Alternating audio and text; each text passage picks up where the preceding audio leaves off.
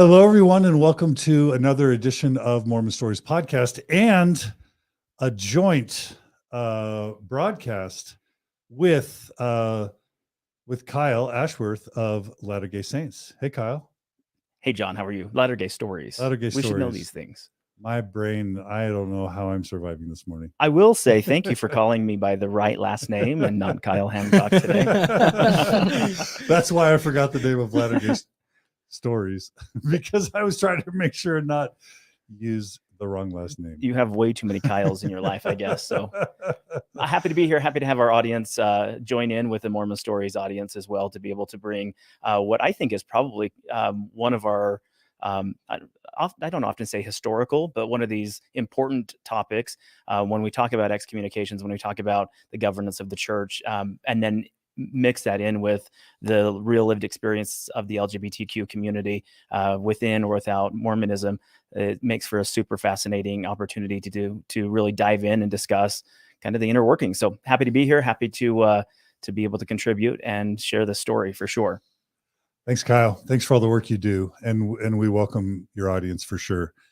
I also want to welcome my my co-host in righteousness and goodness, Gerardo. Hey, Gerardo. Hey, John. Hey, everyone. You've done a lot of work to prepare for this episode. Thank you. Thank you.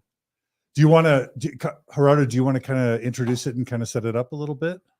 Yeah, I can. All right, let's do this. So, my friends, Brennan and Douglas. So I went to BYU, Idaho with Douglas. And he was a convert to the church. We became roommates and really good friends. I never knew he was gay. He was not out to me, but I was out to him. And then he served a mission. And after his mission, I graduated and married and everything. And then he came out to me and told me that he was gay. And he started dating.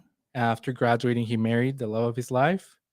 And then we are still really good friends. And they recently received a letter for a disciplinary council for his husband, Brennen. And I thought it was kind of like a very interesting case that I'd never heard about. I contacted a bunch of people, like people that had been stake presidents before.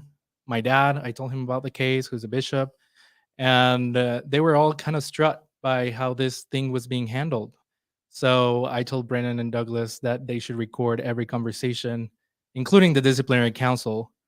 So, they could know like what they were saying versus probably changing stories later. And that's exactly what happened. They've been gaslighted. And after disciplinary council, the story about why they were brought in, about why they decided to excommunicate him, all the story has changed, and it's been quite interesting to listen to the conversations. So they decided they wanted to come on Mormon Stories and Latter-day Stories and tell their story. Yeah, and so what we have today is an example of the LDS Church, the Mormon Church, in 2022 proactively going after a legally same-sex married couple to excommunicate them when they were just living their happy, healthy life in a legal, loving marriage. And what I think is kind of interesting is they weren't trying to advocate for anything.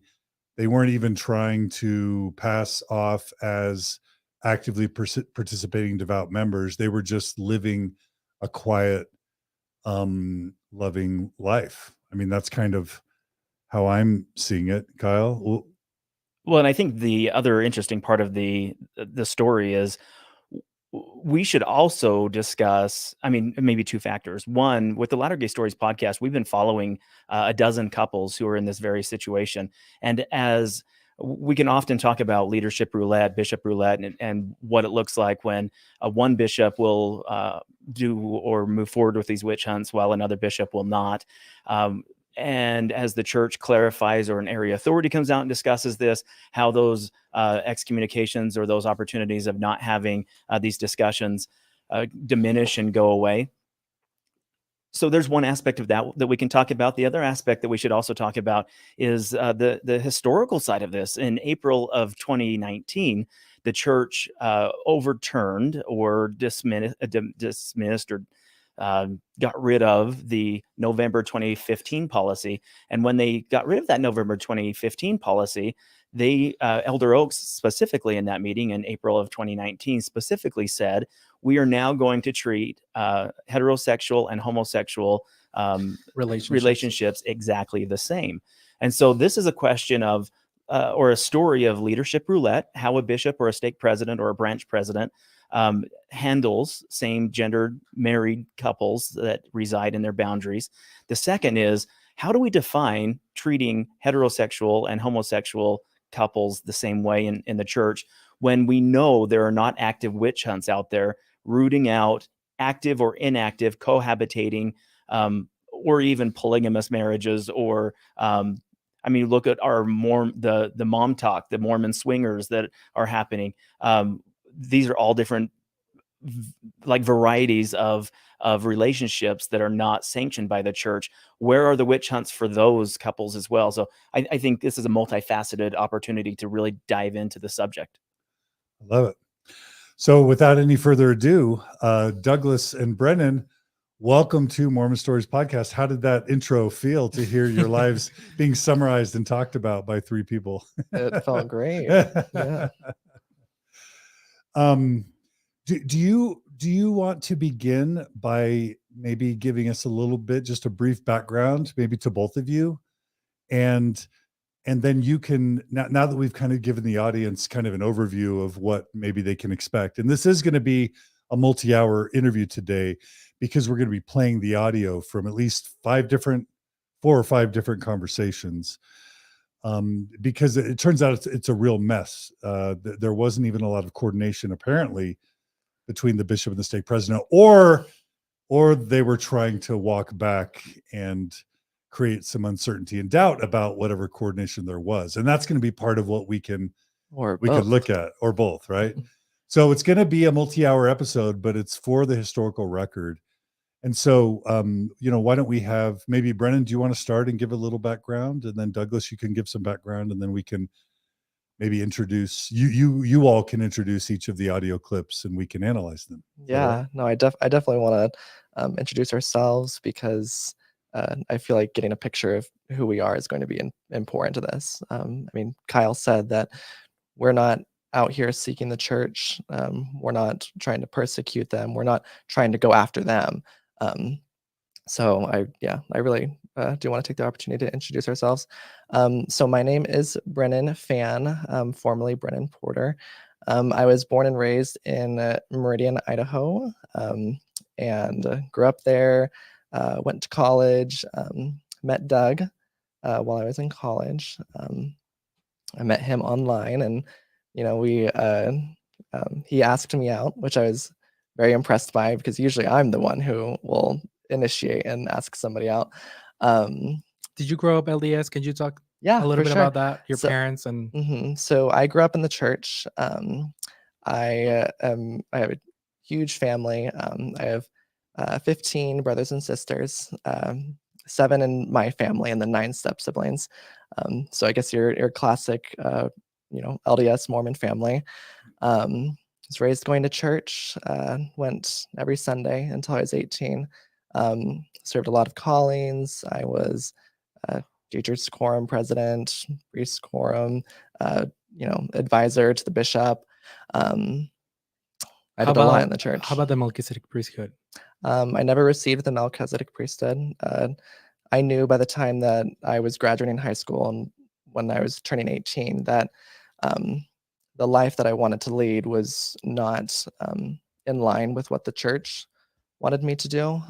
So I felt like if I was going to be going to get the Melchizedek priesthood, I was just going to be digging myself into a deeper hole that I didn't need to, because I didn't feel like I needed to have the Melchizedek priesthood. I didn't plan to go on a mission.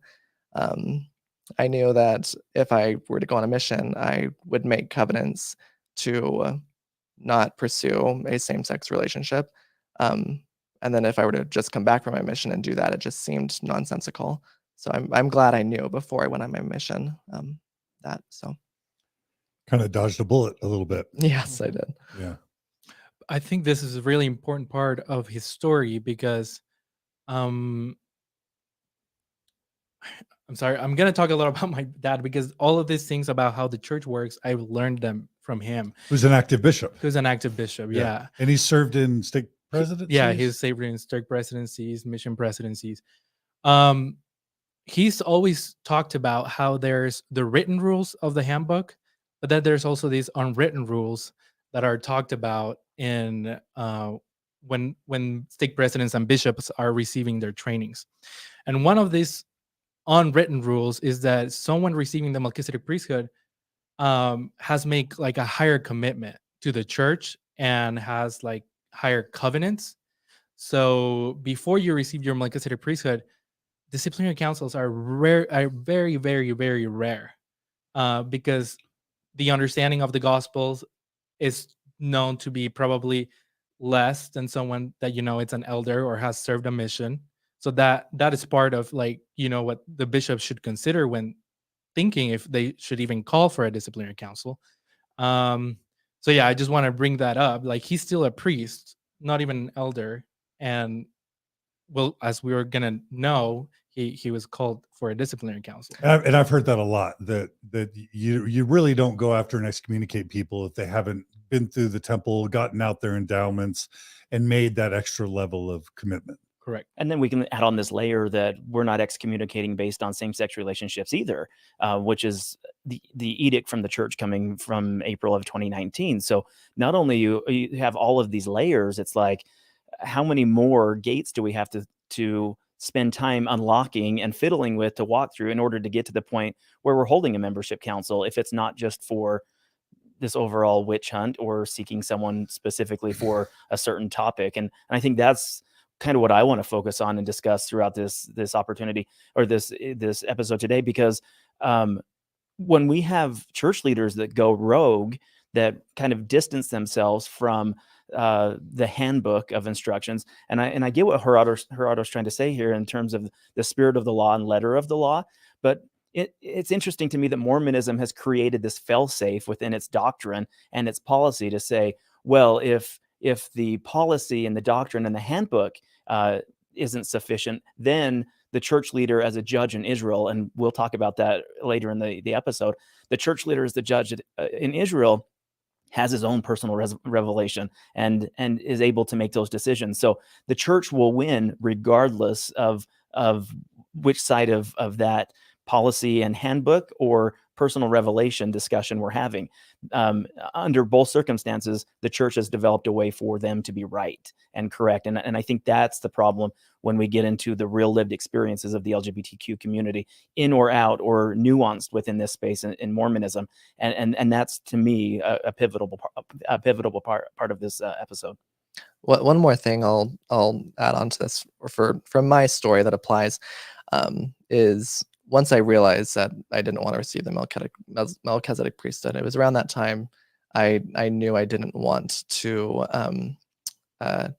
be attending church either. And we'll go more into depth of this, but by the time that I was called to this disciplinary council, I had been inactive for 4 years.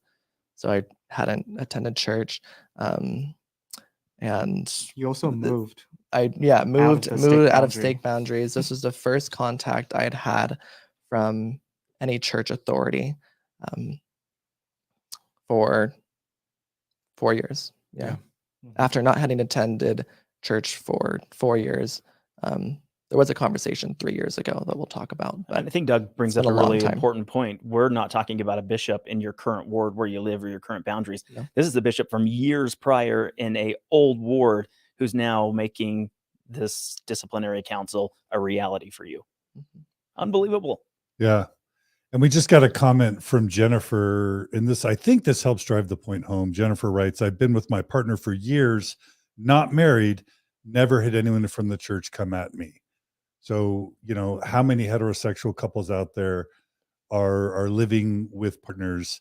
Is the church hunting down and proactively finding out of ward boundaries and excommunicating heterosexual couples that are single, left the church. And so I think, Gerardo, part of why you chose the title Persecuted by the Mormon Church is this idea of hunting season, where the church is like proactively, literally hunting down legally same-sex married couples that are just trying to live their own lives, you know. And let's not pretend like this is just so new that we haven't been able to implement this policy yet. April 2019, April 2020, April 2021, April 2022. So we've had multiple years now for the church to institute this. We will treat heterosexual and homosexual relationships the same in terms of discipline.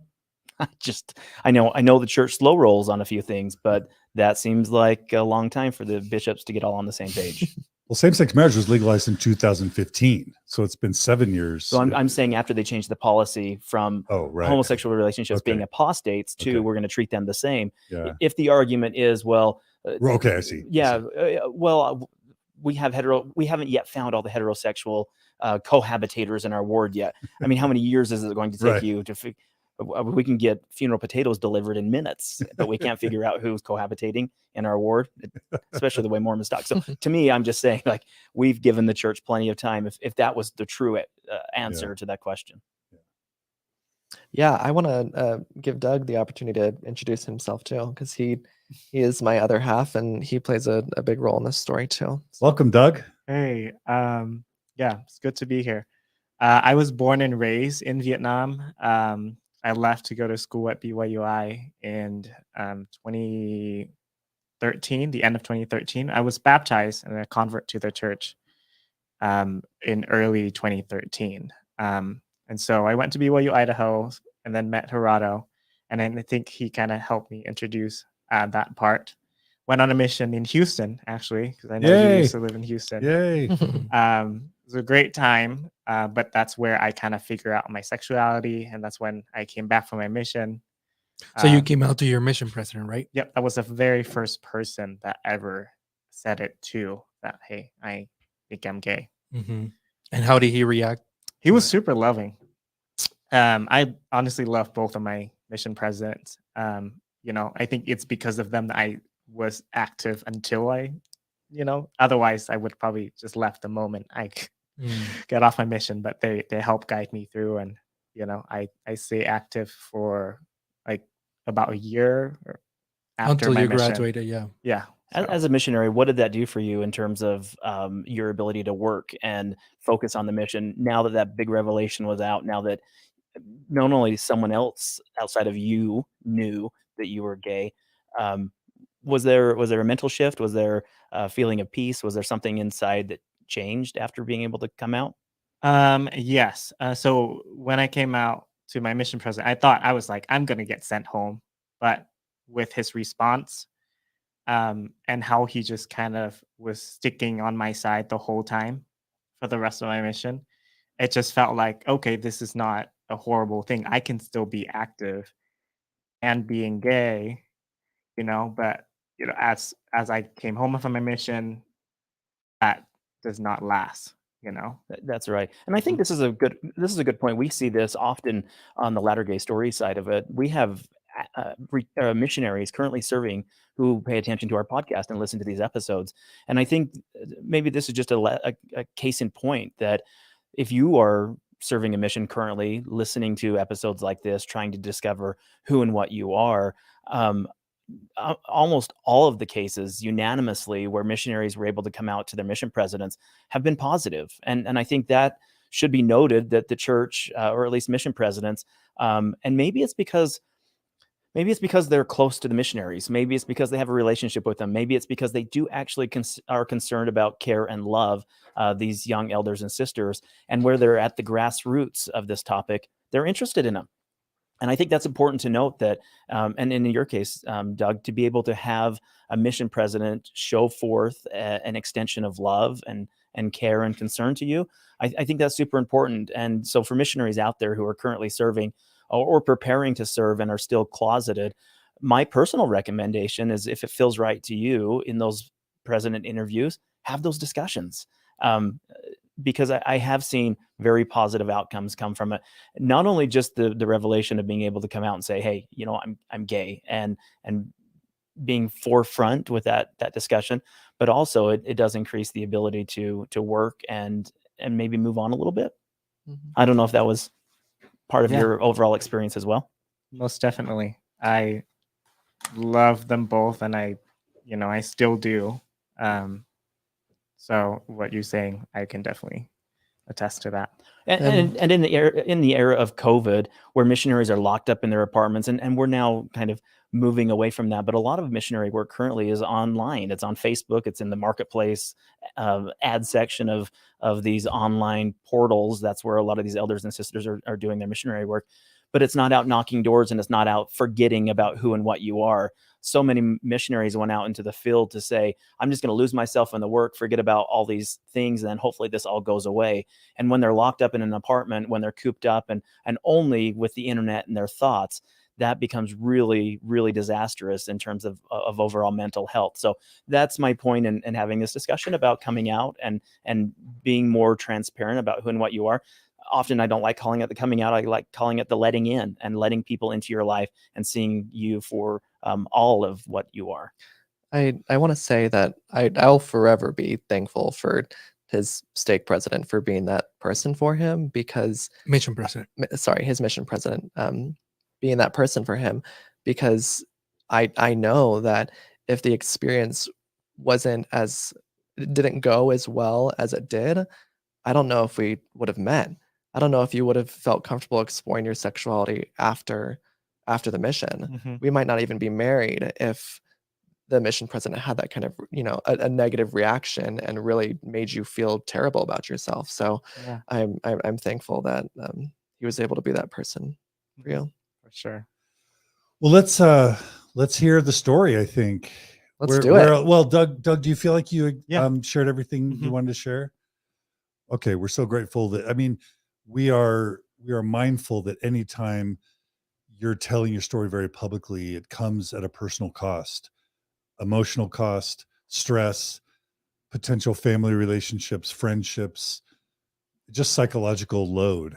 And so we appreciate it's not your job to educate all of us, and it's not your job to fall on your sword and sacrifice your privacy and your well-being so that the church can do better and so that we can all understand what's going on. So I just want to say we don't take that for granted, and we really appreciate that you're willing to do this, because I think we have a sense for how hard that might be, at least a sense. Thank you for saying that. Yeah. So thank you. Okay, where should we begin in terms of today's story? Where is our Genesis 1:1? I can start a little bit. Yeah. Yeah. So we're just hanging out in our couch this one nice Wednesday evening, and then there's a knock on our door. And I just want to sorry. make this clear. So you had moved out. How far away from your home ward where you grew up? So I was raised in Meridian, went to church there. Okay. I moved to Boise, the capital of Idaho, He's in college at this time. in college, going to Boise State, And you were living together at the time. living together, small remote apartment. It's kind of got like a back entrance. Like you got to go and find it for sure. Like a student apartment. Yeah. You never transferred your records from your old ward because you never attended church. You hadn't attended church in 4 years.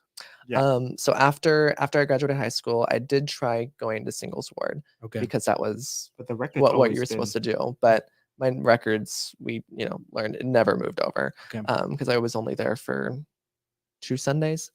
Yeah. Okay. And just so people that are not from here can just get an idea, how far is that where you were going to college from your home ward? It's about for me, it's a 20-minute drive. If you're driving, at a normal pace, it's like 30 minutes. Okay. And it's a different stake. Is Yes, that right? completely Yeah. different steak. Okay. Definitely Completely different different. steak. Probably Alright. like 3 steaks over, 2. Alright. I don't know exactly. So Okay. Continue. Oh yeah. Hanging out Wednesday night, knocking our door. And then Brennan comes out and opened the door, and there's these 2 men. I was just sitting. I was like, "There's 2 dudes, soliciting at an apartment complex." it's just At 8 p.m. night? at night. Yeah, this is 8:30 at night. That was weird. And then they deliver a letter. I knew that they were from church because they were talking, we're from so and so ward, and then I recognized one of them. Mhm. The other I didn't recognize, but they introduced themselves, and I asked, what I was like. Well, you drive. I actually said, well, you drove all the way across town. I think I said thank you for taking the time, which I was trying to be polite. But I took the letter and I started opening it, like and right in front of them. yeah, and they kind of had this look like, oh, maybe we should like go away now, before he starts reading it. And I saw the line which said, you are being called to a membership disciplinary council on the basis of your conduct related to same-sex marriage. And so I didn't say anything to them. I let them go, and then we closed the door and kind of looked at each other, and I was like, babe, you need to come and look at this. Did they make faces? Was there any verbal reaction from them? Were they just standing awkwardly as you read it? Oh, so I was opening the letter. I'd briefly skimmed it, but before I went to, call Doug over, I had let them go. So Okay. they headed out. And we read it, and we talked for a little bit about like what it meant. And I was like, what is a membership council? Because I'd heard of disciplinary councils before, but I didn't know if the membership council was the same thing. So we talked about it, Mhm. and it took us a bit of conversation to figure out like the weight and the immensity of like what this meant. Right. And so we were like, oh my gosh, we need to call Gerardo. I And know, so I was like, text Gerardo right away. So the two people who came to your door, I'm assuming these are members of the bishopric. they are, yes. First, and I don't know, it was the ward clerk, and then the second counselor, I believe. But not the Um, bishop himself. No, not the Or bishop. anyone that you even knew. I recognized one of them, but I had no idea who he was. Like I couldn't put a name to him. So And for those who are unfamiliar with the way these ward and stake boundaries work, this is like equivalent of someone crossing state lines in order to find you. It's like jumping on an airplane and flying from Utah to Nevada in order to go deliver this letter. When you're in different states, that is a completely different jurisdiction. A stake is like a diocese. So it's this different arena, different area that you're completely unfamiliar with. And they really are out of their territory. They're out of their location. And so you hop on an airplane, jump in a car, and drive to go find somebody to deliver this letter. People they've likely never met before. They've probably never met you, Brennan, or at least the relationship isn't there. So I just think this is fascinating. This is so strange the way this starts to unfold. Yeah, and Brennan was so confused too of how they got the address, because we'd never give this new address. It was not in the church record or anywhere to be found. it was my immediate reaction. I was like, there's no way that they would have been able to know this. And that night I went to LDS Tools and I looked at the address. It wasn't the address that they had appeared to us at. Our apartment was not in LDS Tools. And so I was so confused. I was like, how would they have gotten it? Which address was in LDS Tools? It was You okay. gave them a fake address. It was an old address, but I changed the house numbers because I just got this feeling that I didn't want it to be accurate. I grew up in a conspiracy theorist family, so like anti-government kind of thing. So I was like, maybe I shouldn't put my actual address. So I switched it around to an address that I, technically wasn't living at.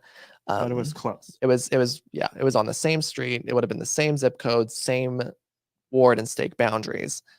But yeah. So how did they? Wasn't one of your first questions how did they find your actual address? No. Yeah.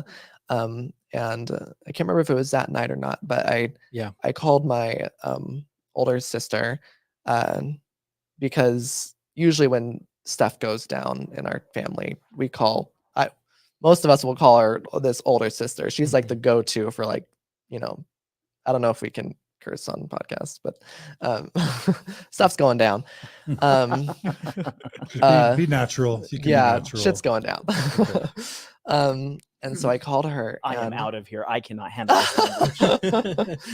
And I called her and I told her that I had received this letter, and I was like, my sister, I was like, I I don't know how they got this. And Address. I don't know how they got this address. And I got scared because the only way that they would have been able to, the person of contact that would have my address that's near them is my mom, who still attends that ward. And so I told her, and I was like, I'm really scared that mom like threw me under the bus, that she knew what was going on and knew that they were going to hold this council and still gave them the address. That was something that was really scary to me, because we're going to be having our wedding reception in my parents' backyard. And so it created this dichotomy and dissonance of like, it wouldn't have made sense, but I wasn't 100% sure if she would have done it, and it was really scary. So Did you ask her eventually? yeah, I tried to call her that night, but it was too late. So I called her the next day and I was like, Mom, so I got this letter, and there's no way that they would have been able to get my address to, deliver this to us. Do you know, did you give them my address? And she was like, I did. And I was like, so did you know anything? And she's like, no, I had no idea. She told me that she had thought they were coming to update records. They were coming to update my membership, as I would think that is routine, but she had no idea that it was for the reason of the council. And how long before you received the letter had she given them your address? So we got the letter on May 4th May 4th, on a Wednesday. May 4th on a Wednesday. Of 2022. 2022, they had gotten the address 3 days prior, that Sunday, Mhm. May 1st. So yeah, it's pretty soon after. I'm telling you, the church is now finally running at lightning speed when it comes to something they really want to do, right? Yeah. Unbelievable. Yeah, and if it's okay, do you mind if I ask a question from one of the? It's not a fun question. It's probably an insulting question, but I want to get really clear on this point before we spend time talking about the disciplinary council. Of course. Our resident believer viewer Dan Hardy, I'm just going to summarize what he basically is saying. He's saying is you didn't want to advance in the priesthood, you didn't go on a mission, you weren't active in the church, you didn't want to be a member. You probably knew the church wasn't crazy about same-sex marriage, and you got same-sex married anyway. Why do you even care that they would hold disciplinary council at all? And I guess Dan would probably say, why should anyone care?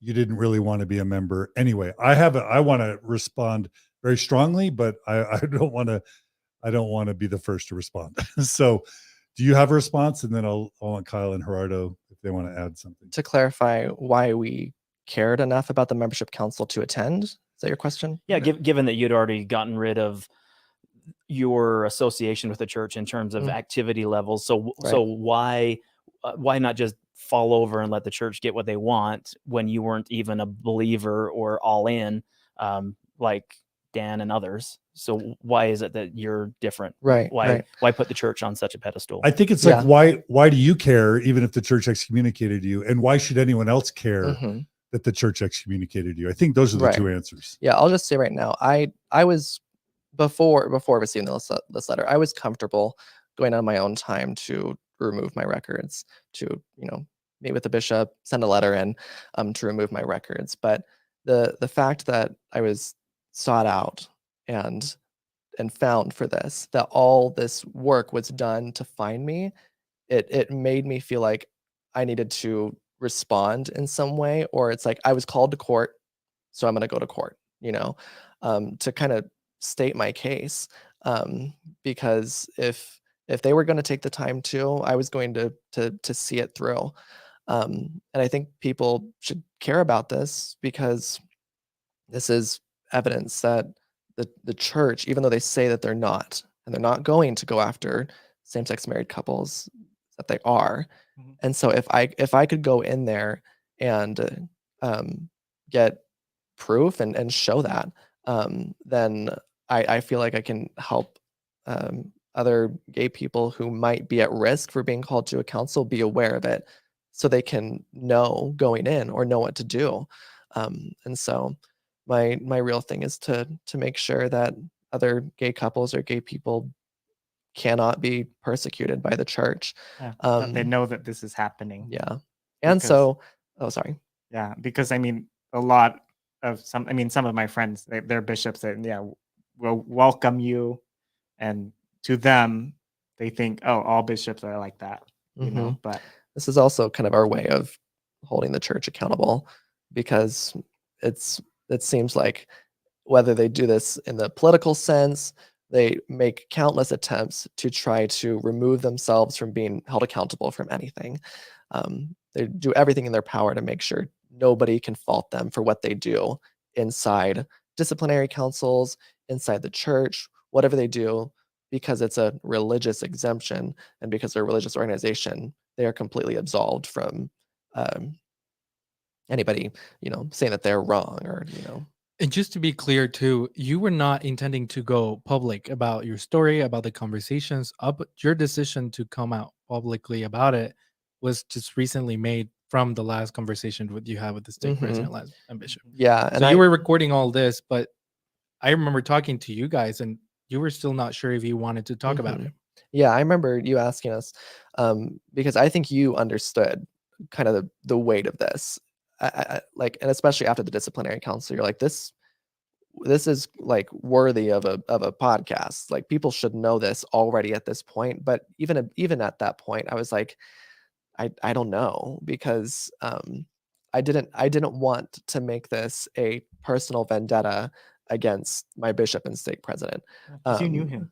Yes, You wanted I to knew give them him. the benefit of the I doubt. wanted to give them the benefit of the doubt, and I wasn't convinced fully of all these atrocities.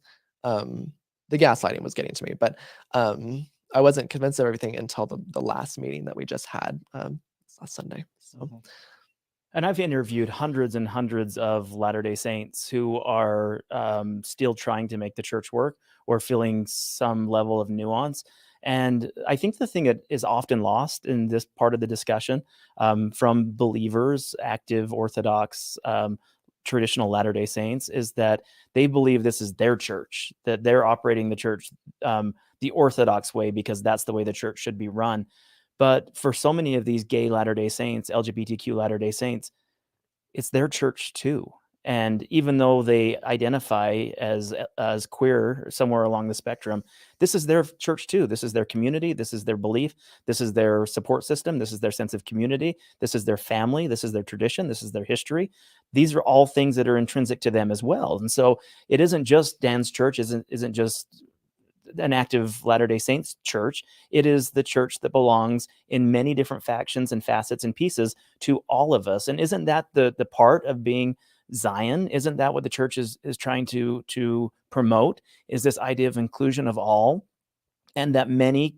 I mean, the code of the code of colors, this rainbow pattern of this tapestry of many voices, and the church is calling it the chorus. The church really needs a variety of voices in order to make the choir work.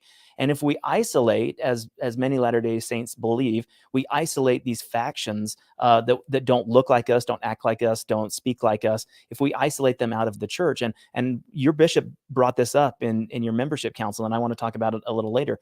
But if we get rid of all the voices that are different, then we have an echo chamber, and we have lost the revelatory power of what the church claims it is. And I think that is part of this discussion that is so often lost by traditional conservative Orthodox Latter-day Saints who just say, look, you don't look, talk, act, or believe like me, therefore get out and just dismiss us and let us continue believing the way we believe.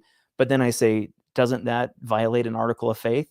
Don't we allow all people the opportunity to worship how, when, where, or what they may, and it's just this constant circle of dissonance.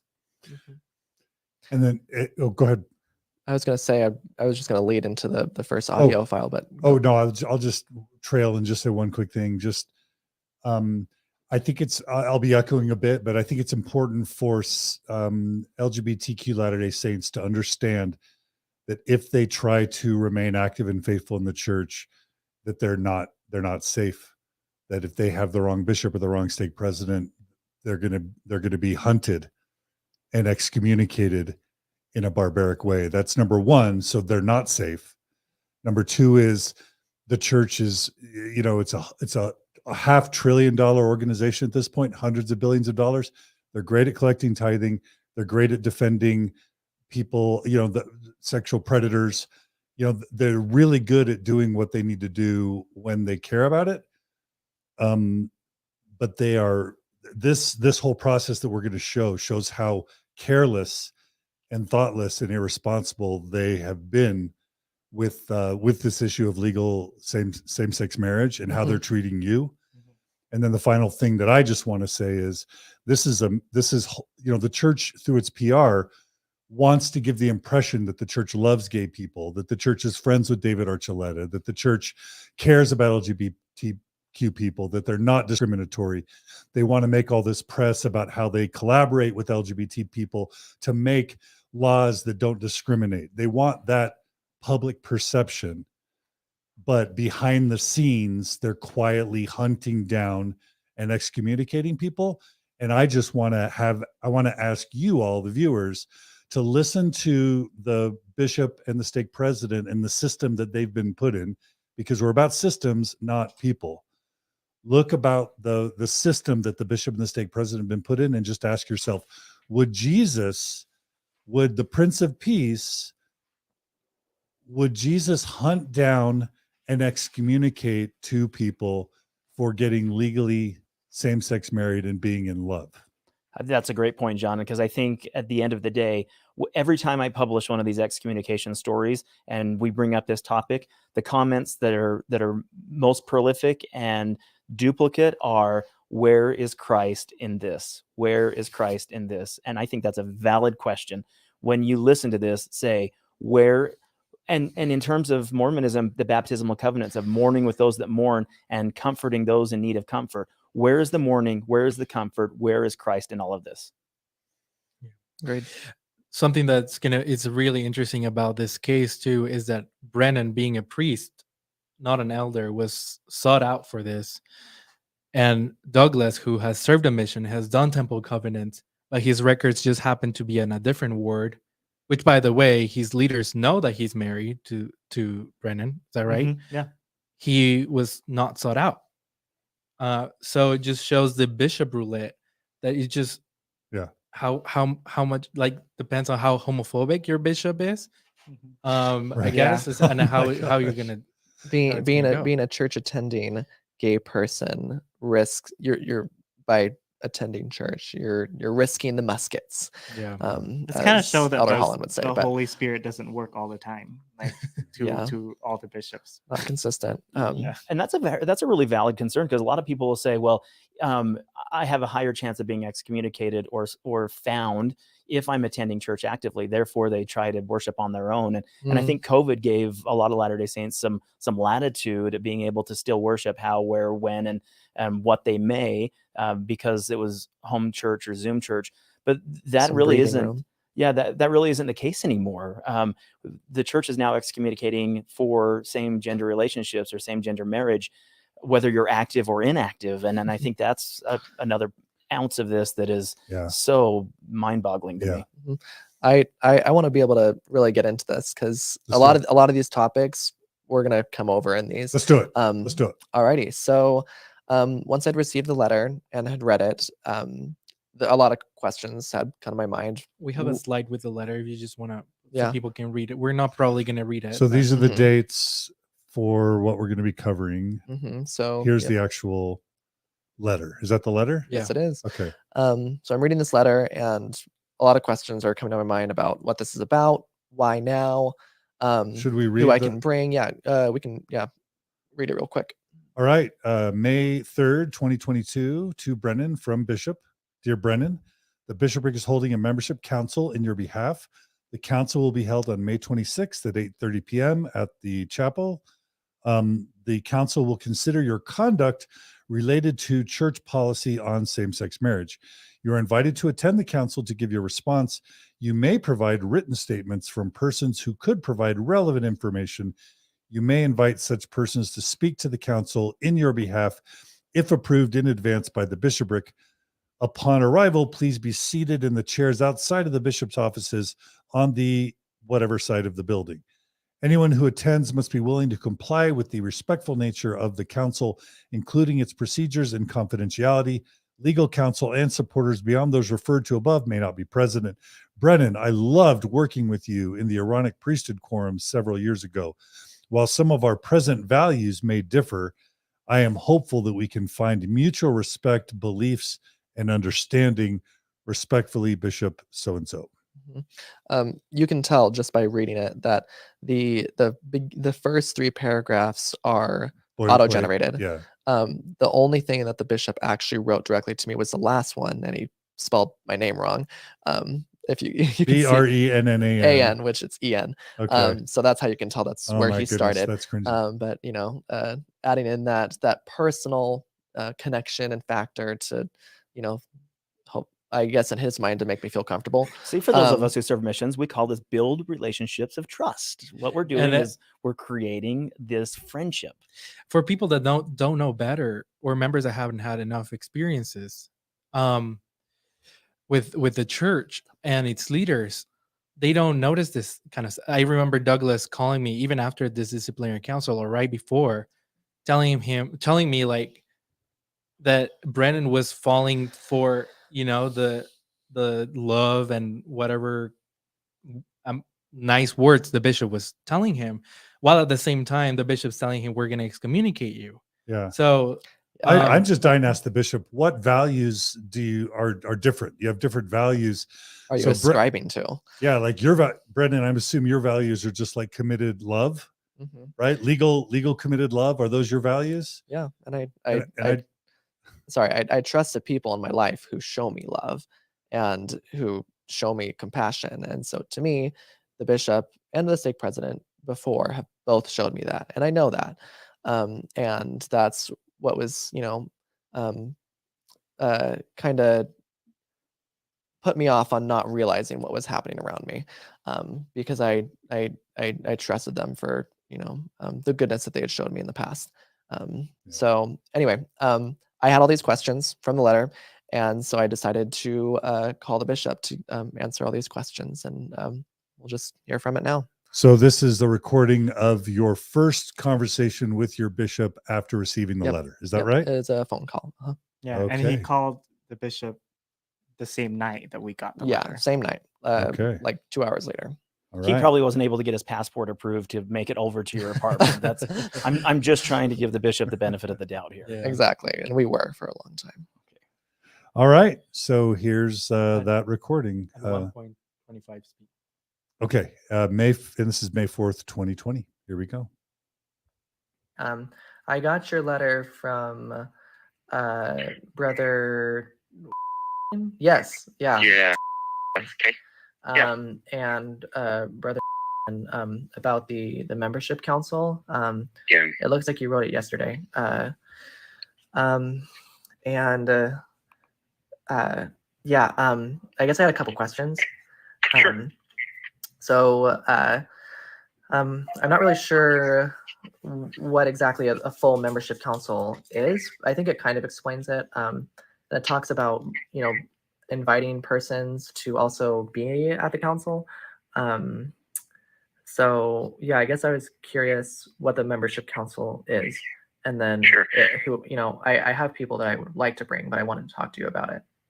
Sure. Okay. And that's one that, so with these types of things, it's anytime if someone has, and I know that you and I have already talked about some of this before, anytime someone has something that may put what they do at odds with kind of those certain standards in the church, then we hold a membership council. With that, it usually is one of those things where sometimes people come and say, I don't really want to be a member of the church anymore, or sometimes people say, I do want to be a member of the church. And so it's really one of those things where we look at that, and then there's really kind of 3 possible outcomes with it. Sometimes people, after a membership council, they'll just remain in good standing, no change. Sometimes it can be, they can have a withdrawal of membership, where they're no longer a member of the church. And then sometimes there can be some formal discipline, which is, maybe they say, well, for a year, it changes things. And so really, this is a chance to come in and say, hey, this is where I am. So it gives you an opportunity to say, this is where I am. This is kind of what I'm thinking. In the case of kind of what things are going on right now. It might be one of those, I'm not planning on changing any of the things that I'm doing right now.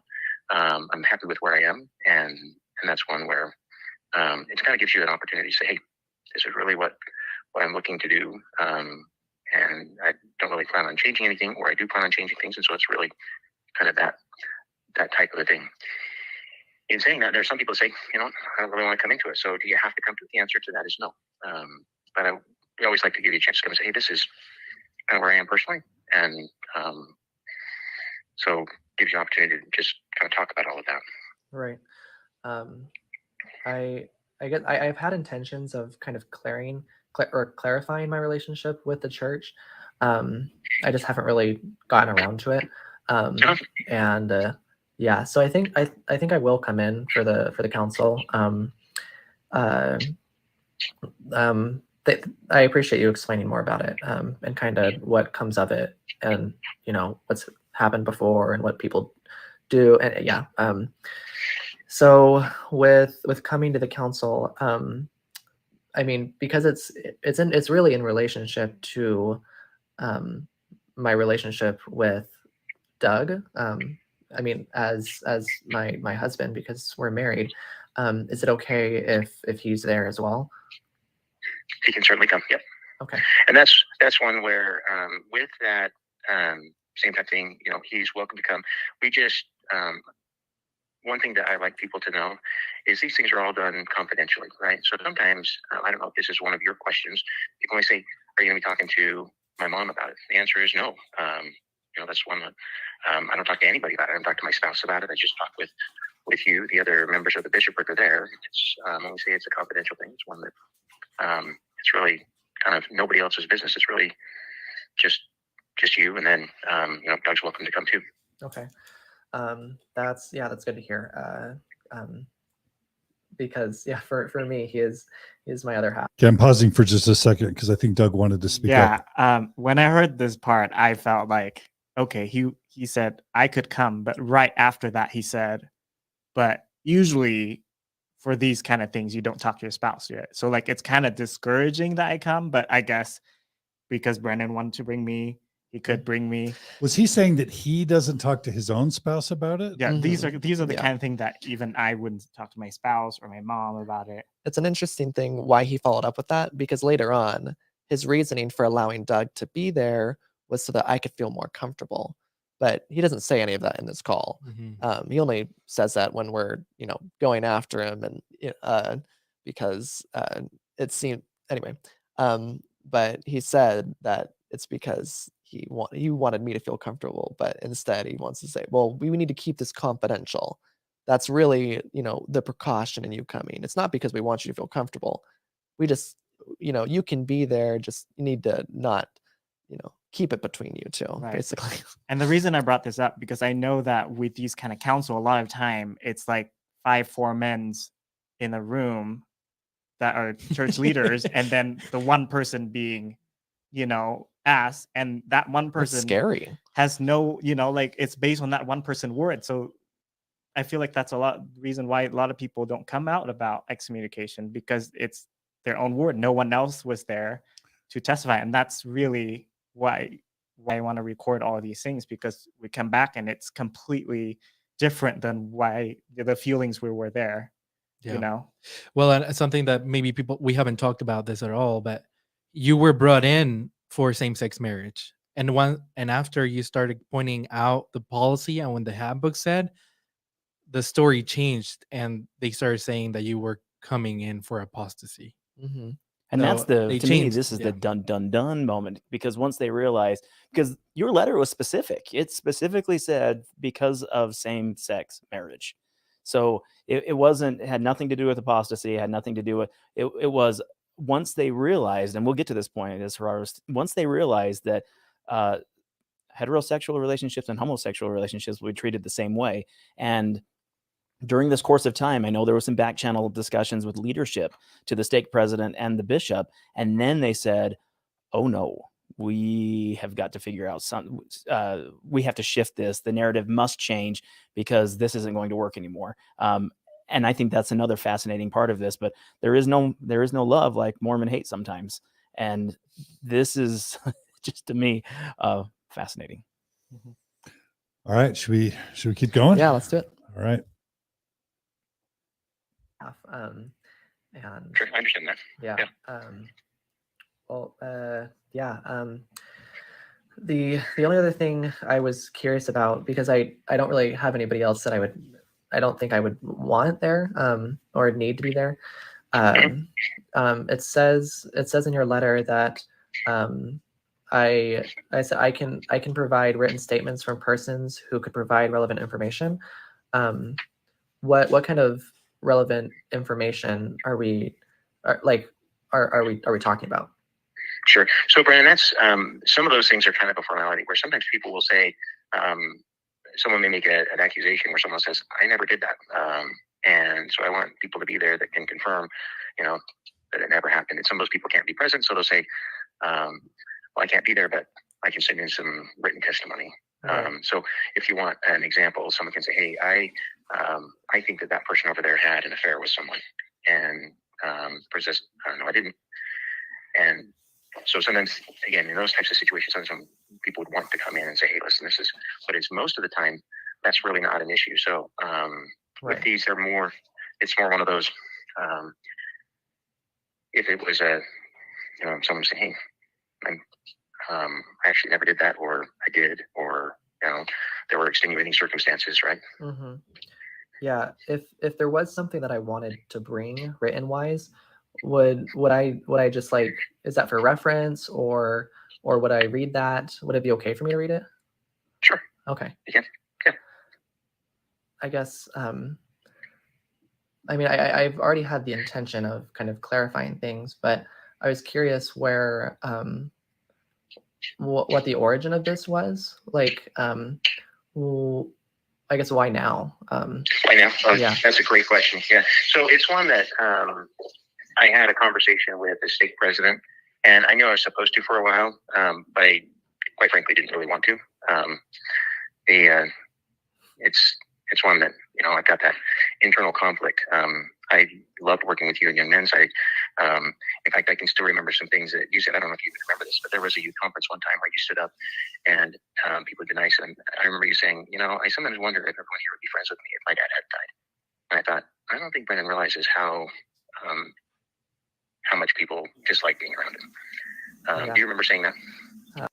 Okay. Brennan, did you want to say something there? Yeah. So after Bishop had told me this, that he had an internal conflict himself about this topic, is what he said, being same-sex marriage, that he had an internal conflict. And then, he followed up by kind of a personal anecdote that we had together growing up. To me, that honestly, it made me feel like he was more on my side than anything. If he had been having a personal conflict, then maybe he himself was thinking that, this council shouldn't have been called. I was thinking that maybe it wasn't him. It wasn't him, the one who had organized or called this council. What I heard is that the stake president maybe told him to do this. That's how I interpreted that. That's what I was suspecting as well. So yeah, I think it sounded very clear. He received instructions from somewhere else, and I think to not believe that, it doesn't make a lot of sense, because then he starts bringing in distant memories. Oh, I loved working with you in Young Men's. You were, and so he starts building this. How about his dad passing away? Yeah, bringing in all of these emotions and drawing you and saying, I love you, and I'm connected to you, and I wouldn't want to hurt you because we have so many ties together and we've had such history together. So just know that this isn't me. This is just the handbook or the stake president, or my hands are just tied. I can't do anything other than follow what my other leaders are telling me to do. There's a quote I once heard by Margaret Toscano, who was excommunicated for apostasy. And she recorded her reactions to her excommunication on a PBS series called The Mormons. And it's a bit of a graphic term, but I'm quoting her. She described excommunication as being raped by Care Bears.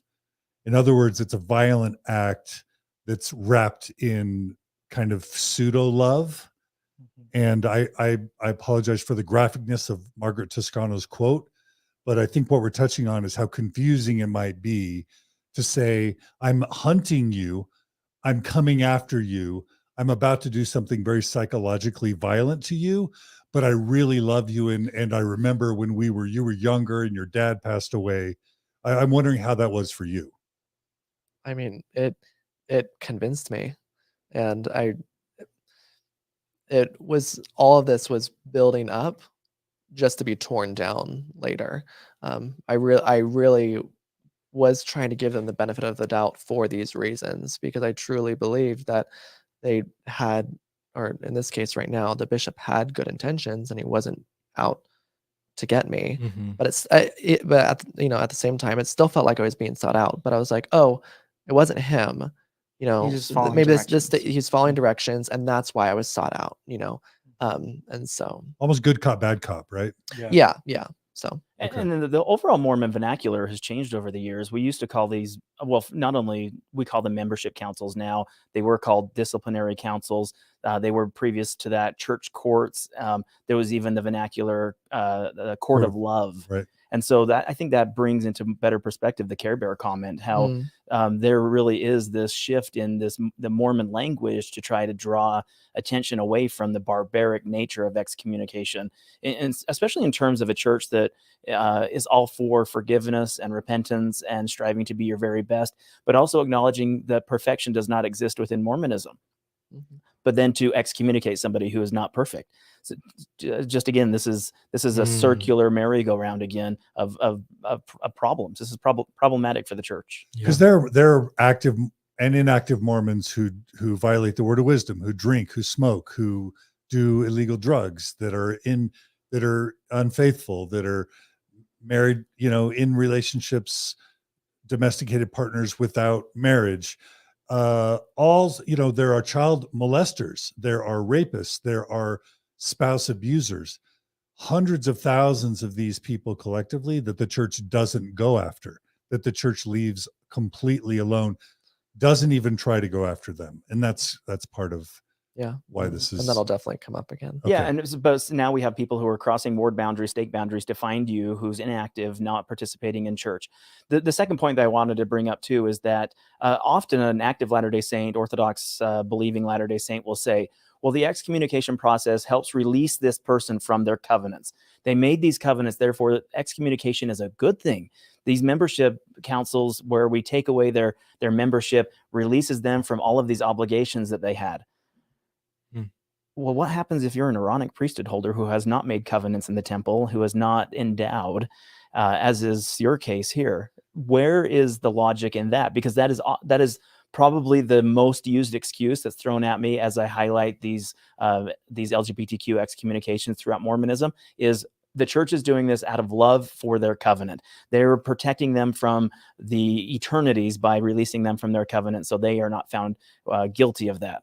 But you hadn't been to the temple. No. So where are my responsibilities as a covenant keeping? Your covenants at this point are to mourn with those that mourn and comfort those in need of comfort. Because that's the baptismal covenant. That is your baptismal covenant. Yeah. Okay. Should we keep going? Yeah, let's keep going. All right. I was probably very emotional at the time, but I do remember saying something along those lines. Yeah. Anyway, I just think that so it's kind of that same thing. The other was just I'm not really on Facebook or most social media things, and so I heard that you got married to Doug, and I just want to from that one standpoint, I say congratulations, right? It does put things at odds with church standards there, but that was kind of the other end of it. I actually don't know when you got married. Yeah, Doug and I got married last year on April 14th.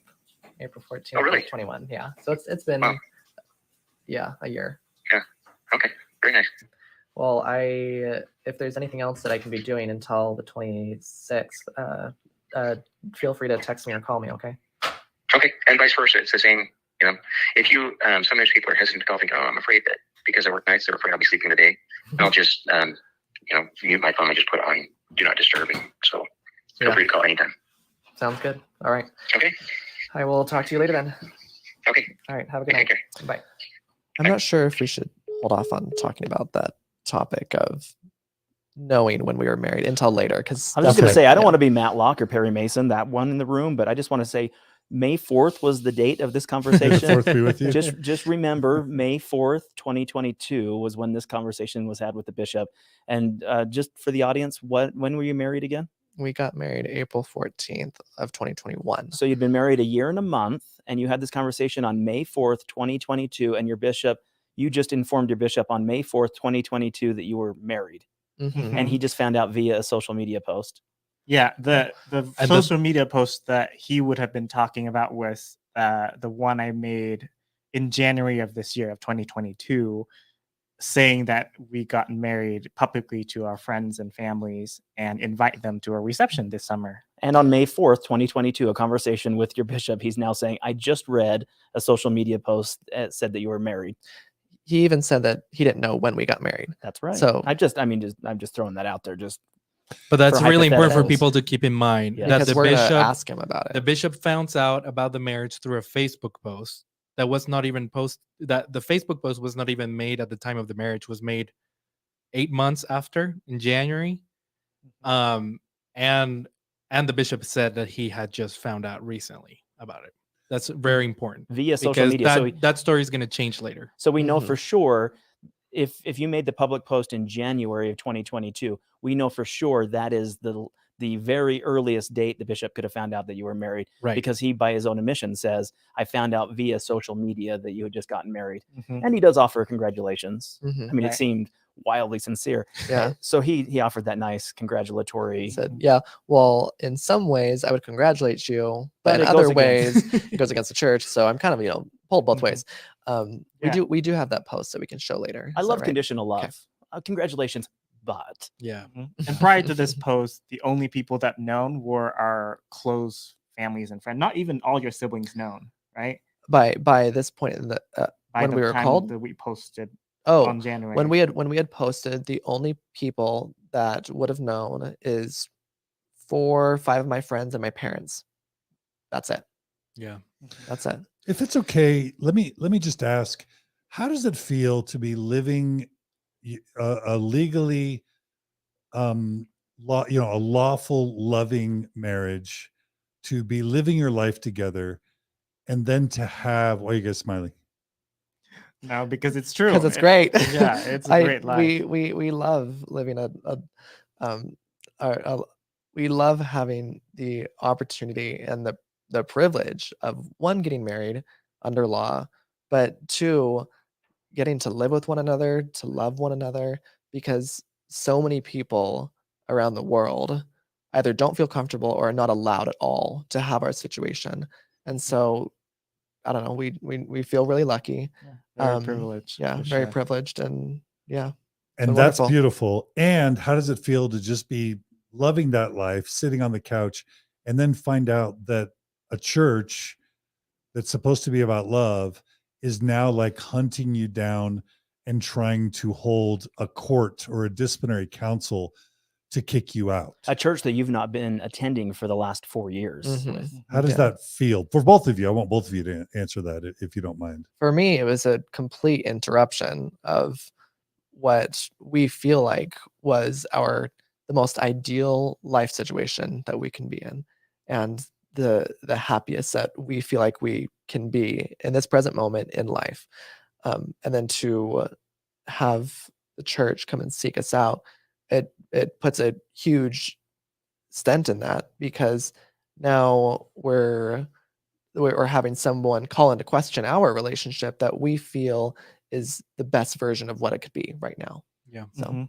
Yeah, and for me, it's a whole story of, like, we're still surrounded by active members of the church.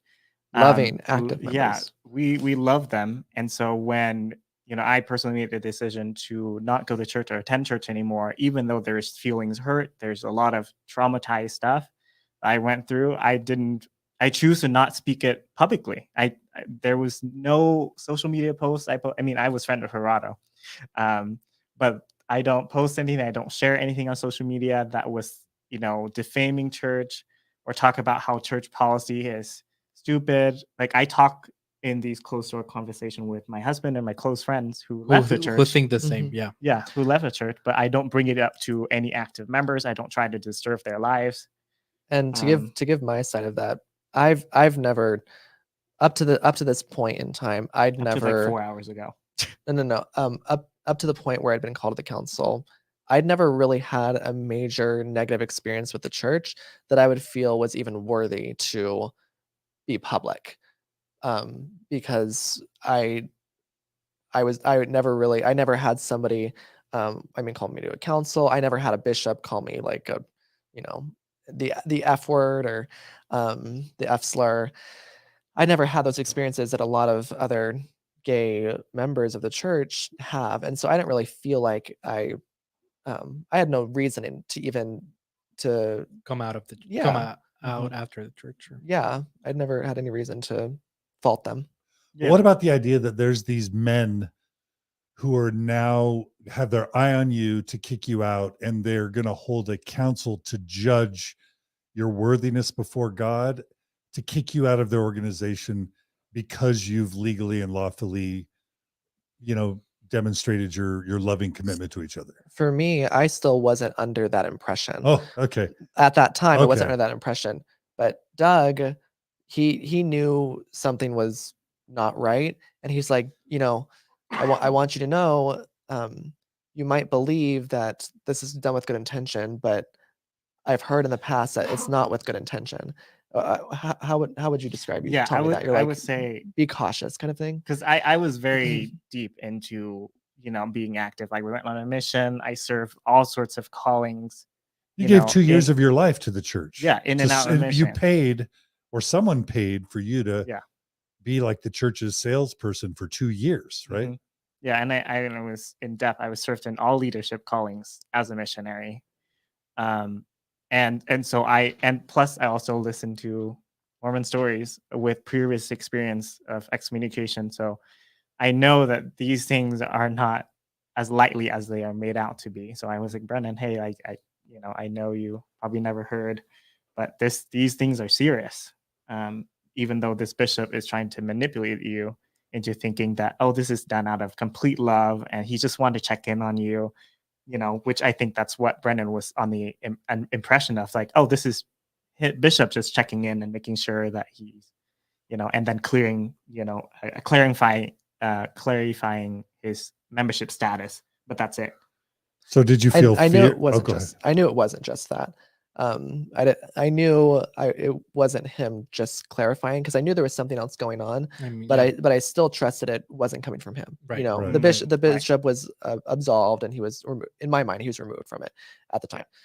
So But Doug, did you feel fear? Did you feel sad? Did you feel afraid? Not so angry? much fear, more a little bit angry, because like Brennan has not been to church. Like if anyone got that letter, it makes way more sense if I was the one that getting Yeah. a letter. But he's But just it- having such a happy life and just But it could have made you feel like you might be next. a little bit.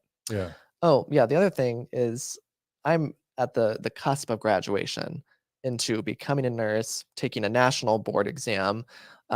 We're buying a house, we're planning a wedding reception, like all these things that are huge accomplishments and like huge life events that can be stressful. Now I have this on my plate Yeah. of everything that we're talking about now. Okay. So Mhm. All right. So the next audio clip is the actual disciplinary council. Is Mhm. that right? yeah. this would have been because the May 4th, 26th. 22 days later. And before this, because I had asked him about the written statement, I kind of wanted to compile the reasons why, and we'll go over this, why I felt like the church's teachings on LGBTQ issues are not inspired by God, and why they're not healthy for gay people. And so I compiled this whole, I'll have it here and we'll read it in a second when we start listening to the clip. And I compiled all of this so that I had it in front of me so I could, tell them where I was coming from and my thoughts on the topic, because it says bring written relevant information. And to me, this was relevant information to the case. So And before we jump into that, can we just add one piece of relevant information? And that's how these actual councils are set up. Because I think even for active Latter-day Saints, they don't really know the structure of a disciplinary council, or in today's vernacular, a membership council. In this case, typically with a someone who's, if the shoes were on Doug's feet at this point, where he was endowed and served a mission, holds the Melchizedek priesthood, he would have to go in front of a stake presidency, which is the leader of the stake and then 12 counselors. In this case, because Brennan is not a Melchizedek priesthood holder, he goes into a room with a bishop. The bishop has 2 counselors, a first counselor and a second counselor. And then there's also a ward clerk who serves as a record keeper. The ward clerk does not have any decision-making responsibilities in the council, but is there just to maybe advise and consent, but also keep record of the events. Many of these, they often will tell you, aren't recorded. They don't keep a record of that, but yet that's the job of the ward clerk, is to keep a record of what happened in that meeting. So you're in a room with a bishop, 2 counselors, a ward clerk, and then the person who's being accused, or the person who's on trial, literally, and then a handful of witnesses, or in this case, a singular witness. So that's kind of the scene. That's all the people who are in this room during your membership council. Any idea why the church makes a lot of emphasis on ward clerks not writing word by word what's happening on the council, but rather just like a summary? Because that's part of the instruction in the handbook. It says that the ward clerk is not supposed to write word by word or quotations from what it's said. Yeah, having served in the ward clerk position, it's not word for word, but I mean, if you were a stenographer, you could pretty much get word for word. And really what it was is then the bishop could then refer to notes. I think the second part of that is this council is not binding until the bishop makes a call and has a meeting with his leader, the stake president. So the bishop can then refer back to ward council notes if he didn't remember something correctly. But in his meeting with the stake president, then the bishop can refer to the notes that were collected by the ward clerk in order to bring further light knowledge or remembrance of that meeting. What is so interesting is that, I mean, we're going to hear about this later. He reads a statement, and then the bishop gets some things from that statement that he read that were not there at all. So who gets the fault? Is it the bishop, the counselors who are, putting things in his mouth that he didn't actually say? Is it the word clerk who's like, because like everyone has their biases, and then you have a word clerk not having a real recording, but just his notes, probably with his own biases. So like, this is just so arbitrary. And so you're saying that the bishop in this circumstance is putting words in Brennan's mouth. Yeah, he would later. Yeah, he did later after the disciplinary council. He said, well, in the statement you read, you said this, this, and this, but that was not on the statement at all. But taking the minutes would clear that up. Like, Right. Somebody recording the actual word for word thing, there would be no interpretation or misconstruing of words if a word clerk did have that responsibility, but they don't in this case. So I think the biggest danger for doing this, having an actual recording, is that it shows that the decision that was made based on inspiration and on what the bishop got from the spirit that Brennan was saying was not what actually Brennan said. So then how to justify, Holy Spirit inspiration?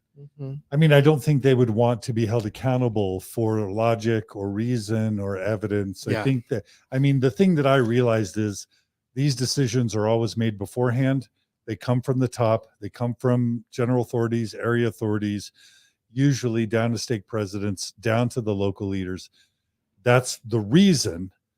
And it's everything from there is just kind of rationalization. And so the less evidence, the less they can be held accountable, the better, because it doesn't make sense, and it never does. And if the accountability comes and there is a problem there, then it's, well, he must have been acting as a man. It was, was just the fault of the bishop who made some mistakes. But all of this is one of the reasons for their plight of confidentiality, so that they can't be held accountable. Yep.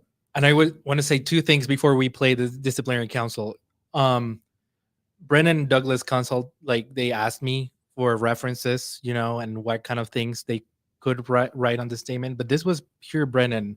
I sent them references, and Brennan wrote this like beautiful, written, amazing statement that I was just so impressed by.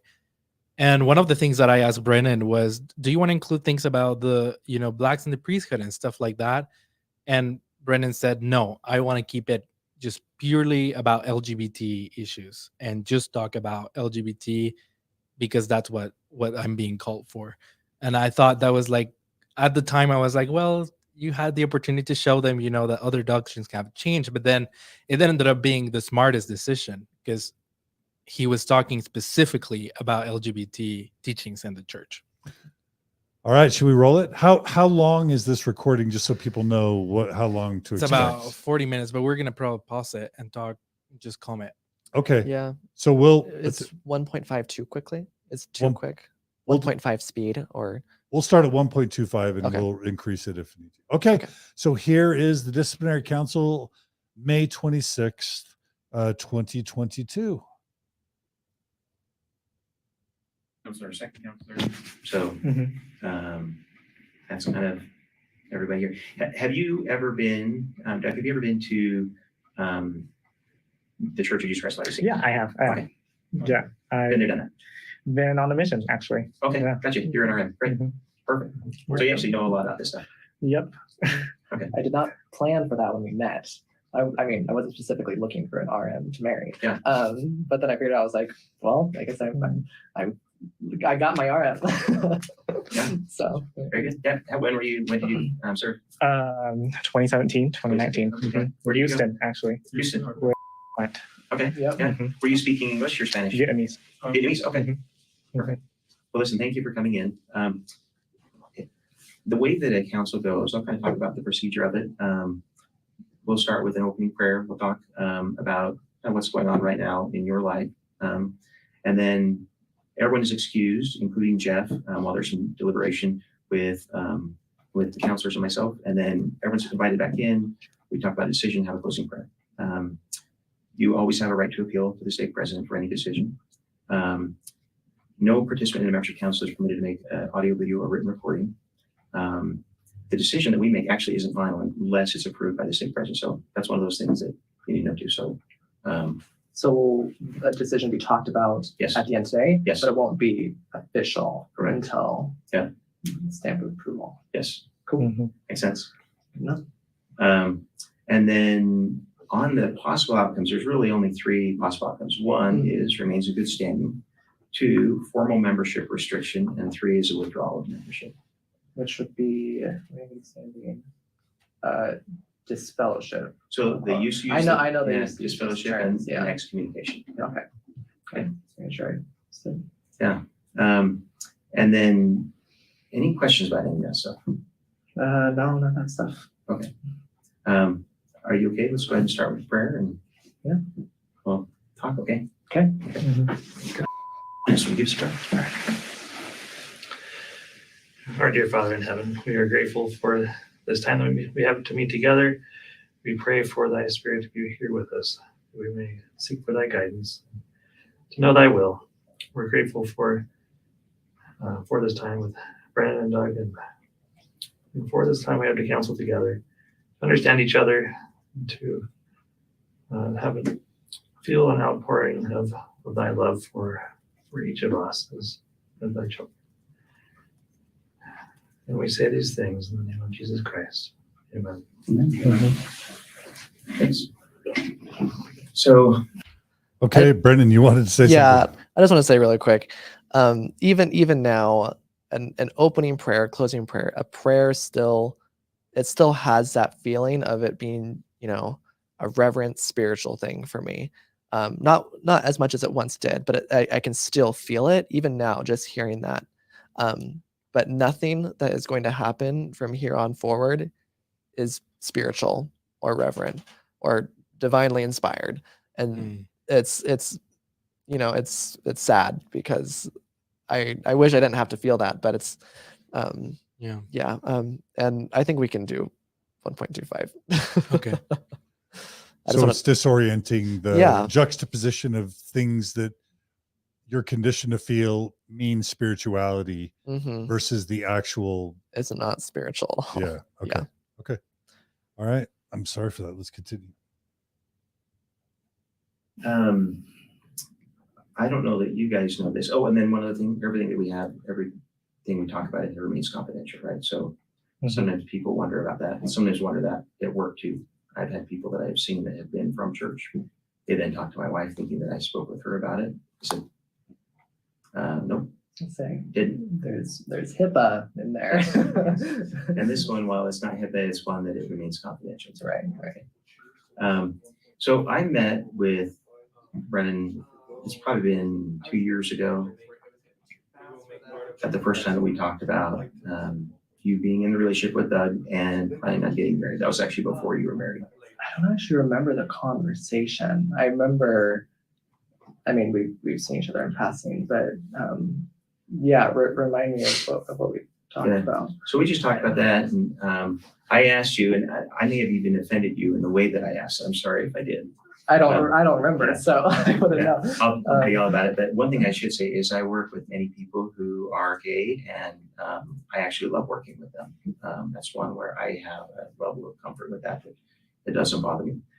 Most of my partners are not members of the church. Most of them drink coffee or alcohol. And if they wanted to be a member of the church, they would have to stop, right? So they can't be members of the church, but it doesn't mean I don't like them. Does that make sense? Yes. Yeah. So when we talked before, I asked you, I said, I asked you if you had previously struggled with same gender attraction. You seemed bothered by it. You said, I don't struggle with it. I'm embracing it. I do remember that. Remember that? Okay. So anyway, that's one where, again, I want to make sure that I'm being respectful with everything there. Yeah. Do you mind if I ask you a quick question?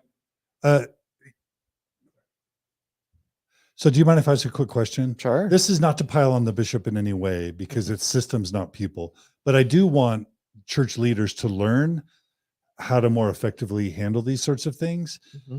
I remember kind of, in kind of, let's just say the racism domain, there's kind of that joke, like, I'm not racist, I have a gay friend. You know what I mean? I'm sorry, I'm not racist, I have a black friend, right? Right. Like, when he says, hey, I have friends at work and I'm okay, gay friends at work and I'm okay with that, or whatever it was he said, is that, like, it seems like what he's trying to do is say, hey, I'm not a homophobe, I'm cool with gay people because I have some coworkers and I'm not homophobic towards them. But but I'm wondering how that's experienced to you and whether that's helpful or not, or if it's experienced as condescending. With the amount of, I don't know, I've had that come from people, and I feel like that's a trope. Like, well, I have a gay friend, so I can't be homophobic. That's kind of how it felt to me at the time. But something that I felt like was more valid about what he was saying was, in medicine, as a doctor, and as healthcare providers, we have a plight to care for our patients equally, no matter what. Whatever factor, or whatever characteristic or thing that they have about them, whether it's ethnicity, race, age, sexual orientation. In this case, you're as a healthcare provider, you're supposed to treat everyone equally. And that's, I was hoping that would be the case for him as a doctor. But it seems like because of the church, they feel like they can not do that. He's choosing the church over his healthcare provider responsibility. Can I also just add to, so I don't like the struggling either. And ironically, in this particular room, John is outnumbered. I mean, he's the 20% minority here with 4 gay guys sitting behind microphones. So I don't like the idea of this struggle either. I don't struggle with my sexuality, but the part that I think aggravates me even more is he likens sexuality to an addiction. Well, I also have friends who drink coffee and are alcoholics, and they would have to change those behaviors if they ever wanted to join our club, our church. I didn't even think about that. And I think that's super problematic in the way Latter-day Saints view topics like this. Well, if you overcome, if you change, if you're no longer addicted to your sexuality, then yes, you can become part of us. Just like my friends who are alcoholics, just like my friends who drink coffee, I associate with them every day, but they wouldn't be able to join our group until they got rid of those habits. They got rid of those addictions. And my sexuality is not an addiction. My sexuality is a reality. And no one's sexuality should ever be likened to an addict. something that can be overcome or changed or fixed via some outside influence. Something that you struggle with, quote unquote. And the fact that you struggle with that. Yeah, I do know alcoholism. People can struggle with alcoholism. But in turn, like we brought this up over and over again with this bishop, I didn't, and I'm not going to speak on behalf of the other gays in the room, but I didn't have to sacrifice my values or morals to live authentically and honestly and happily. That wasn't something that I needed to do, because living my truth and living to the fullest measure of my creation was the most authentic part of me. It Right. was the most honest part of me. And it wasn't a struggle, and the struggle was the church's way that they dealt with me. Yeah. That was the struggle. Yeah. I often like the phrase, I don't struggle with same-sex attraction. I struggle with the church's homophobia. Yeah, agreed. I mean, what he was saying in, just now, 3 years ago, I was in church for, I think it was a mission call or maybe a baby. No, one of my siblings was giving a talk, and I wanted to be there to support them. And so I was there in church, and I think the bishop saw me, and he's like, "Oh, I haven't seen him in a little bit. I haven't checked in with him in a bit. Well, he's here already. Let me call him into my office." So he called me in, and that's when he asked. He's like, I know I've been updated, and I know in the past that you have, you have had issues regarding, same-sex attraction. And I was like, they're not issues. I don't have an issue of same-sex attraction, because to me, it's not an issue. And I made that very clear with him, and that's what he was talking about. Right. So, Right. yeah. Okay. All right, let's go ahead and keep rolling. Counselor, second counselor. So Mhm. that's kind of everybody here. Have you ever been, Doug, have you ever been to the Church of Jesus Christ of Latter-day Saints? Yeah, I have. Oh, I have. it started all over Yeah. again. Been I've there, done that. been on a mission, actually. Okay, Yeah. gotcha. You're an RM. No, not that stuff. At the first time that we talked about you being in the relationship with Doug and planning on getting married. That was actually before you were married. That's good. I don't actually remember the conversation. I remember, I mean, we've seen each other in passing, but yeah, remind me of what we talked Yeah. about. So we just talked about that, and I asked you, and I may have even offended you in the way that I asked. I'm sorry if I did. I don't remember, yeah. so I wouldn't Yeah. know. I'll tell you all about it. But one thing I should say is I work with many people who are gay, and I Okay, actually let's love jump. working with Let's them. jump. That's one where I have a level of comfort. Probably with that. about another minute. It doesn't bother me. Most of my partners are not members of the church. Most of them drink coffee or alcohol. And if they wanted to be a member of the church, That's they would have to stop, right? So they can't be members of the church, but it doesn't mean I don't like them. Does that make sense? Yes. Yeah. So when we talked before, I asked you, I said, I asked you if you had previously struggled with same gender attraction. You seemed bothered by it. I said, I don't struggle with it. I'm embracing it. I do remember that. Remember Okay. So anyway, That I that's do. one where, again, I want to make sure that I'm being respectful with everything there. Yeah. In the conversation, we just talked about what are the long-term objectives with it. When I spoke with you on the phone just a few weeks ago, you said, I've actually kind of wondered what to do as far as being a member of the church is concerned. Have you had further thoughts on that? What are your... Yeah, it kind of been on my to-do list. I mean, to eventually remove my records at some point, because I mean, currently, our relationship is at odds with the church, but I mean, we a number of other things that we just don't really believe in the church, as at least either of us once did.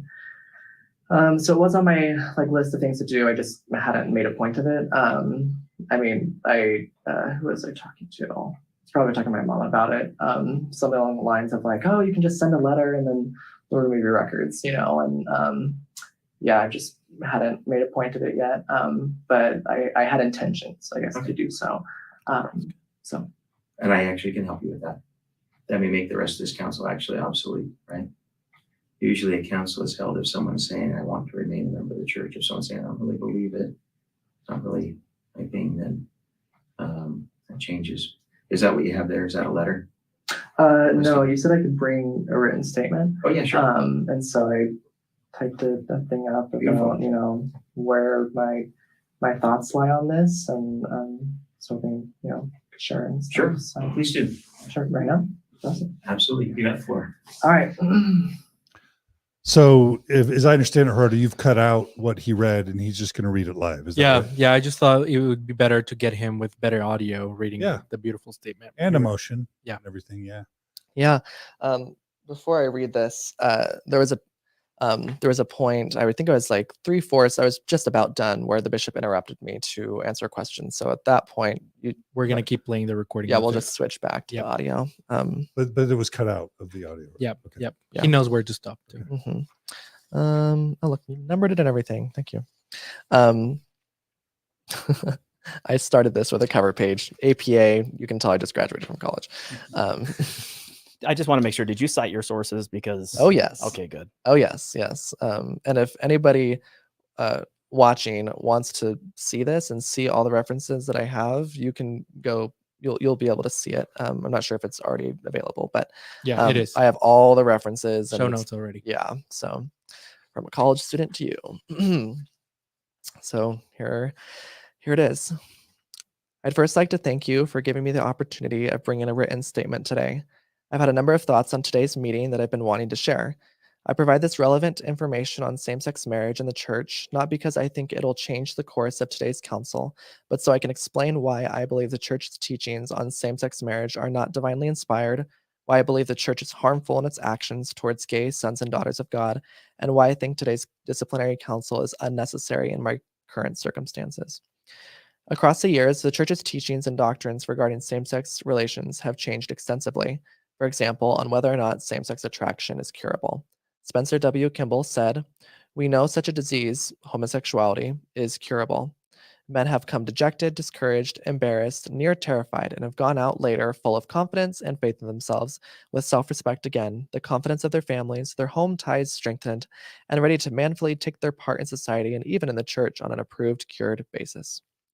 Boyd K. Packer said, "Finding the cause of this condition is an essential step in developing a cure.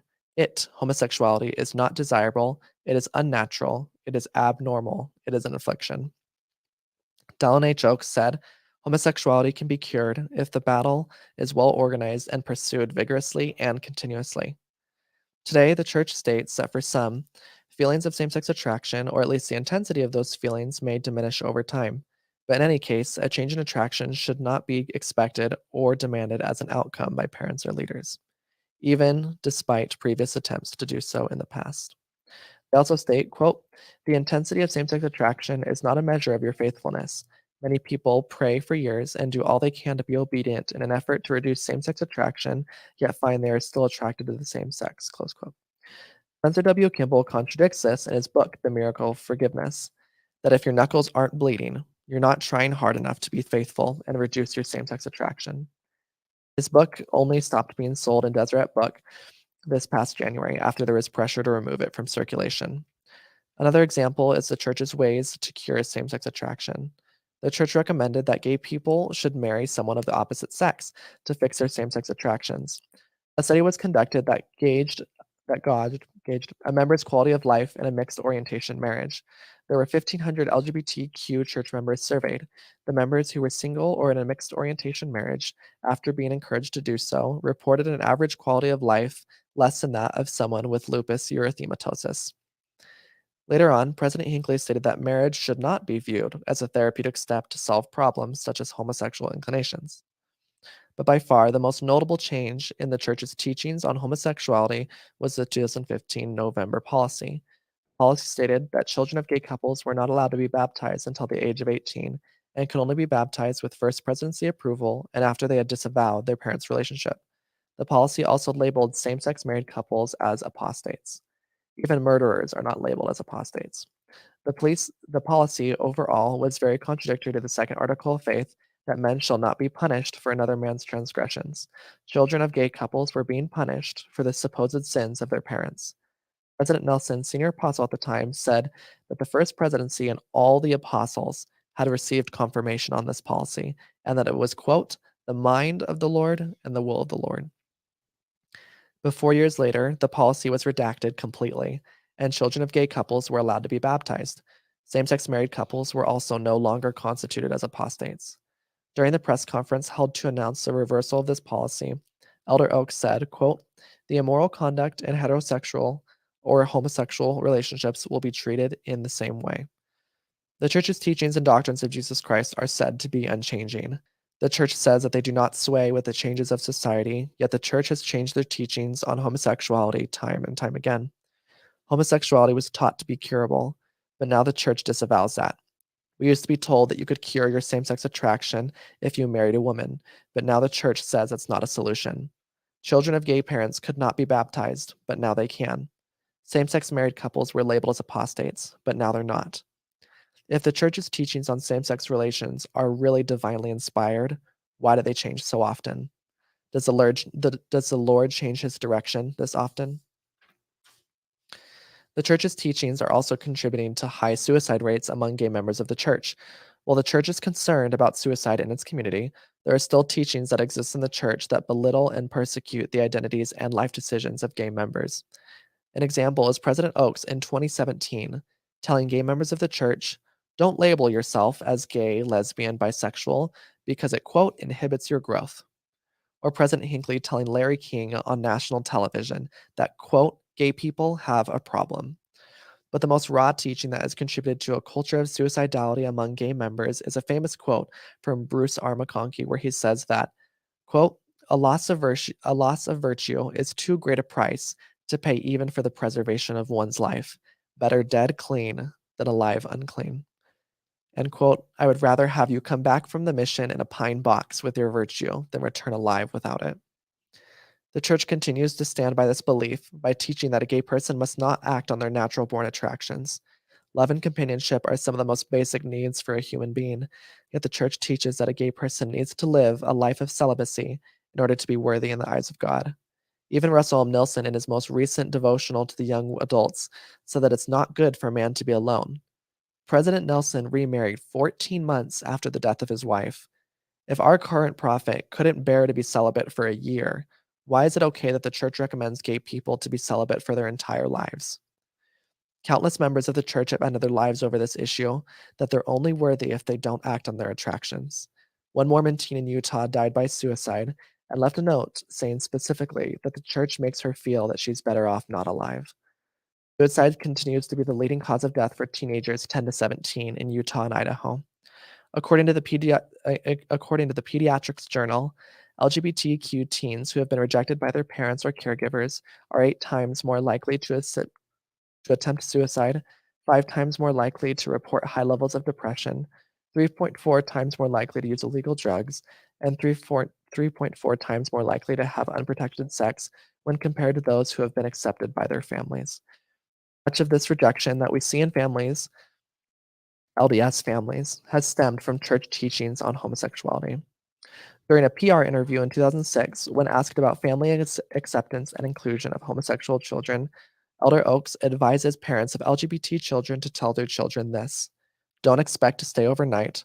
Don't expect to be a lengthy house guest. Don't expect us to take you out and introduce you to our friends or to deal with you in a public situation that would imply our approval of your quote-unquote partnership." To contrast this, Quentin L. Cook states, "Let us be at the forefront in terms of expressing love, compassion, and outreach. Let's not have families exclude or be disrespectful of those who choose a different lifestyle as a result of their feelings about their own gender." So which is it? Are we to follow what Elder Oaks said, or Elder Cook's invitation of love and compassion? Until now, I've never been disciplined for seeking out my soulmate, or in other words, for, quote, acting on my same-sex attraction. This is the first time I've been sought out by the church to answer for any such conduct.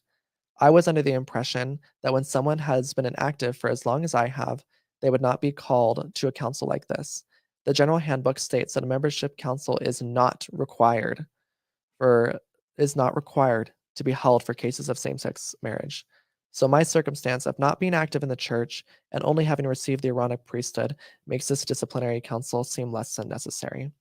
And this is where I was interrupted. Yep. Okay, that was beautiful. and really powerful. And thank you so much for sharing. And Gerardo, I can see why that was so moving to you. Yeah. And I just can't imagine what these guys are. I mean, what was the reaction, Brennan, if you want to talk about Oh, I'm as so you're reading this? Thank you so much for asking, because this was something that I immediately told Doug and Gerardo after it happened. Was while I was reading this, everyone in the room but the bishop was looking away. The second council, the first council, and the ward clerk did not look at me once at all, and two of them had this kind of look on their face of like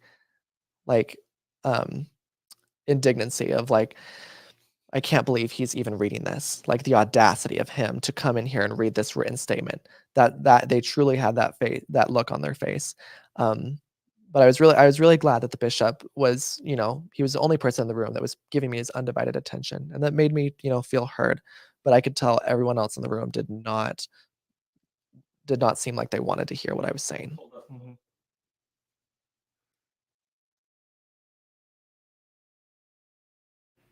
There we go. I was just say, let's just talk about that for a second. The audacity to bring up the words of prophets, living prophets, the audacity to read statements from the next prophet in line, President Oaks. That's what they were worried about. They were upset in this council that you were reading and we're not talking about old history either. We're talking about 2006, 2019, 2018. I'm familiar with all these quotes. Especially as a closeted Latter-day Saint, I ingested all of these messages. But I just want to frame this for context. Here are a group of Latter-day Saint leaders, ecclesiastical leaders that are responsible for hundreds of members in a geographical area, who are upset that you're reading words of a living prophet, words of apostles, words of general authorities that contradict each other. The audacity is that exists in Mormonism. The audacity is not that you're bringing it up. It's that this is the reality for gay Latter-day Saints. They hear the next prophet in line say one thing. They hear a general authority, another apostle, say something completely different. And I'm just referencing the Dallin H. Oaks quote and then the Quentin L. Cook quote that are wildly different, but they're not decades apart. They are contemporary with each other. Who do we trust? And you bring that up. Which of these quotes do I believe in? Do I believe in the next prophet? Do I believe in the future next prophet? Which of these general authorities, which of these apostles do we listen to? And this goes to show the problem in this whole excommunication issue, because you have upper church leaders saying one thing, you have area authority saying another thing, you have a stake president who says one thing, and then you have a bishop that's doing something completely different. Where do we turn for authority? Where does a Latter-day Saint go for the truth? Because in this instance, we are using quotes directly from prophets who lead the church today, and neither of those quotes can be trusted because one negates the other, one cancels the other out. I'm confused. Mm-hmm. Yeah, and then don't forget the same general authority say two different things at two different times. Like, it's not about just different people; it's about the same person too. Yeah, we didn't great bring point. it up, but even just 10 years later. Yeah, because I mean, Dallin H. Oaks was in hot water for a long time because he's kind of been at the forefront of this LGBTQ issue, fighting for Prop 8 in California, all that stuff. I think he finally had to come around and be like, okay, we're going to treat them equally, because he was kind of under fire. And eventually, he did say that this no longer applies. Mhm. Don't do this anymore, even though I said it like 10 years ago. Don't do it anymore, kind of thing. Well, and maybe this could just be a side tangent, but in April of 2019, Oaks was the voice of the change of the Right, policy. So right. I don't know if that was a nudge, a nod, a prod to the fact that since conservatively, the 60s, 70s, Oaks has been at the forefront of this topic, pushing against the LGBTQ community at every turn, every place he could do it. And then was it ironic? Was it just happenstance that it was Oaks that then had to come out in a public way and say homosexual relationships and heterosexual relationships will be treated the same in the church? And if so, did he actually mean it? Did he actually mean what he said when Mm. he came out with that statement in April of 2019? Because if he meant it, we wouldn't be sitting here collectively today discussing excommunications that are Right. happening. Right. Or was it just good PR? Mm. Was it good PR? So a couple things. I want to call everyone's attention to an amazing document, Kyle, that you compiled called On the Record. I went ahead and pasted it into the live comments on Facebook and YouTube. We'll include that in the show notes as well if it's not already there. But Kyle, you put together a PDF of 80 pages of the history of the Mormon Church, LGBTQ members, and prophetic utterances.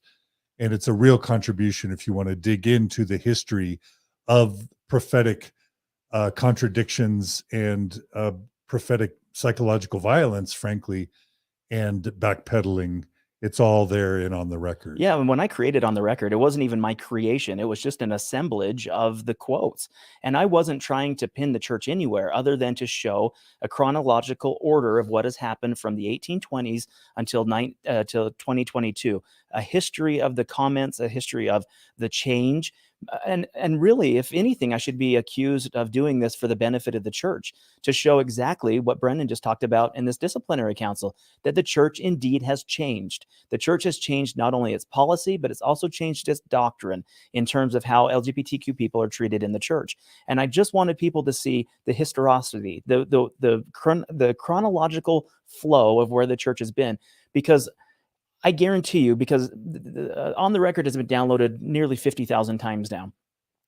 I get the same reaction from people, Latter-day Saints, who read On the Record as those who sat in your disciplinary council, those counselors who sat in your disciplinary council. They first say, this can't be the truth. There's no way our church did these types of things. Castrations, excommunications, literally pulling people out of their homes and shipping them to other countries, shipping them to Hawaiian Islands to get rid of them so that they wouldn't have gay people in Salt Lake City.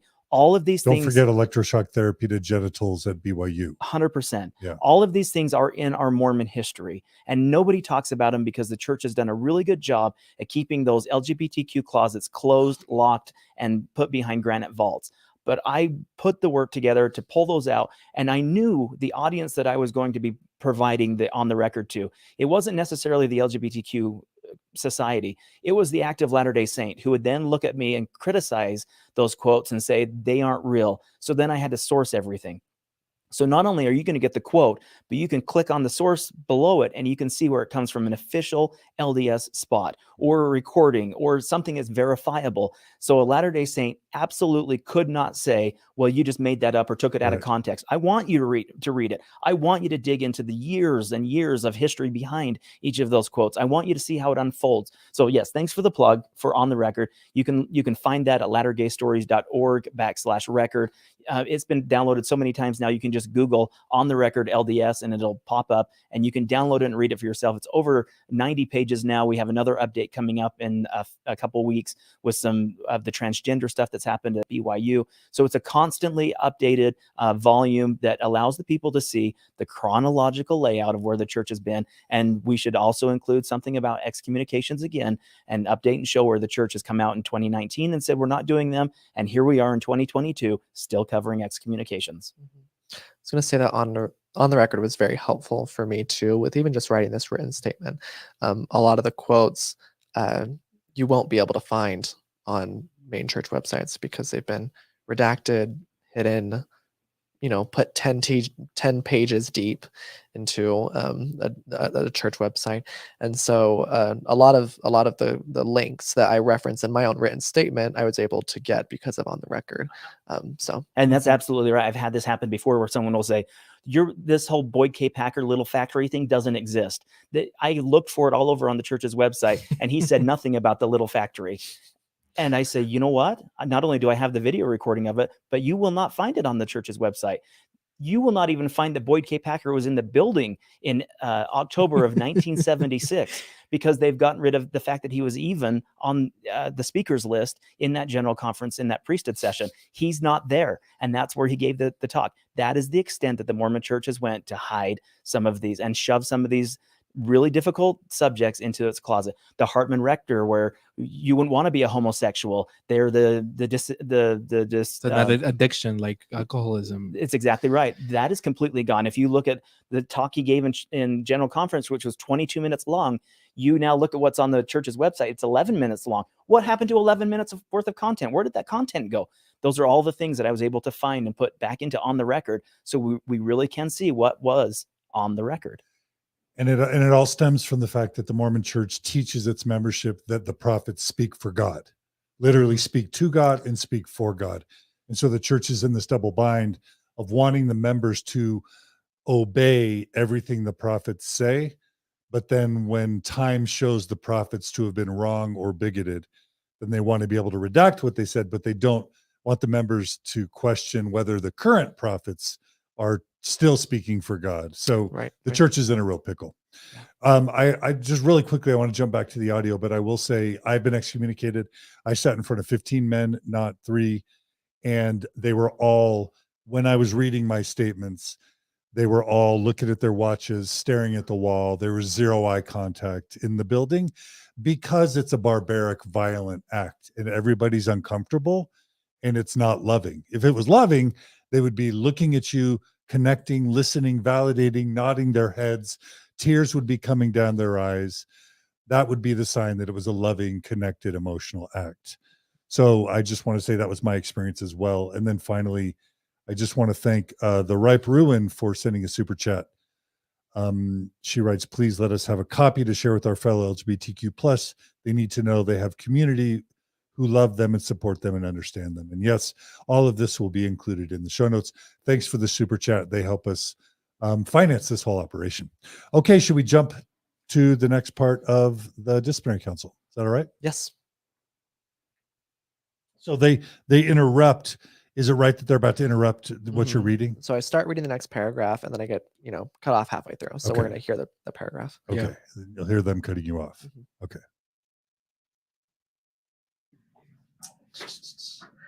So I know we talked about this on the phone, but I'd first like to thank you for giving me the opportunity of bringing a written statement. I've had a lot of thoughts on today's meeting that I wanted to share.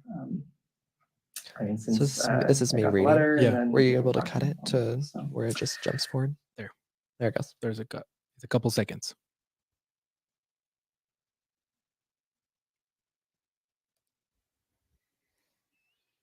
President Oakes also said that immoral conduct of heterosexual and homosexual relationships should be treated the same way.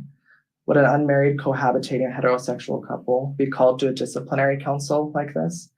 Why isn't this council following that instruction, that heterosexual and homosexual relationships are to be treated the same way? I can actually answer that if you want. They are treated the same way. And so if someone is cohabitating and they're not active, then somebody should have membership councils in that case too. That's good to know. Thank you for clarifying. But the fact that I was sought out for this meeting makes me feel a little bit upset. The General Handbook also states that if a member moves out of the stake presidents of both stakes would confer about where the council would take place. Was the stake president for my home in Boise contacted about the council? Yeah. Okay. As well as your bishop. In fact, we actually called them. I was going to send your records over to their word just because even if someone's not active. Right. And they actually requested not to have the record sent to them. Okay. Yeah. Good question. Yeah. So I'm a tiny bit lost about what just happened there. Can you restate, Gerardo? Yeah, so this is actually really, really important. The Handbook of Instructions has this section, and it's again, it's really important. It's about jurisdiction and where council is supposed to be held when a member moves out. What the handbook says is that the bishop of the old ward, if he know where the membership record is, if he finds out about a sin that merits a disciplinary council, he's supposed to contact the new bishop from the ward where the new member was moved to coordinate where the council is supposed to be held. That's the only way this happens is if the couple or the person has moved inside the same stake boundaries. In other words, it's a word inside the same stake.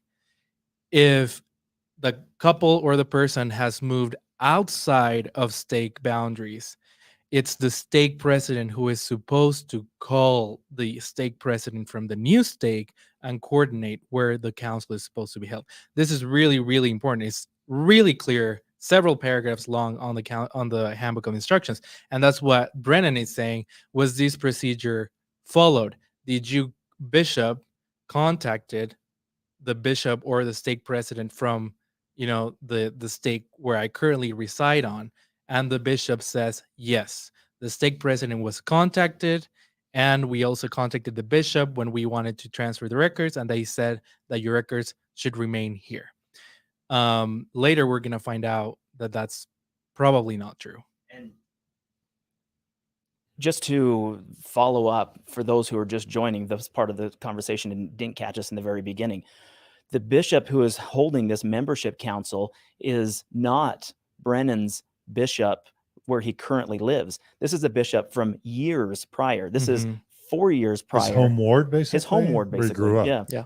This is the bishop where he grew up, who's holding this membership council. He's went to school. He's graduated. He's now married and lives in a completely different area. And so that's what Gerardo was trying to say is the bishop where he currently lives, now that he's married years later, should be holding or at least involved in this discussion. But it's not. It's his home ward bishop who's taken upon himself this opportunity to initiate a membership council. And then the second part of that Gerardo brings up really well is that bishop then should be coordinating this between the two separate stake presidents, the stake president from the home ward and the stake president of where Brennan lives currently. And we're going to find out that didn't happen at all. There was not even a mention of that. And my understanding is wherever you currently live, the bishop is supposed to reach out to you, get to know you, see how you're doing, check in with you, and build a relationship with you. And then sort of after he's had that chance, then give you kind of a chance to make your decision, let you know the implications. I don't want to say a warning because that sounds, a bit ominous, but some relationship building there and a chance for you to make your own decision before a disciplinary council is ever called. Totally. Right? Totally. And it sounds like that didn't happen at all. At all. Yeah. Later, the bishop tried to claim, well, we did meet 3 years ago where you told me that you were going to live a homosexual lifestyle. But a lot can happen in 3 years. Yeah, exactly. No, that doesn't count. That's not how it's supposed to work. It also makes it even worse, the fact that the sin that they were being called for, Yeah, that's weird. I didn't think about that either. Yeah. But just if you take all the legalism away, just like the love of Christ, these are humans you're dealing with. Your current bishop should reach out to you, get to know you before he's calling you to disciplinary council. And this happened with me. I had a new stake president who I'd never met before. And he sends, my previous stake president was okay with my Mormon stories and what I was doing. New stake president gets put in, is told to excommunicate me. And before I'd ever met him once, I'm getting a letter saying you're about to be excommunicated. Show up to your disciplinary council. And I'm like, I don't even know you, bro. Where's Jesus in that? Yeah.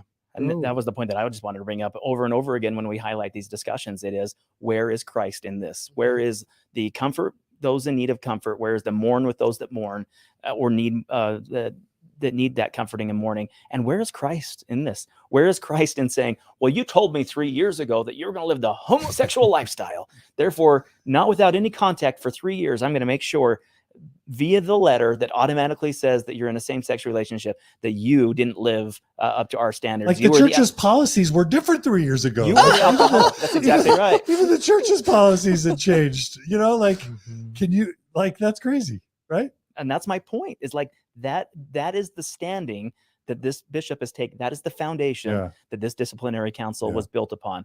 And it's shaky at best. So this is where it starts, showing if it's a personal vendetta or someone telling, you need to do this to the bishop. Were you say something? Yeah, I was to be fair, in the last conversation with the bishop and stake president, the stake president did say, sorry, it was like informal, but we want, can I use the COVID card? It was hard to meet people. It was hard to, Okay. do that. That's He's like, there's- cut there's us Zoom. a little slack.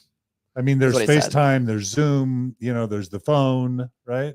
Well, Yeah. and they could still meet with them before sending them a letter. Yeah. Why had the letter? Why Was was the the letter first sent? contact. Right. Yeah. Yeah. If your bishop is concerned, I've had 6 gay couples that were excommunicated during COVID, just for the record. Right. So I'm still quite certain the church's wheels of justice, as they Oh, perceive right. Don't justice, stop. we're still working quite fluidly during COVID, because you're not the only ones that faced a membership council. Yeah, I think we'd heard about that in Utah, that there was some 70 going around Utah to excommunicate gay couples. That's just what we heard in Idaho. So, Can you imagine having that job? Go get the gays. Go get them. Take care of them. I bless you with the priesthood power to hunt down the gays. It's and the new calling. them out of the It's- church. Yeah. I You can't really imagine. say that though tongue in cheek, but literally, Yeah. is that happening? It has I to think be. that's a very valid question. Mhm. Yeah. Are there general authority 70s who have been called from Idaho that are walking around Zion, meeting with stake presidents and saying, we need to clear this out? And is that in the church's history? And that's rhetorical, because it is. The church has created committees to hunt and root out people. One of the most active committees that exists today is called the Honor Code at the church educational schools. That is their principal job, is to root out evil, root out apostasy and sin within their institutions, and then expose that, bring it out to the light, and then publicly flog those people, Yeah. and then get them to change their behavior. But this has happened for decades, especially in Idaho. You should look up the Idaho Statesman's 1950s, where all these sting operations were happening, these gay people were being exposed, and then the church went, these people are Mormons. These are members of the church. These are bishops and stake presidents who are being caught up in these gay stings. Now what do? We have to ship them out and get rid of them. So is there a witch hunt out there? Absolutely. And it still exists in 2022. So back to the point, I think it is terrible that we're in a situation where we're even laughing or joking at the fact that there is an area authority or a general authority 70 who is out there discussing this with stake presidents, saying, find them, get rid of them. And so my question is, what is the threat? Where is the threat in having queer couples within your congregations? Why is the church so afraid of LGBTQ couples? Why is the church so afraid of this topic? And in my experience in meeting with queer people, the church is losing the best and the brightest by excommunicating them and by turning them against the general membership of the church. The church is losing the best and the brightest. Are you saying straight people suck? Is that what you're saying?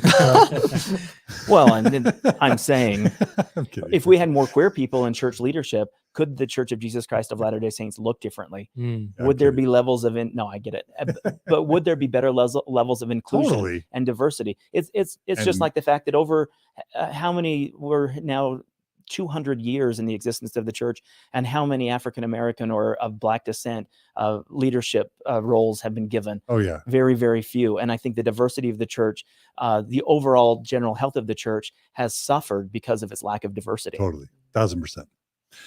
Yeah. I was just kidding you. No, I know. Fun. Yeah, it's like not having a brass section or not having a string section in the orchestra. It's you're missing out. Yeah, everybody's singing in B flat, and it's just not appealing. Yeah. It's not good. And it's back to that echo chamber we talked about earlier. Mm-hmm. All right, let's continue, shall we? Mm-hmm. All right. It just feels like there was a witch hunt and I'm the witch. But what really hurt me was when my family was approached. My mother was under the impression that you were just updating member contact information, when really it was so you could find me for this meeting. Call me, you can text me, or even email me. My email's in LDS Tools. If this was truly an individual matter, I would appreciate my family not being brought into it. But you told me, Bishop, that you'd had an internal conflict regarding the church's position on same-sex marriage. I'm not sure if it was the stake president that instructed for this council to occur, but given your internal conflict, my circumstances, and our past relationship, it's hard for me to imagine that you were the one pushing for this meeting to occur. I'm married to a man who I love very much, which is in opposition to the church's current teachings, but I don't believe I am sinning, and as such, I don't feel the need to repent. Hopefully, by me reading this, you can understand more fully where I'm coming from. and why I believe the church's teachings on homosexuality are not inspired by God, why I believe the church is still harmful for its gay members, and why I think today's council is unnecessary in my current circumstances. Okay. Well, and Brennan, with having said that, I can tell you that I really appreciate some of the more recent, direction we've received from the church. One thing that I hope you don't feel, and obviously you do, is I don't feel like I'm on a witch hunt for you. I actually, I really have always enjoyed being around you. I've enjoyed conversations that we've had. When you said you were considering having your name removed from the records of the church, that's something that we can certainly do. If usually when we talk about a membership council, that would be more for someone who says, I want to remain a member of the church, or I believe, the church is true. And what you've just said, it sounds like none of those things really apply to you. Is that correct? I would say so. I think my understanding of membership councils went along the lines, traditionally they were called disciplinary councils in order to provide some kind of consequence for in performing certain actions as a member, still having the records in the church, that some kind of discipline would then be applied. So usually it was more, if someone wants to remain a member of the church, this is what process has to happen in order to get into a position where you are. So for instance, if you have a married person who has, commits adultery, has a relationship outside of their marriage,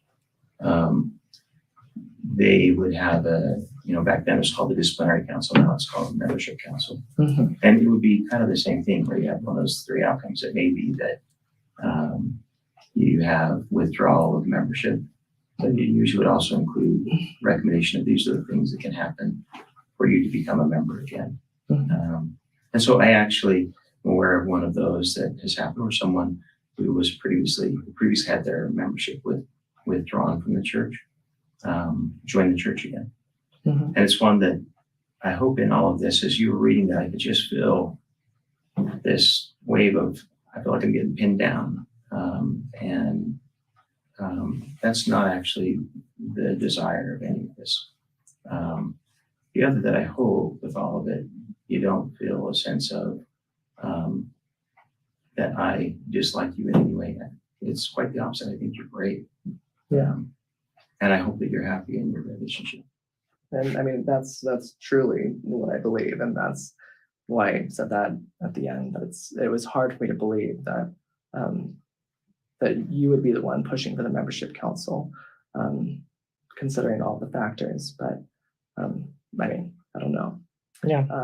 I feel like it does feel like it. I feel like we're out of the church for a while. Like inactivity, I feel like should be like, is there a thing where are we start cleaning out church membership, or, because we live all the way in Boise and we're just enjoying our life. And then, we got our address. And I was going to ask about that if membership councils really were to kind of clarify the whether or not somebody would like to remain in the church, then why aren't membership councils held for the 40% of the church that's inactive in order to clarify those feelings? It'd be cool if we could send a letter to them saying, would you like to have your records still remain in the church, if that was truly the intention of a membership council? Yes, so with that, Brennan, actually that does happen. So there are a number of people that I think recently someone was upset they were contacted by a member of the church that's in our work boundaries to say, I'm really not interested in being a member of the church. And so the follow-up was, do you want to have your records removed? I guess I'm trying to contrast if it is to clarify a person's willingness or want to continue having their membership records in the church, then why would the church not then go seek out everyone who is inactive to clarify their intentions about the church? Oh, I would say they probably are. I was going to say. Within our ward, the Relief Society president and the Elders Board president, they try to contact every single patient, every single person who's a member of the church in the ward boundaries.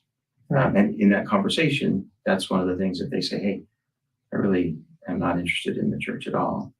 The follow-up question is, are you looking to have your name removed from the rest of the church? So you're asking the question, and kind of that is happening.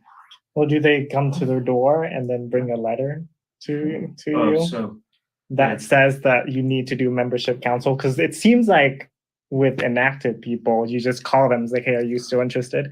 Which this does not happen. Like, you got our address, which is, kind of in our bubble a little bit, and then that's why he said at the end, like, why don't you just email me or text me? And why there's a letter already says disciplinary council without even talking to us first, like, If it was truly to clarify the intentions of our membership. Sure. So it so doesn't. the answer to your question is actually kind of two answers to it. The first one is when it comes to any sort of a membership council, the handbook does stipulate you have to send written notice. So, and it has to be delivered in person. If it can't because of proximity or other things, then you can send it by certified mail with a return address. But that's one that there is no wiggle room on that. Mm-hmm. The other question that you asked is really, what about getting into our space?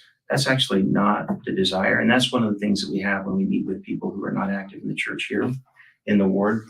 If you knock on their door and they say, hey, I haven't been to church for 10 years and I'm not interested in going to the church. That's one where sometimes they'll say, I really don't want to be contacted.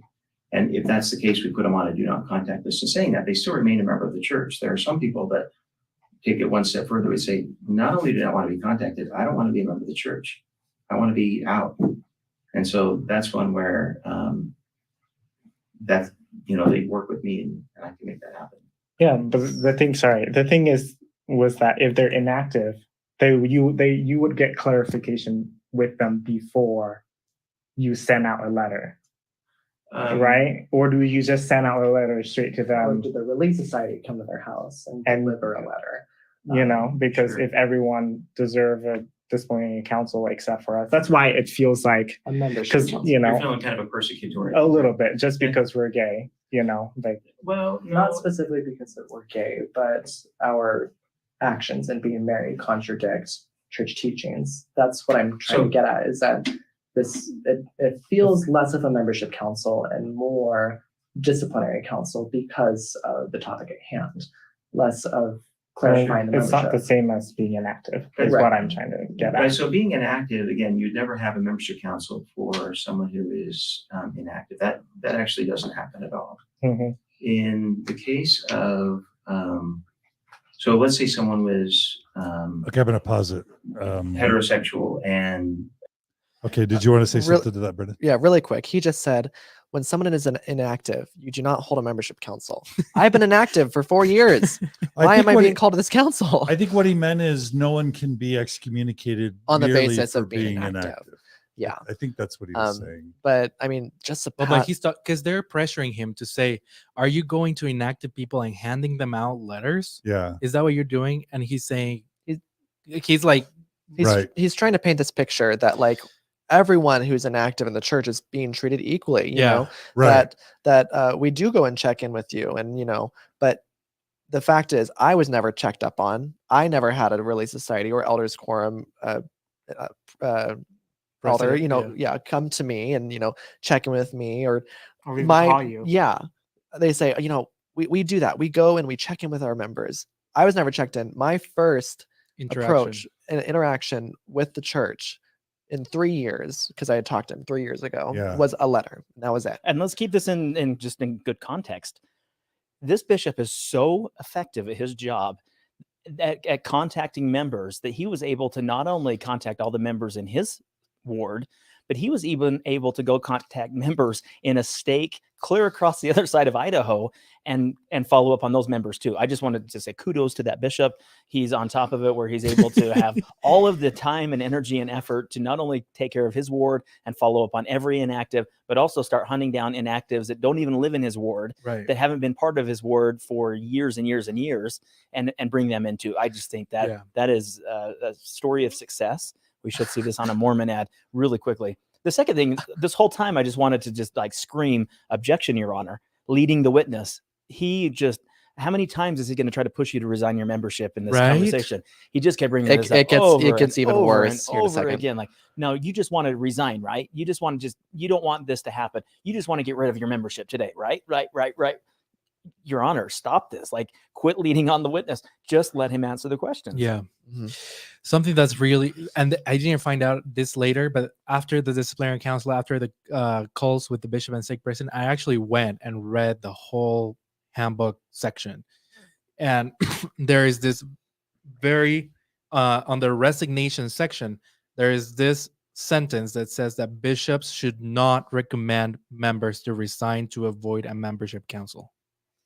But all of his line of questioning and what he's saying to me is basically him recommending it Yeah. to me. And this goes back to our discussion about, is there a general authority out there walking the streets of Zion, speaking to stake presidents and offering them certain pieces of advice? And the answer to that is, I believe it's yes. And I believe I know who it is. And I believe I know where he's been, because that very option has been given and to multiple people throughout Utah, Idaho, Nevada, and Arizona with those options. Either you attend the disciplinary council and face excommunication or membership withdrawal, or you resign your membership. I should back up. The first is always divorce or separate in your marriage. So they offer you the opportunity to disentangle yourself from this legal and lawful wedding. So if you're a gay married couple in a relationship, in a marriage that's legal and lawful, the church gives you the first option of divorcing, of separating, creating distance between that relationship. That's option number one.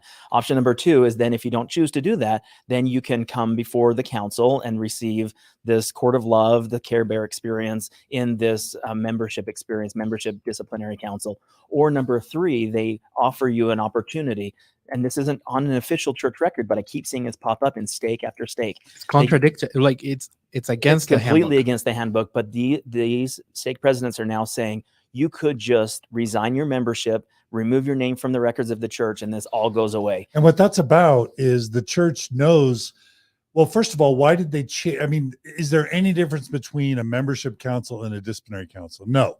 Is there any difference between, excommunication and removal of membership? No, it's exactly the same, other than the optics, which is it makes the church look medieval and barbaric, because the Catholic Church was excommunicating people in the 14th or 15th century, and the Mormon Church is still doing it in the 21st century. So it makes them look barbaric.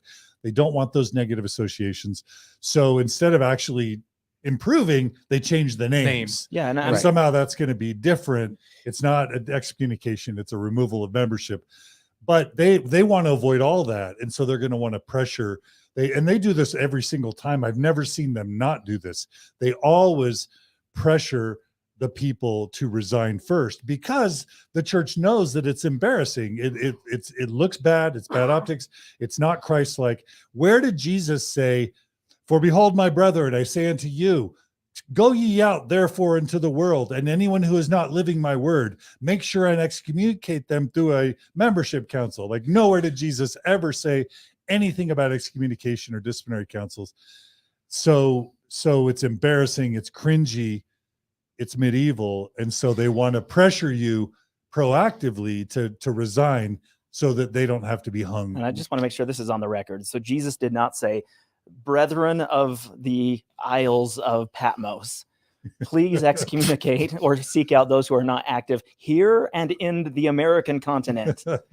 Take it upon yourself to." And again, that's back to where we're at again. We have a single bishop who is hunting people down outside of his boundaries. Back to the optics side of it as well. I mean, this does hurt the overall. Sometimes we say some of the greatest change happens. Well, the Latter-day Saints will say it's because of revelation, but it's probably likely because of a survey.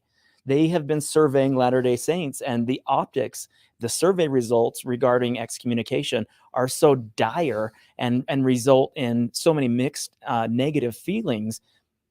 the church can only turn away from excommunications. And I think that's part of this optics that we're talking about, getting rid of the court of love, getting rid of the bishop's court, then moving it into a disciplinary council, and then even softening that language to this membership council. Yeah. This is soft and this is nice. This is like a family home evening get together where we sit together and just discuss the Right. issues of your family. Gerardo. So when the church changed the wording, membership council, and instead of disciplinary councils, one of my first thoughts was that one of the reasons why they were doing was to confuse the language and make it so similar to removing your records, withdrawal membership, removing your records, so that there's so much confusion that they look the same.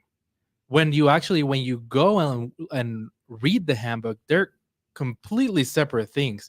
Like there's a real process for member resignation till today, that the bishop is supposed to meet with you, try to solve your concerns. He needs to get like a signed letter from you, and then he has to give it to the stake president. The stake president has to submit it to the LCR. It's like a whole process, completely different to the actual disciplinary council. But one of my thoughts was that they were changing the wording so that members would be confused and merge those two together. And that's exactly what happened to Brennan. And I didn't talk to them about it. And I didn't explain the terms to them. So Brennan, when the bishop is saying this and using all this wording, that's what happened to Brennan. Brennan was confused. We're going to hear it later in the conversation. But okay, is it like, do I remove my records, but you're gonna remove my records, or but with the membership withdrawals, or you're gonna withdraw my membership? Should I withdraw my membership? Right. Yeah, So it's just like very, very confusing. I just love how the gospel is so plain and simple. Well, who did Jesus condemn? It's all the legalistic Pharisees and Sadducees, right? That were making the gospel so bureaucratic, so legalistic. And just hearing how bureaucratic this entire conversation is, where's the love? Where's the pastoral nature? Where's the emotion? Where's the empathy? It's missing. Oh, it definitely was missing from Boise. Yes, yes, it was. And I mean, we'll hear it, but that's what I started to ask, because I was like, is this what excommunication is? Because the before terms were a lot easier to understand. Yeah. Resignation, disfellowship, excommunication. People can be able to pick those apart and they exactly know what it means. But like Gerardo said, the wording now is very confusing. So yeah, I just received an email that I think is relevant. It's kind of breaking news, but the email says Elder Quentin Cook recently had a training in a certain region of the United States. And during the training, he mentioned that the First Presidency has noticed that the number of membership councils has declined recently, and that this is distressing to them.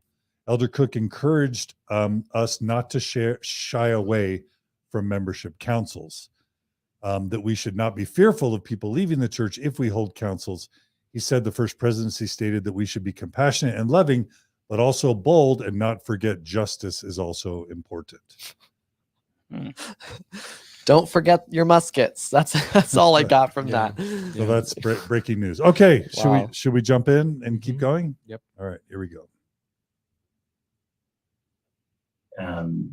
They were married and they left and they were now living with someone else, right? So I just like to clarify, because it seems like that's one of your questions. Am I being picked on because I'm gay, right? That's not the answer. So if someone was in that same situation and they went and they were living with someone else, then once it's clear that they are doing that, then yeah, you'd have a membership council. Yeah, I don't think it was, at least in my point of view, it was anything to do with us identifying as gay. It was. Well, it kind of is.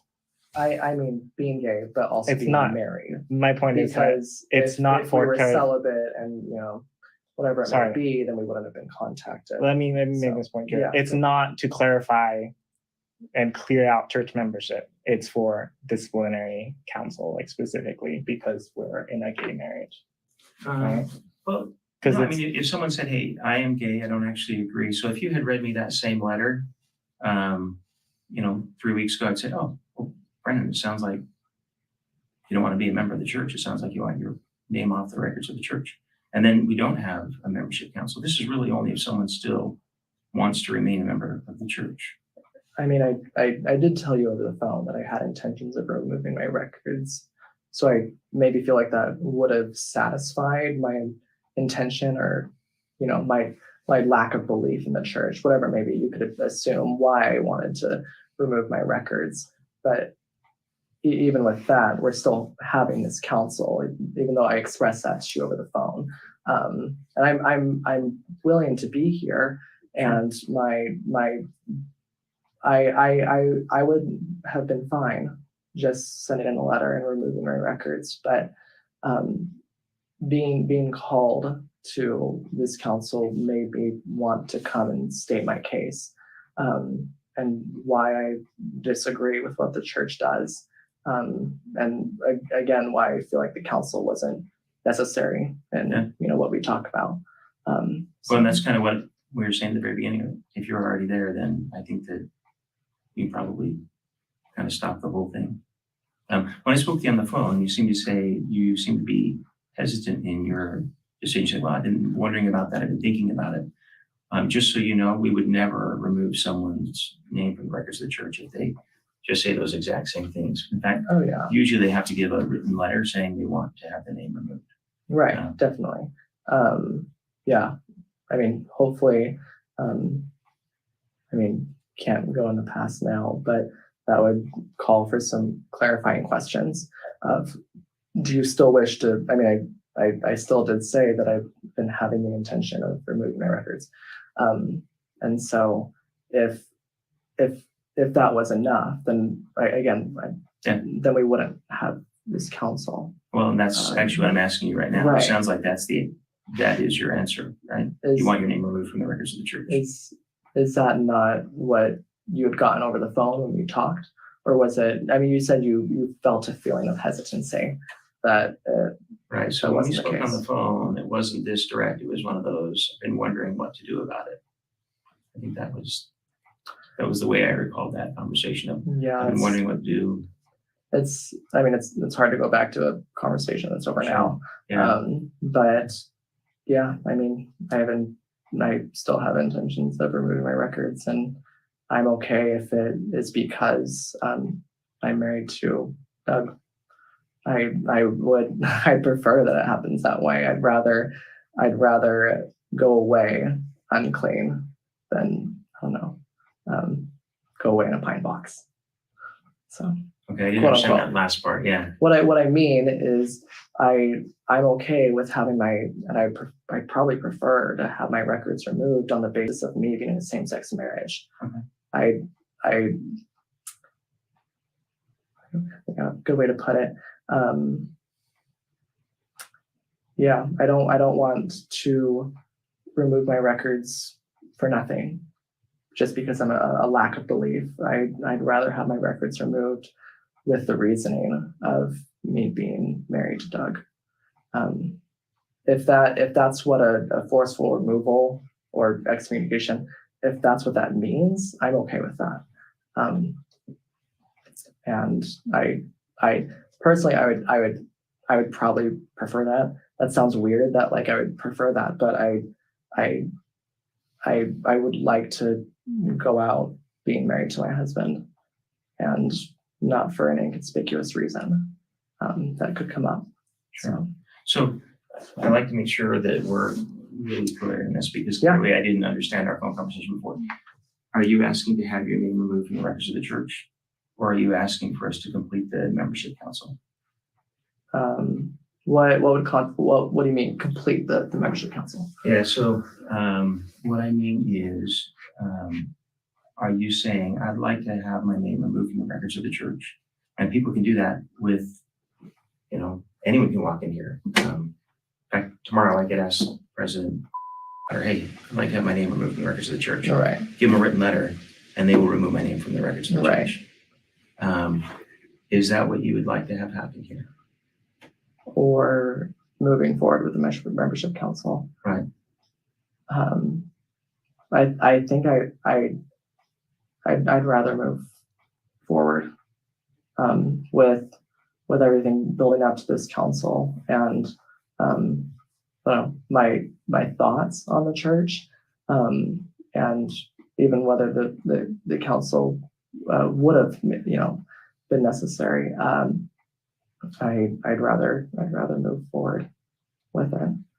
I don't feel like I just have a lack of solemn belief. I truly don't think the church is inspired by God, if it ever was.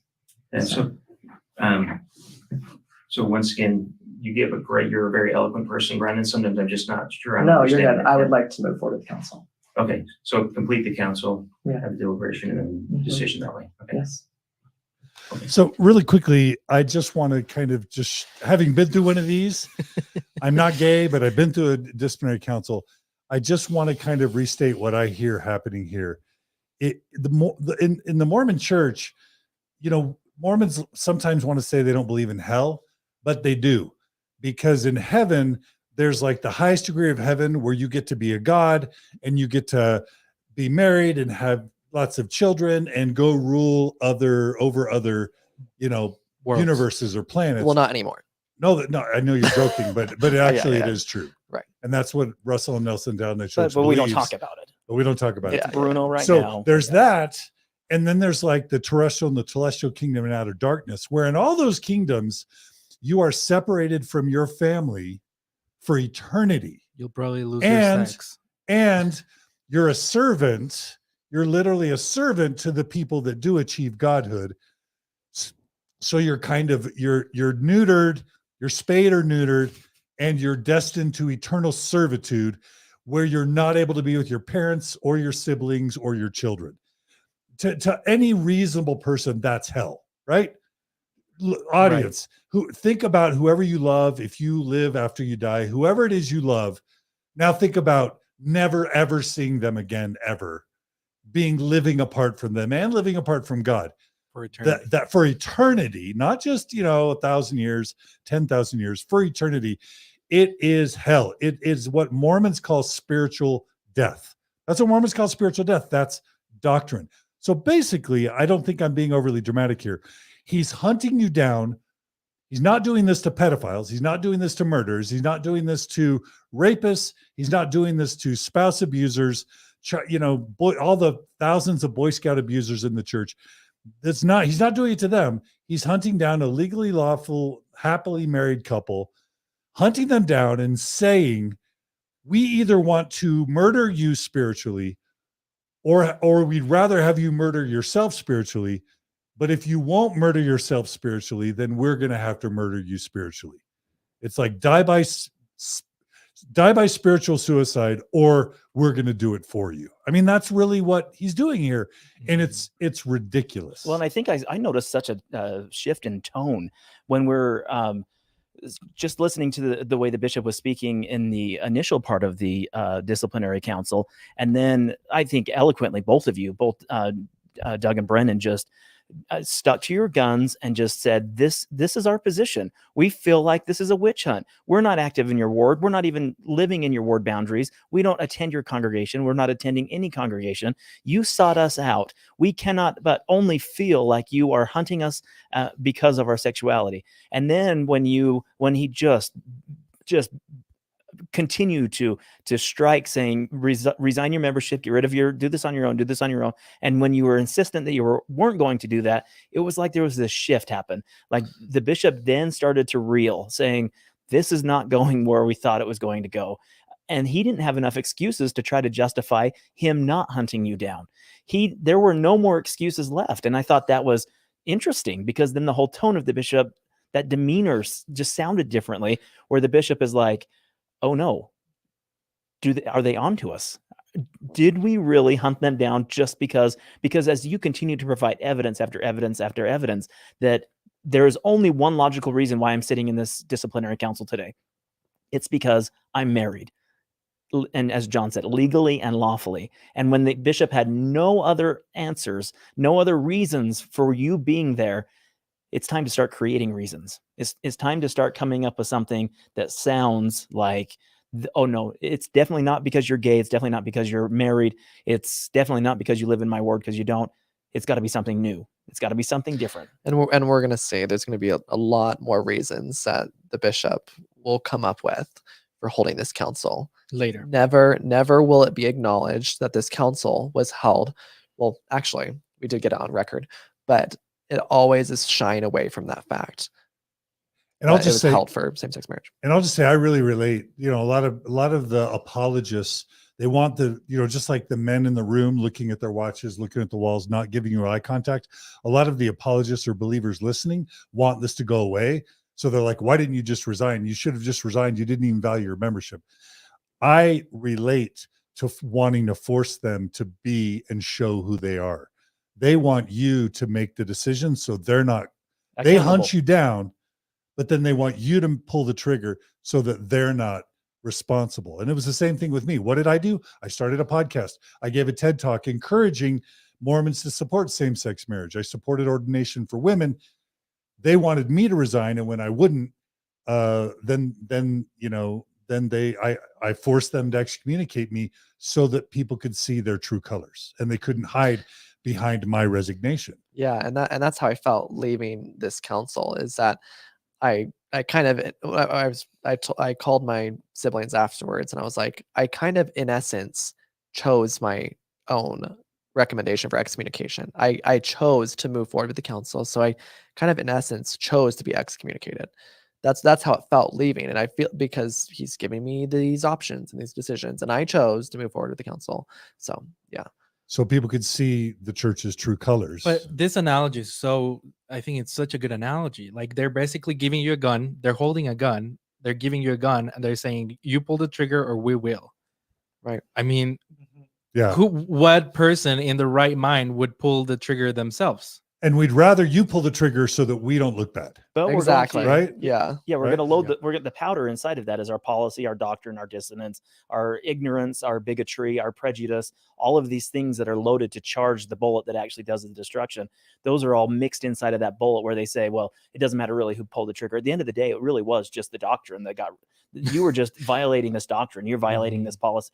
That is this part of this frustrating portion of membership councils that pit good people against each other. Yeah. And just like you had mentioned, John, in your excommunication, this is so relatable to so many of them, whether it's on a stake level with 15 men in the room, or on a ward level with Brennan and Doug's situation with 4 other men in the room. There is always uncomfortableness because many of those people, and the letter that was written, the quotes that were given are so logical that those Latter-day Saints who are sitting as judges of Israel in those disciplinary councils have to look at that and say, oh my gosh, what are we doing? What are we doing? Yeah. And that's got to be frustrating. That's got to be heartbreaking. Mm-hmm. Yeah. Okay. Should we keep going? Yeah. All right. There's more. Here we go. What I guess more would be in completing the council. Actually, we've already had, this is kind of what you read was perfect. So we'll excuse you and we'll have a conversation. Any other questions? Yeah, I'm good. I think it's clear where everybody is. Okay. So, and then do you guys have any other questions? When do I get a letter next? This is for Brennan. So Yeah, well, and that's the thing is, it would be your bishop, either of your current ward or of your former one. I guess that this may be a question you could answer, because I don't talk to an average bishop very often. What's if the general handbook has kind of these like clear instructions on what's to happen in this case, and what a membership council is defined as, and all of that, what would keep like Doug's bishop from contacting him ever, if at all, Gotcha. versus with me? Sure. Is that on a bishop by bishop basis, or does that come from like the area authority? Sure. No, there's a couple of things. It's similar to if you were to go to the various wards throughout the church, there are some that are very good about contacting every member within their boundaries. There are some that are not very good about contacting every member within their boundaries. And so those are probably going to be the biggest reasons that there would be differences in that whole thing. Does that make sense? Yeah, because I know my elders quorum president knows that I'm gay and married to a gay man. We had a conversation, but there was never a follow-up. So that in that way, that's why partly I feel like, maybe Brennan has a special case that was kind of being sought out a little bit, but I never was contacted. Sure. A follow-up meeting. Maybe he's not a good elders quorum president. No, I wouldn't say that. I'm just saying, there can be various reasons that people do or don't. So when I lived in Philadelphia, I think if you looked at the number of members of the church and the number of people that actually came to church, their hands were full. And what I mean by that is, if you have 40% of the people that come to church and 60% that don't, you go and contact them on a monthly basis. It's virtually impossible. That makes sense. Yeah. Yeah. And I don't think it's because someone does a bad job. Just sometimes you have your hands full. Right. Or you're an ER doc. Whatever. Busy times. I guess the other question I did have is Basically what he just said there is if you have too many inactives in your ward, you don't have time to go hunt down the gay people and excommunicate But them. if we did have all the time in the world, everybody would be having a membership council. But we just don't have the time, and COVID's playing a role too, so we just don't have the time to do it. But I'm so good and I'm so efficient that I'm able to do not only my ward, but also hunt down people outside of my ward boundaries, outside of my stake boundaries. Who I haven't talked to in 3 years. And clearly, by the power of revelation, I also know that they're not active in the church, even though I really don't know that. Yeah. I mean, it's so weird because none of us are living the gospel. None of us are. He's not. He probably masturbates. Like it's almost a guarantee that bishop masturbates. Oh Lordy! It's most men do. 90% of men do. We've had many bishops, former bishops, come on Mormon Stories and say they masturbated while they were bishops. Yeah, like they could hunt down everyone. But is that what Jesus was about? Hunting down the sinner? Like, who knows if in 5 or 10 years you might want to come back to church? right. Why are they proactively hunting down people that they think are sinners? That's question number one. Mm-hmm. And question number two is why are they focusing on the same-sex married ones? And by the way, it seems like there's a bigger priority against same-sex married gay people than like single gay people that aren't same-sex married. So it's almost like you get punished for living a healthy, loving, monogamous relationship. Right. But if you just want to be a single gay person hooking up all over the place, or a straight person hooking up all over the place who's single, they don't care about that. So why are you penalized for getting legally, lawfully married in a loving, committed relationship? Why is that penalized? Which is on that exactly higher relationship. Yeah, which is exactly the problem that we have in this whole discussion. It is if indeed, as Elder Oak said in 2019, that homosexual relationships and heterosexual relationships will be treated the exact same way. How is this possible? How are we in this situation? Because you're exactly right. Someone brought this up on the chat yesterday. When has the church, or is the church attacking all the soakers or the jump humpers or the people who run to BYU or run to Las Vegas and get married so they can have sex and then annul the marriage and run back to BYU again? If we're really, and just honestly, this isn't just rhetorical or rhetoric. If we're honestly approaching this topic in a equal, bilateral fashion, then where are the excommunications? Where are the membership council? I'm not seeing them, and I feel like I'm pretty close to the ground. Yeah. I feel like I'm involved in this community enough. Usually, when people go through this topic, it's pretty well known. But the ones that we hear the most and the ones that create the most dissonance are those that surround the LGBTQ topic. Yeah. And we haven't even discussed the transgender side of this yet. Yeah. We're only discussing people who are in Same-sex same-sex relationships or marriages. I was talking to a former stake president about this case after the disciplinary council and everything that was going on. He brought up a really good point, and I just pulled this up on the handbook of instructions. It says that the purpose of membership councils and membership withdrawal is, number one, help protect others. There's only three. Number 2, help a person access the redeeming power of Jesus Christ through repentance. This next one is the whole reason why this is happening. And protect the integrity of the church. How is it? But the thing is, like, how is the church protected? How is the church's integrity protected when these guys are inactive, not even going to church? Not even saying anything about church. Not saying anything about church. Like, this makes no sense. It falls under none of these 3 categories. And if this is a church about family, if this is a church about familial relationships and creating this eternal bond, why are we breaking up? Why are we offering or making gay couples, giving them the invitation to divorce and to separate that family? Why are we, as Elder Oak said, I wouldn't want to take my kids into public. I wouldn't want to show you off to my friends. I don't want you to stay as a lengthy house guest. If there are young children in the home, I don't want my gay son or daughter to be involved with the young children in the home. If this truly is a church about family, why are we creating those divides? And I still don't have an answer to that. And this just back to kind of that point that you brought up, Gerardo.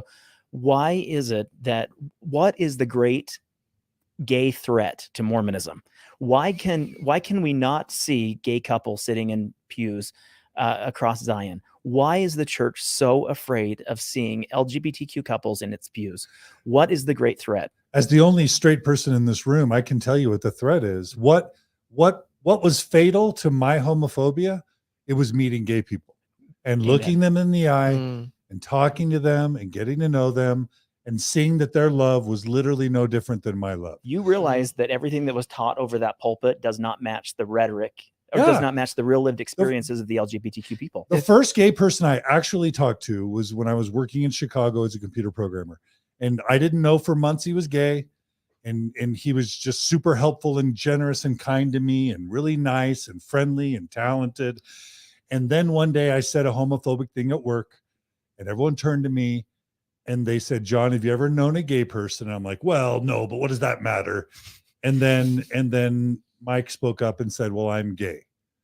And and I was like, for the first time, I'm like, wow, okay. Hi, Mike. You've been really nice to me. I'm sorry I said a rude thing. And then over the next few months, we had talks. And the thing that came up for me and him was, well, the gay lifestyle. And, I told this talk in my TED Talk. I told this story in my TED Talk. But he's like, my gay lifestyle is like waking up with my partner, having coffee, having breakfast, getting ready for work, going to work, working all day, coming home, having dinner with my partner, washing the dishes, watching a show, and going to bed. And I thought, that sounds a lot like me and Margie. And at that point, I'm like, well, that's actually beautiful. Why are we fighting this? But it was getting to have that conversation. So that's the most dangerous thing. And so the church has to purge you all from the roles so that you're not on the rolls, so that visiting teachers or home teachers or ministers don't come out and find you, heaven forbid, and get to know you and look you in the eye and see you holding hands, seeing the lovely couple that you are, seeing your happiness, and then having to sit with the knowledge that this is actually beautiful, healthy love. Why is the church fighting this? That's the threat. It absolutely defies the rhetoric. We've had decades and decades and decades of a homophobic church that has spewed out rhetoric that says there is no happiness, there are no spiritual experiences, there is no joy on this side of the aisle. And then around the kitchen table, here are these Latter-day Saint families who have a son or a daughter or a spouse who comes out, and they look across the kitchen table and they say to themselves, "Oh my gosh, my son, my daughter, my spouse is none of the things that I heard of over the pulpit. They aren't void of the Spirit. They aren't guilty of grooming or pedophilia or any of the awful things that have been taught. They aren't unqualified for the Spirit. They aren't any of these things." And so the great threat is that the rhetoric, that the revelation, the doctrine, the policy will be contradicted by the real lived experiences of real human beings. And that is probably the death knell of this topic. And it just didn't extend to something simple like a kitchen table discussion. It wasn't something like as dramatic as a membership council or a disciplinary council, But when something like monumental, like the November 2015 policy came out, where the church labeled gay people in marriages or or committed relationships as apostates and started excommunicating them, but also not only just the excommunication and the apostasy, but then prohibited 8-year-old children from being baptized into the church, the children of these gay couples, that caused mass casualty within the church. Not only we can discuss suicidality among the LGBTQ community, but as Greg Prince accurately pointed out, over 60,000 members of the church resigned their membership immediately in the aftermath of the November 2015 policy. And then he even brought up in the Liberty Well stake, just miles from where we're broadcasting right now in Salt Lake City, 10% of the stake resigned their membership as a result of the 2015 policy. Yeah. That November 5th, 2015 policy. And why was that? It's because the Latter-day Saints looked at the rhetoric, the years and years and years, decades of rhetoric against gay people.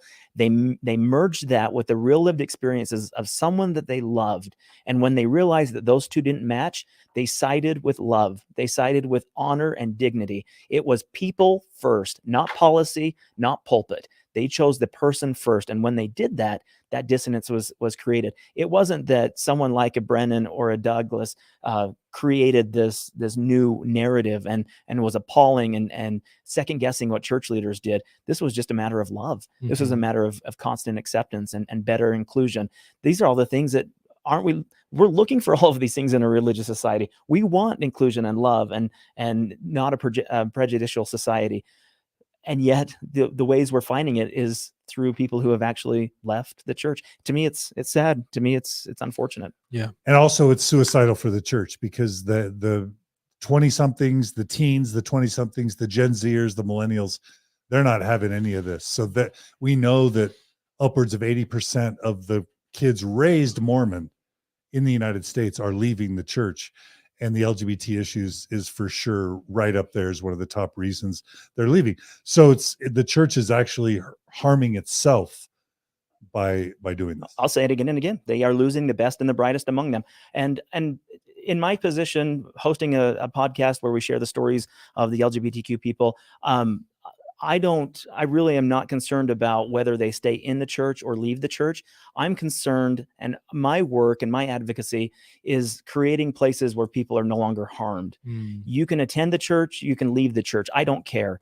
But if you're going to attend a church or if you're going to attend an organization, I don't want that organization hurting people. Yeah. I want that harm to go away. And then you can find that sense of community wherever that lands. But for an organization that continues to hurt people, that's what I'm against. That's my advocacy. I don't want to see people get hurt. Love it. Agreed. Okay. All right. Let's see how this ends. We're coming to the end of this part. Oh no. Oh no. Shoot. Hello. Hey, Sorry. hello. Let me just go back. Oh man, I don't know the exact time. Oh, there. Yeah, it is. Yeah. And I don't think it's because someone does a bad job. Just sometimes you have your hands full. Right. Or you're an ER doc. Whatever. Busy times. I guess the other question I did have is, I mean, it's up to you. It's up to you to answer. But I know you said you had, I guess, some internal conflict. Was this a recommendation from your stake president, or So we did have some guidance from the state leadership. right? Yeah. Because I know from what I read, this stake president kind of you have to have permission from him in order to do it. And so, yeah, coming into here, it was just hard. It was hard for me to believe that you were, that you were really wanting this to occur, especially when membership councils for same-sex marriage are not required. And you have every option not to do it because it's not required, versus, I don't know, incest or whatever other case it is where There's council somewhere is it is required. required, yeah. Right. And that's when we talk about these types of things, Brennan, when I was called as a bishop and they said, you'll be a common judge in Israel, I said, well, I hope I have a conviction record of 0. They laughed at that. Said, it's probably not going to happen.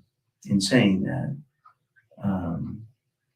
with this type of a council, again, I still have the sense from you feel like, hey, I'm being punished here. That's really not the purpose of a membership council.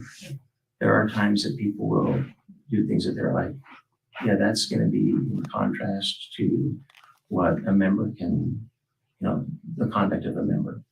And when that is the case, then, what are the steps that you take from where we are now to being a member in full fellowship? So I remember hearing someone ask over Holland about this, where they said, so is your objective to say you're in or you're out? And he said, our objective is to have everybody in, but everybody in following the same standards and the same guidelines, right? So if you take their coffee and tobacco or alcohol analogy from previously, all those things are legal. But if you want to be a member of the church, you have to not do that, right? And so that's really more the thought of a membership council. So having said all that, it's one that when you first said that that last meeting we had in my office, again, I think it was 2 years ago. At that time, I think you were dating, and I said, well, you'd be welcome to come to church meetings. That's actually still the case. Some of these people say, well, why would I want to come? That's one where everyone is invited to come. You'd still be welcome to come. But if someone wants to be a member in full fellowship, there are certain, they have to kind of live according to certain standards there. Right. Yeah. I want to say something really quick. Yeah, go ahead, Rod. I think it's really interesting how he keeps comparing, and he will do it over and over again, comparing their case with violating the word of wisdom. Yeah, and coffee, alcohol, and tobacco. Because it's not And excommunicable. Exactly. Well, he's not hunting those people down. That's one, and they don't. The handbook says that a membership council should not be held on the basis of violations of the word of wisdom, but also or inactivity in the church, right. But also, I was thinking it more, and what is the thing that Mormons are always taught about why we avoid those things? Because they are bad for our health. But what else? They are Is it the gateway Addictive. drug? addictive, Yeah, right? yeah, And that's yeah. why we don't do them. Yeah. Yeah. So he's comparing this thing, and with this, I mean, we know that this idea exists in the church, that homosexuality is sex addiction, and that you can overcome your sex addiction or your homosexual addiction. And that's the only way I can see. I can just wrap my head around why would he be bringing Using that as an analogy. Yeah.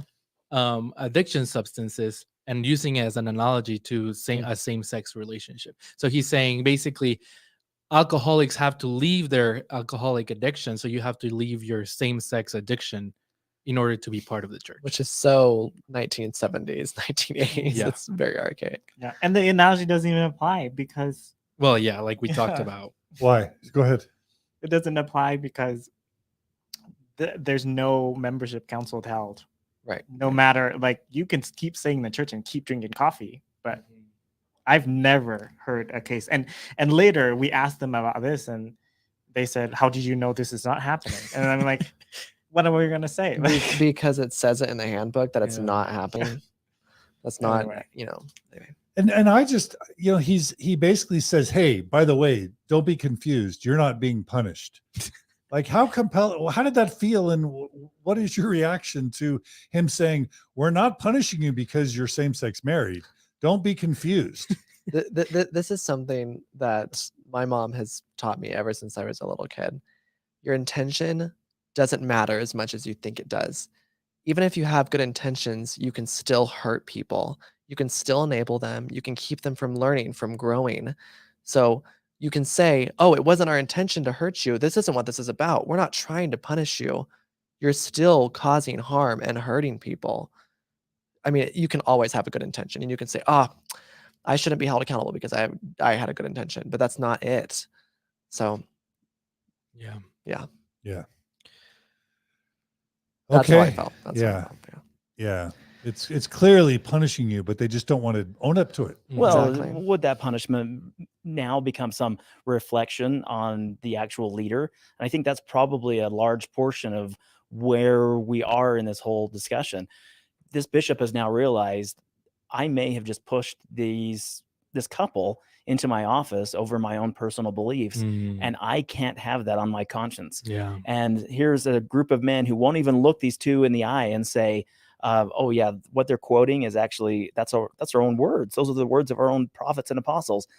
Don't make eye contact. And then the bishop, who now they're guilt by association involved in this membership council, the bishop is now looking at it saying, look, maybe the very best way we can get out from underneath it is just have you to resign your membership. If you'll just exit yourself out of this, then that onus, that guilt no longer falls upon my shoulders as the bishop. Therefore, you have now dealt with this on your own. And again, the overall justification that he continues to bring up is that, look, this isn't my addiction, kids. This is not mine. This is your addiction. You couldn't fix yourself. You got further down into the hole. I've always tried to throw you a lifeline. I've always tried to help you. For now 4 years, I've known you. And even to the point where I remember when your dad passed away, and in young men's, I've always tried to be there to rescue you. I can't rescue you anymore. Oh, Jerusalem, Jerusalem. Oh, how I would have gathered you like a hen gathereth her chicks, yet ye would not. It's back to you. It's back to Brennan. This is your fault. This is your bed, your opportunity to fix yourself, and you couldn't do all the things that Spencer Kimball promised you was possible. You couldn't do the things that Elder Oaks promised you was possible. You couldn't do the things that Boyd K. Packer, that all the other church leaders claimed that was possible. Therefore, you have to suffer these consequences. It's not me at all. Or maybe it is, but it's not me at all. And that's the position that we run from, and that's not healthy. Yeah. It is blame reversal. We always come back to that. There are at least 31 techniques of high demand religions or cults. And one of them is, we have a doctrine or a policy or a prophecy, and if it doesn't come true, it's your fault. Yeah. So they have a standard of what's true, and you weren't able to live up to it. Well, not only that, there's a standard. There's a standard. The church will fill North and South America. It will fill the whole earth. And when that doesn't happen, then they come in and say, oh, well, only the elect, very few among us will actually inherit Zion. That it'll be just a minuscule amount, or a few and simple. So there is a standard, and then there's another standard just in case the first standard doesn't work. House always wins. House always wins. Yeah, that's a great point. Great way of putting it. All right. So at least we now know you're not being punished. You just need to stop sinning, basically. I shouldn't laugh. Yeah. Okay. Let's round this out. And again, we're not making fun of the person. It's the system, because this is every bishop or stake president caught in this bad situation. All right, let's keep going. Depending on what it is, at least, because if someone's drinking coffee and a member of the church, I assume a membership council wouldn't be held. Usually not, but you'd probably put them on formal restrictions. So there's a lady one time that asked her bishop, she was drinking coffee. She said she wanted to renew her temple recommend. And she said, Bishop, you're not going to let a cup of coffee keep me out of the temple, are you? And he asked her right back, you tell me, you're going to let a cup of coffee keep you out of the temple? Because the standard is, no, you can't drink coffee. I did see a conference talk of that recently. I think it was from the General Way Society presidency, and she talked about the same thing, the coffee pot on the back of the stove. But yeah, I guess my whole line of questioning is, it's so bizarre. It's not the same thing. I don't know. I mean, he recognized it later. It's like, wait, that was such a terrible analogy. That's a terrible analogy, because now I'm talking about temple recommend interview, and I'm comparing it to membership council. It's horrible, and it's so trivializing. Some beverage consuming is comparable to finding the love of your life and who you want to spend the rest of your life with. When we know the church put people through electroshock therapy and conversion therapy, blamed them for being gay, and then science said, oh, church, you were wrong. It's not a choice. Marriages. Yeah, yeah. Mhm. Celibacy is unhealthy. Mixed orientation marriages are awful. End in divorce. We were wrong, but then they're still going to pathologize it and belittle you by comparing it to a beverage that Well, they're not excommunicating people for. and even the history behind that. Think of all that's come out of Mormonism in terms of revelation and growth of the church and the governance of the church that happened prior to the word of wisdom, prior to section 89 of the Doctrine and Covenants. So was all that negatable because they were under the influence of, was the Kirtland Temple experience really spiritual, or was it just because there were vats of wine that were flowing? Yeah. Rhetorical, but that's the idea. Like, Susan, I would love to welcome you into the gates of the celestial kingdom, but I can't because you had that coffee. Yeah. The analogy. And by the way, there's a crud ton of Mormons who drink coffee and still go to the temple. And my mom was given permission to go to the temple drinking coffee if a doctor said it was good for her health, for her bowels or whatever. We need approval for society before allowing you into the temple. Well, right, or a medical thing, but it's been medically demonstrated that being in a committed same-sex legal relationship is better for your health. Right. So why don't you get an exemption? Let me just ask, are you happier or healthier being in a committed, loving relationship? Of course. Maybe we need a doctor recommendation and send it to membership. Are you truly happy? Yeah. Doing a in psychology, it's a PHQ-9 is the assessment for depression. Maybe we need one of those. Yeah. That's a great point, though. Really, it is a great point. Right? Because at the end of the day, isn't the whole purpose of this to create joy and men are that they might have joy and companionship? I guess end goal, not in this case. It is not good for man to be alone. Men are that they might have joy. You guys, right? There's joy. Yeah. And Kyle, I imagine you enjoy your relationship with Jay. It's healthy for you and good. 100%. Gerardo, I think you and Zach are probably healthier together. Yeah, for sure. And your 3 dogs. What's that? And the dogs. Yeah. Well, and that's just really it. Like I Father's Day was just recently, and I was just looking through old photos, and I was married in a mixed orientation marriage, and I had a life before this life. But I really look at it, and at the end of the day, combining those family photos of my wife and our kids, and now my fiance, soon to be husband, and our kids, zero regrets. And I didn't have to sacrifice any of my values and any of my morals to get there. Zero regrets. Family, isn't it about time? Isn't it about that relationship? And y'all really should listen to Kyle's interview on Mormon Stories and Gerardo's. Both of them are epic interviews about how they became healthy by disobeying the church, frankly. Yeah. Yep. Yeah. All right, Bishop, stop with the coffee stuff, okay? Just stop with the coffee analogies, Bishop.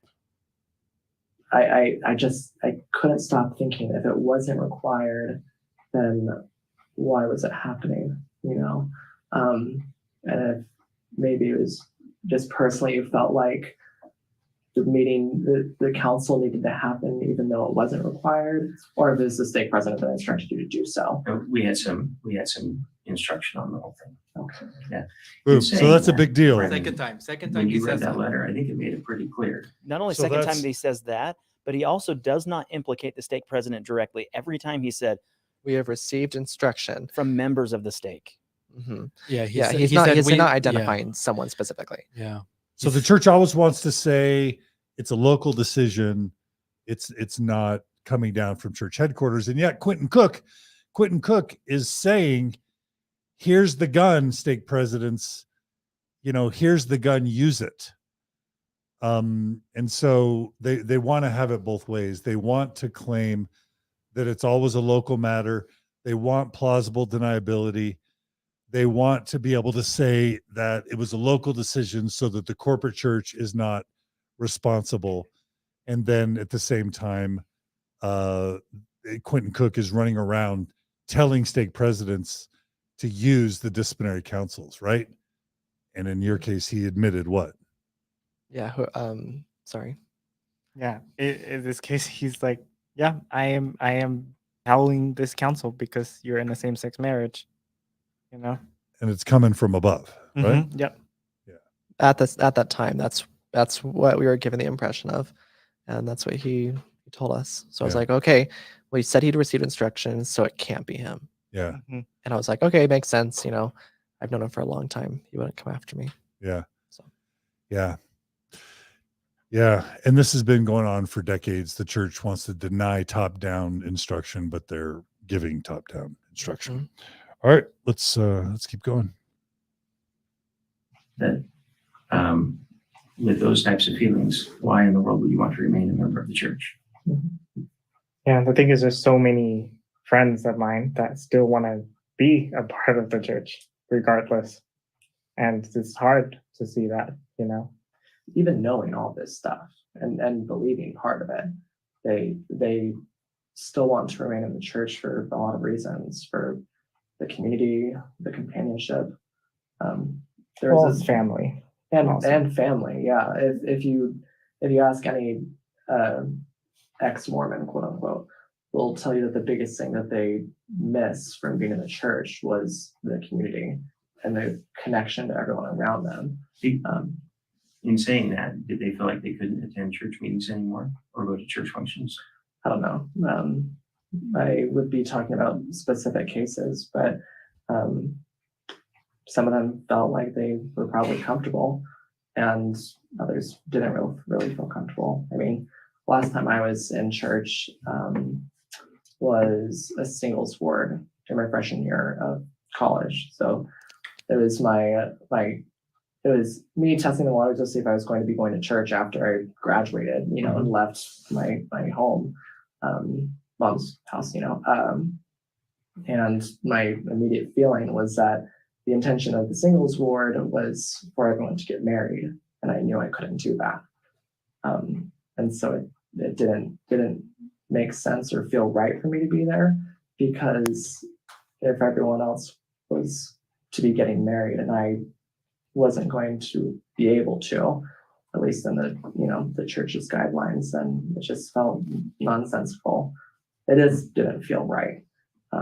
So that's kind of where my inactivity started, was because I hit 18, and for the church, that's when you start looking for your soulmate.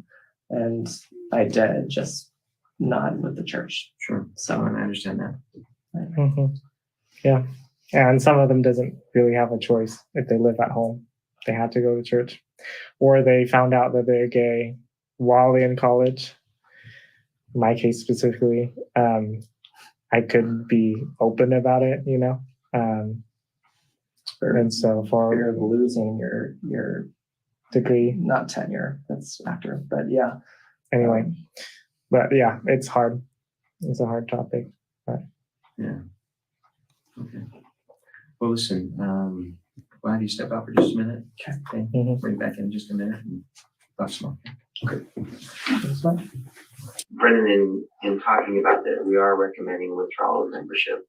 I think you were kind of already on that pathway, right?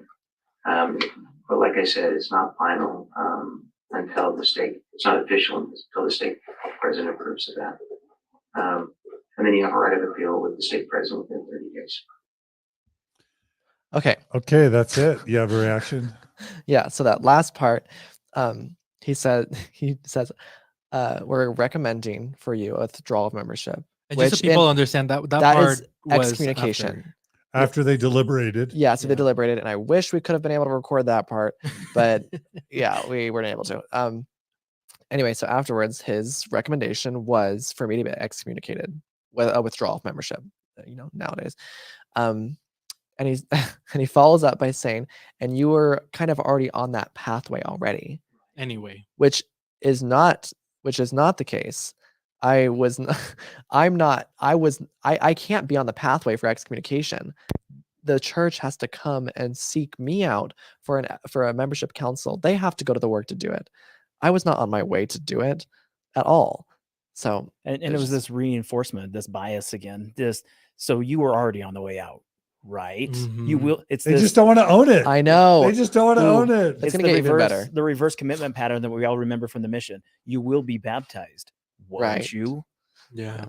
Mm-hmm. Well, just another quick question though for you two. How much time passed? How much deliberation time did the bishop take? 10 minutes. I would say 10 minutes max. Yeah. Wow. At least 5 and, till 10. And then so Jeff, or somebody, the clerk, That's the quite ward the- clerk. Oh yeah, and we're avoiding names. Did he hang out with you? What was that like as the ward clerk? Because he had to exit the Mhm. meeting with the bishop. Yeah, and the two he was there counselors. outside the bishop's office. Which is with not us. required. I wonder why. Yeah, I wondered that too. I just wondered if there was interaction. Did he speak with you? Was it like not recognizing your other ward members on Sunday at Chuckarama? Like, how weird was it? It wasn't. I don't know. I'm a pretty personable person, so I it wasn't weird for me to be sitting next to him.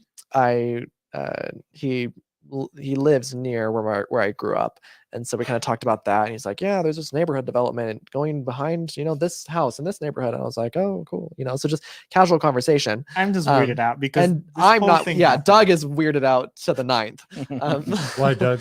Because like we just had this intense conversation where we've been put into this punishment, and then we walk outside and like, oh, how's it going? How's everything is good in the neighborhood. See, this is a great example of like the dissonance that you will see for I feel like church bishops, stake presidents, just And church members, organization. too. Yeah, is that they've got this two-faced thing This is a of great like, point. we're gonna do this terrible thing and it's gonna be really hurtful. We're and cutting you off from your family and friends for eternity, exactly. right? And then 2 minutes later, complete shift of like, Hey, nothing happened. We're Mhm. just we're hanging out. Let's Yeah, where are you going after? You gonna go have dinner? Like, let's what? talk about this new development going on behind the neighborhood. Yeah, Like they took off their judge hat and put on their human hat. Well, Of not only like, that, then Exactly. they often followed up with, but just make sure you know that you're welcome here. We want you to attend. You can still attend all of our activities. And what's preventing you from even coming to church after this happened? That's usually the rhetoric, Yeah. rhetoric that you start getting. yeah, spackle over sandpaper. That's it. Yeah. All right. Well, that was the disciplinary council. Wow. Yes, it And was. It gets better. I promise it gets a lot what? better. There's more, but there's more. All right. So why? It gets better in the sense that we get to see it. It gets worse. Is like the Yeah. amount of contradictions, gaslighting just goes way up from here on out. It's Yeah. like Because Yeah. until this point, this whole council was called because Of same-sex of marriage. same-sex same-sex marriage. And the bishop during the council was, trying to make it seem like it wasn't for that. It was so we could, see if you still wanted to attend church. But that wasn't it. I wasn't called because I wanted to because they wanted to see if I still Mhm. wanted to attend church. So like. But he said it several times that your actions go against church standards, and if someone's not living the church standards, then then we have to they're- hold they, a council. yeah, Yeah. they can't be part of the church and all Right. this stuff. Nothing Exactly. out about So there speaking was out nothing against the about church. apostasy, nothing about speaking Mhm. against the church. Yeah, that's important to know at this point. Yeah. Nowhere up at this to this point in time, before the council or during the council, have we been asked about anything related to speaking bad against the church or speaking out against Yeah, the church, yeah. which is quote unquote apostasy. Yeah. And No, I already, yeah. I think I know this is going because I gave my TED talk supporting same-sex marriage Mhm. in like October, November of 2013. And then 2014, early 2014, I'm called into my disciplinary council. And all it was about your support of progressive causes.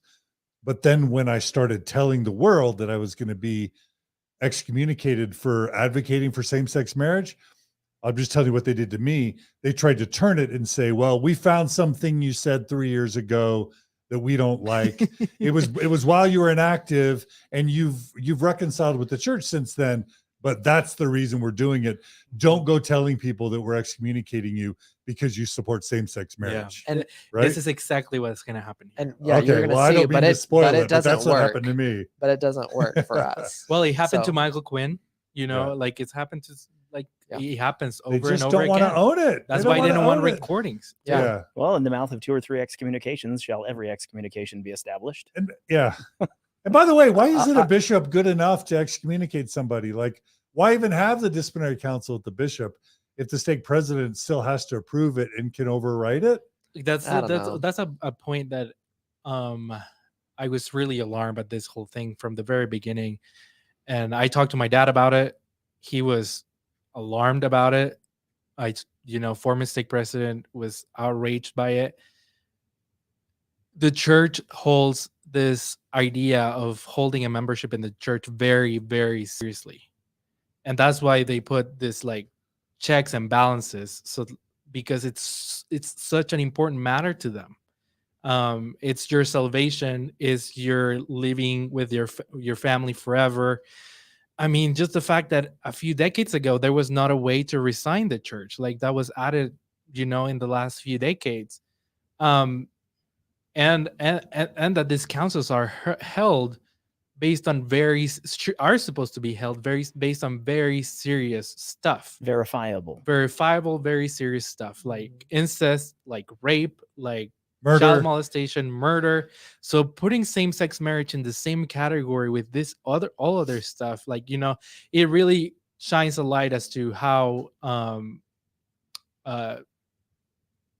great, like how big the issue for the church is, even though for maybe some members and some other people might not. It is a fact that you're more likely to be excommunicated in the Mormon Church for being same-sex married than you are for being a pedophile or a spouse abuser. Correct. You're more often to be let off without excommunication if you sexually abuse children or beat your spouse. It's a great point. Yeah, you're not wrong. That is a valid 100% true point. The other thing is, look, does God inspire bishops or not? Because if God inspires bishops, why does the stake president have to like sign off or reject? I mean, bishops can make all sorts of decisions and they're supposed to be inspired. So is God going to tell the stake president something different than he told the bishop? Why do we need checks and balances if there's true inspiration to every single priesthood leader in the church? I don't think there's any situation in which a stake president has ever, contradicted a decision that the bishop has made. And this is what we're going to see later when the story starts changing. The stake president, even though he previously is going to tell them in a phone call that what the bishop did was probably wrong, he's later going to side with the bishop. So that's a segue to our next segment. So we've got, so June 2nd, you did a phone conversation with your stake president asking if they knew about the Disciplinary Council. Do you want to give the background for this? Yeah, definitely. So in the council itself, the bishop told me that he had received instruction to do so. And that made me feel better about the bishop, because to me, that meant he wasn't calling the council on a personal vendetta. He wasn't calling it just because he wanted to seek out a gay couple. So he was told to do it. Yeah, he was told to do it, you know. And so I was gonna, call the stake president to see, okay, why did you call this? Why are you going after me? Because by this time we're still feeling like it's a witch hunt, and we're still feeling really frustrated. So I'm like, okay, why did you feel like you needed to do this? Why did you tell my bishop, who I grew up with, who I think is a great guy, to come over and do this, terrible thing to me? And so that's why I wanted to call him. And this is your old stake president in your former stake, correct? Yes, he's the current stake president in my, my old boundaries where I grew up. My home ward's stake president. Got it. Okay, Currently. so this is not the stake president of where you live now. No. Even though he called that one. He called both of them. I did. But this one is the stake president over your home ward for where you grew up. Yes. Where the council was held. Yes. Okay. All right. So should we play it? Let's do it. All right, let's do it. It's a good one. Hello. Hey, this is President. Yes, this is. Hey, this is Brennan from the Wedgwood ward. How are you, Brennan? I'm good. How are you? Doing great, pal. Good. Pal? Do you have a couple minutes? Yeah, far away. So I recently had a membership council with Bishop in the board over my conduct related to same-sex marriage. Okay. I was really distraught and like confused going into the meeting because I grew up with Bishop Wilding. He took me on camping trips and taught me lessons that I probably wouldn't have learned after like my dad passed away, Right. And I don't know, that was kind of really valuable to me. So it didn't make sense that after like all we'd been through, that he would call me to a membership council for same-sex marriage when it wasn't required, especially as a doctor too, because I mean, there are certain, I guess, healthcare morals of, you know, treating patients equally that kind of, it just didn't make sense in my head. And so, I mean, during the council, he had told me that he had received instruction to hold the council, which made me even more confused. And I don't know. You know, I would love to meet up with you actually and chat through it. The issue of same, you know, if it's same-sex marriage, that's not really a reason to hold, you know what I mean, a membership council, right? The membership council is really in the light of people if they are, you know, opposed to the church. You follow what I'm saying? Trying to harm the church in some way, you know what I mean? There's a whole list of other things, you follow what I'm saying? And so and I would love to talk to you about it, you follow what I'm saying? Just to know where you're at, you know what I mean? If you're not like out there actively, you know what I mean, going against the teachings of the church, you follow what I'm saying, and trying to hurt the church, it's just such an interesting challenge at times, right? In walking that line.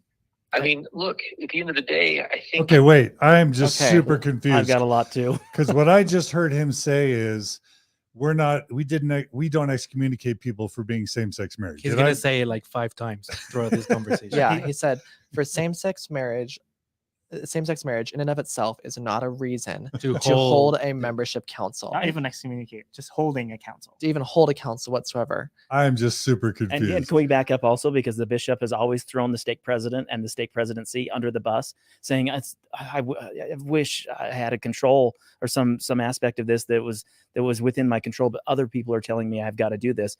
And then listening to the stake president say, "Oh, what? Who? Oh, hi, yeah. Oh, they did what?" Like, he just sounds completely like he just learned about this whole experience for the very first time. It wasn't like this bishop knew for sure or even remembered that this conversation had even been had on your behalf with your bishop that's not your bishop.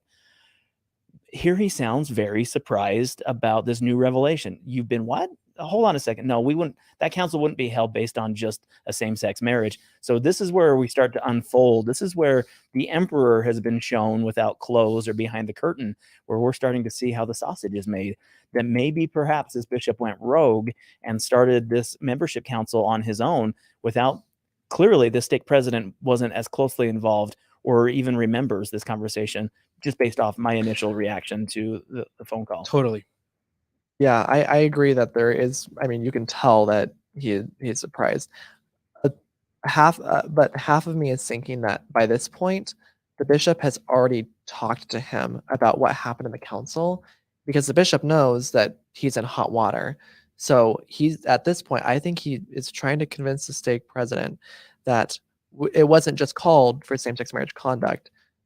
There was something else that would, in my case, constitute as apostasy. And so that's, we're going to see, he's going to start asking all these questions about apostasy. And I was like, why would he just start asking me that out of nowhere? Yeah. The only thing I could think of is if the bishop had told him, or he was trying to, you know, give him a different story about what happened so that he would, not be in the know.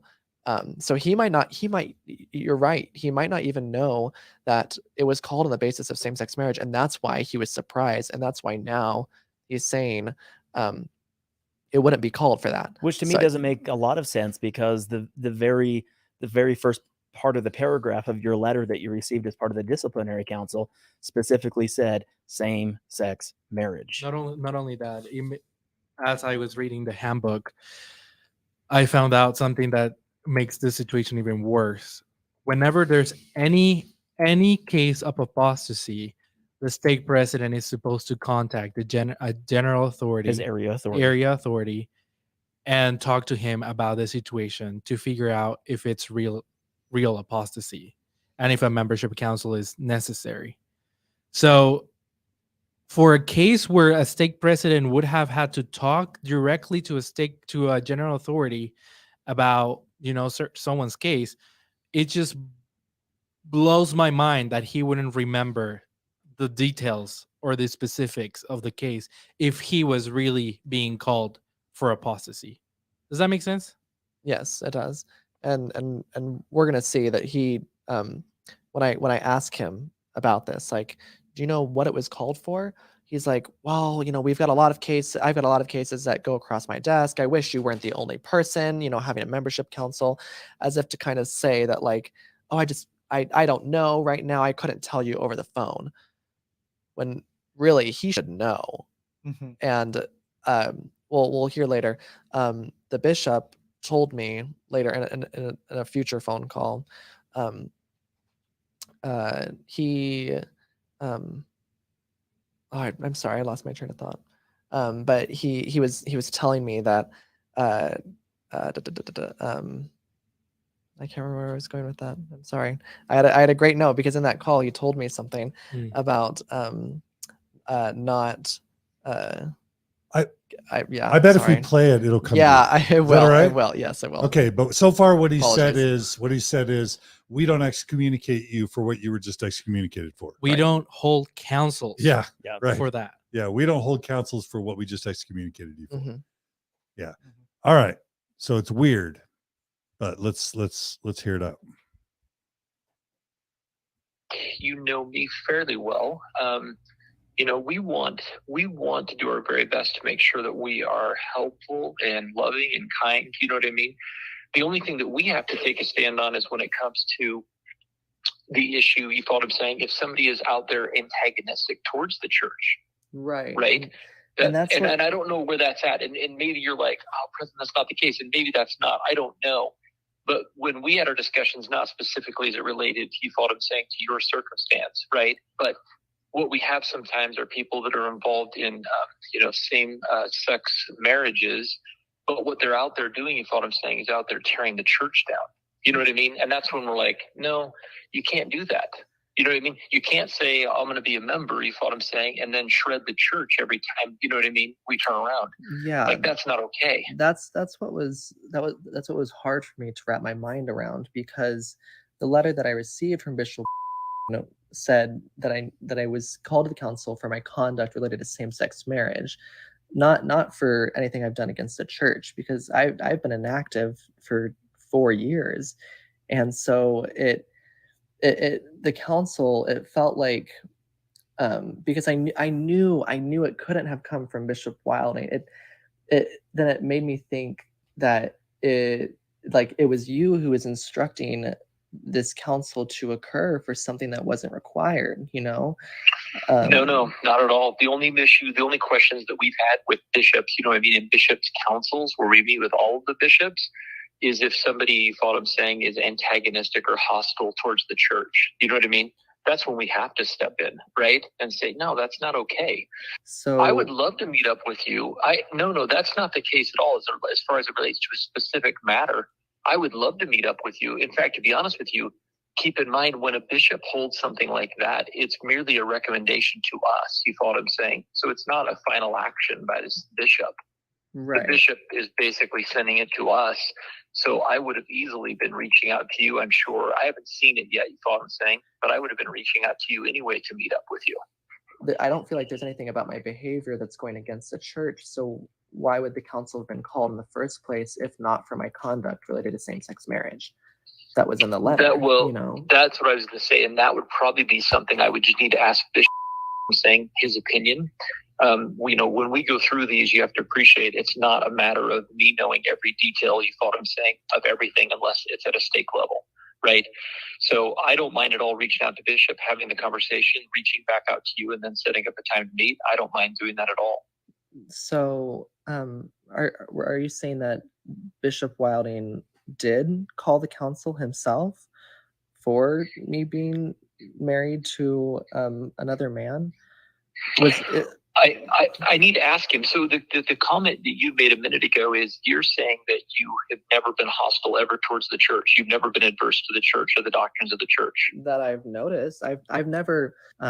It was. Have you posted any antagonistic material towards the church online or anything? Not that I can think of. Oh, okay. well, then that'd be an easy conversation for me to have with Bishop Wilding. You follow what I'm saying? Right. Because the reason of the council is not the fact that you are married. That's not the purpose of the council. The purpose of the council is if you happen to be married, you follow what I'm saying, and you're still trying your very best, you know what I mean, to attend your meetings, you know what I mean, and doing those things, you of course can't get a temple recommend, right? Which you know. Right. But at the same token, it's not a function of us going in and trying to throw people out of the church. It's not that at all. Yeah. I have to point out the discrepancy, President Cotter, because the letter. Really quick, like, okay, Brenna, go ahead. What's weird or frustrating to you about that? I'll let you go first. Well, I mean, he like, first of all, I'm just outraged. Really, he's going to let the bishop go through an entire disciplinary council, and then it's just like, and if he makes a mistake, I'm going to go ahead and fix it. Like, that's so weird. If they're going to be that casual about it, if they're going to be so loosey goosey about it, it's basically your damnation's on the line. It's your time. It's all this emotional and psychological trauma. They're going to put you through all that. And then like, oh, well, the stake president, if he changes his mind, then never mind. It won't have counted. I just can't get like, over. That's outrageous. Just let the stake president do the disciplinary council. Otherwise, don't put people through that. I'm not there. I'm not convinced that the stake president was even involved or knew what was going on.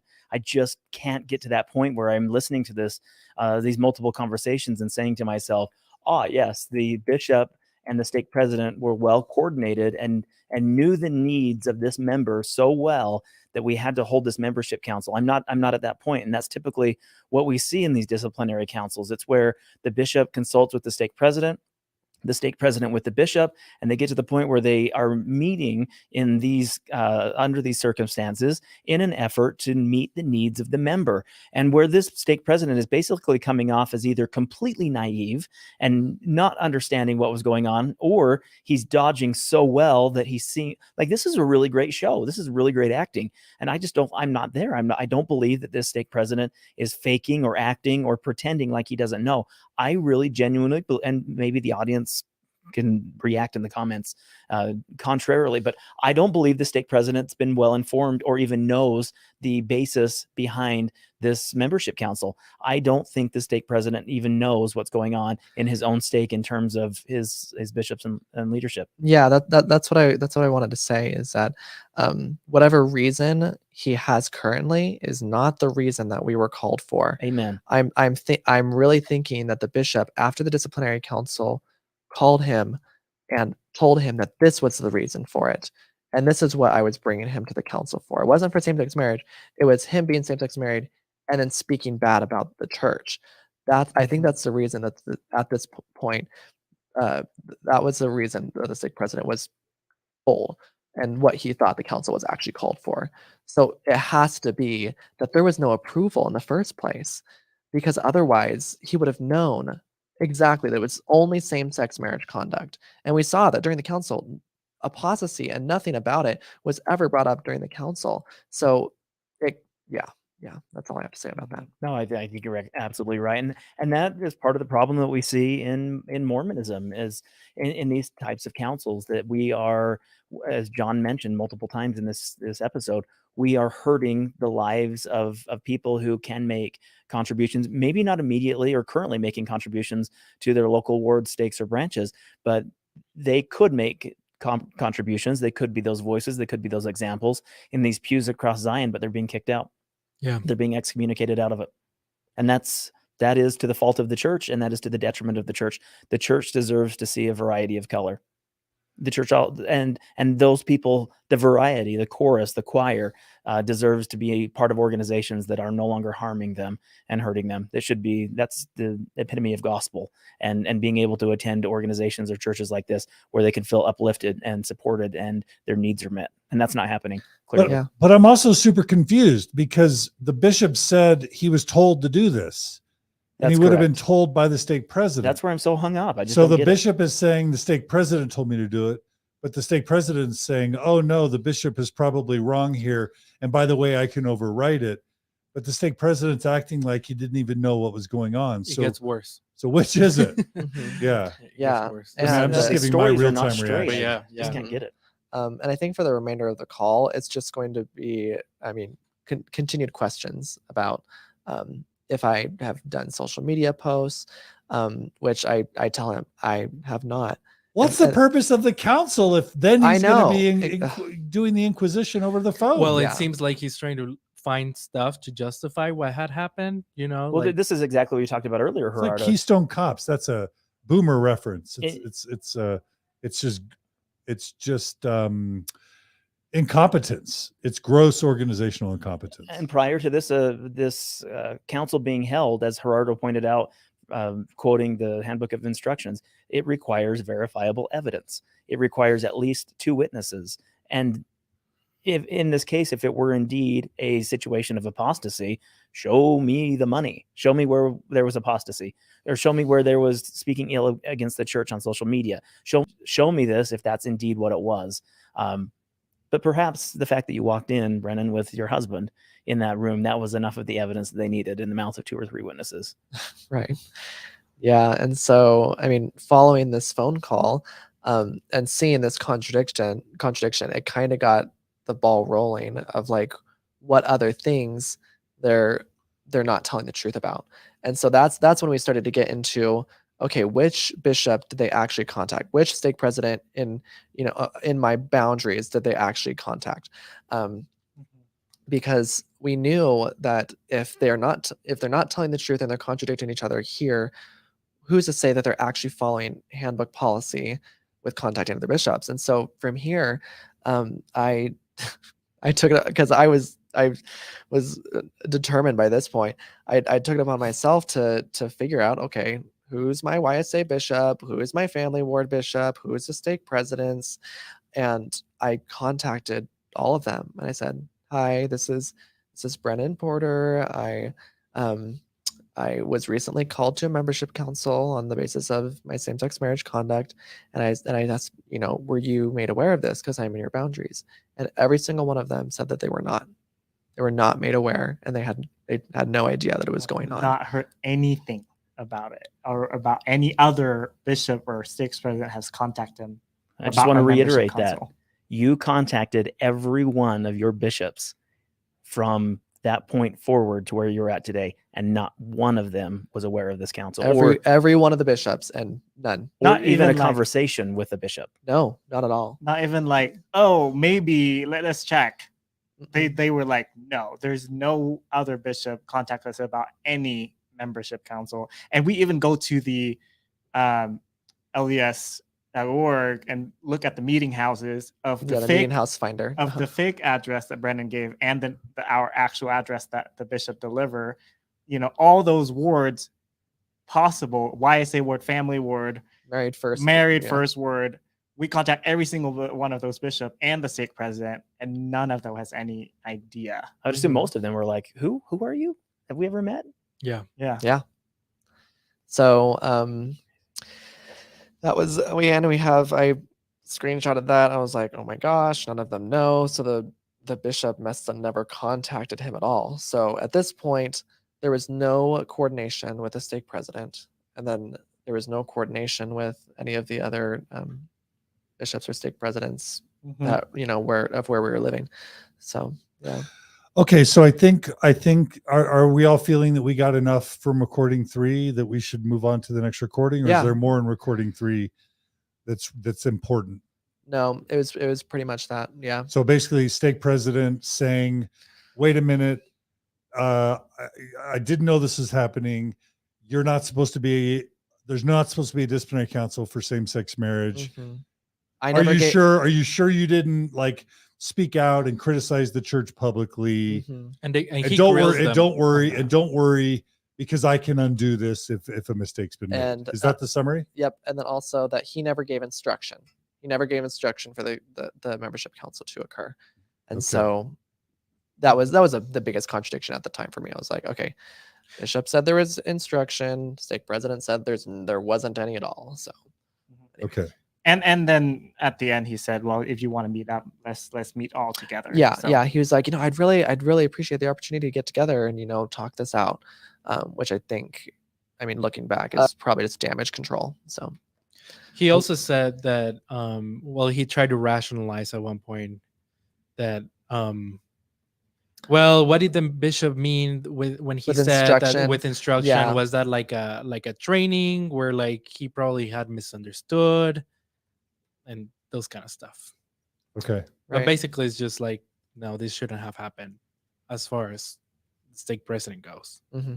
So the stake president basically admits it shouldn't have happened. Yeah, that At that time. that according to what they were saying of not apostatizing or speaking ill against the church, this shouldn't have happened. Okay. Yeah. But we're not going to play that clip just because it's, yeah. Yeah. Okay. All right. So should we go to the next recording? Let's set that up. What happens in the next recording? Yeah, let's pull up the slide for it. So you call the bishop right after. well, I didn't call the bishop Well, right after. He called the bishops because when he So, had the stake president call, I called the told stake you. president, then I contacted every other bishop. Right. Mhm. And then that's when we were realizing something was going on. And then after that, I wanted to talk to the bishop again, because now that I realized that, it didn't make sense that he would say these things and then the stake president would say otherwise. So I wanted to check back in with him and be like, okay, I really don't want to think it's you. I don't want it to be you. And and truly at the time, I really did not want it to be him, that he was the one who was, organizing this whole thing. And so I wanted to call him and I wanted to see what he had to say. So Okay. So this is you calling the original bishop now. yes. To kind of clarify Yes. after having talked to your Same stake bishop president. who we did the disciplinary council with. Okay. Let's hear how that goes.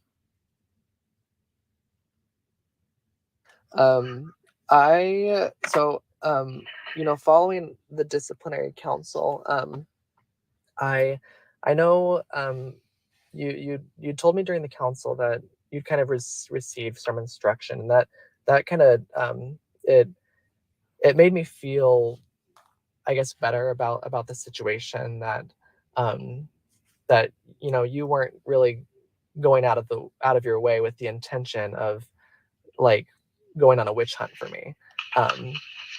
Oh, absolutely not on that one. Yeah. Brennan, I know that you felt like that, but Yeah. That was good to hear when you told me that.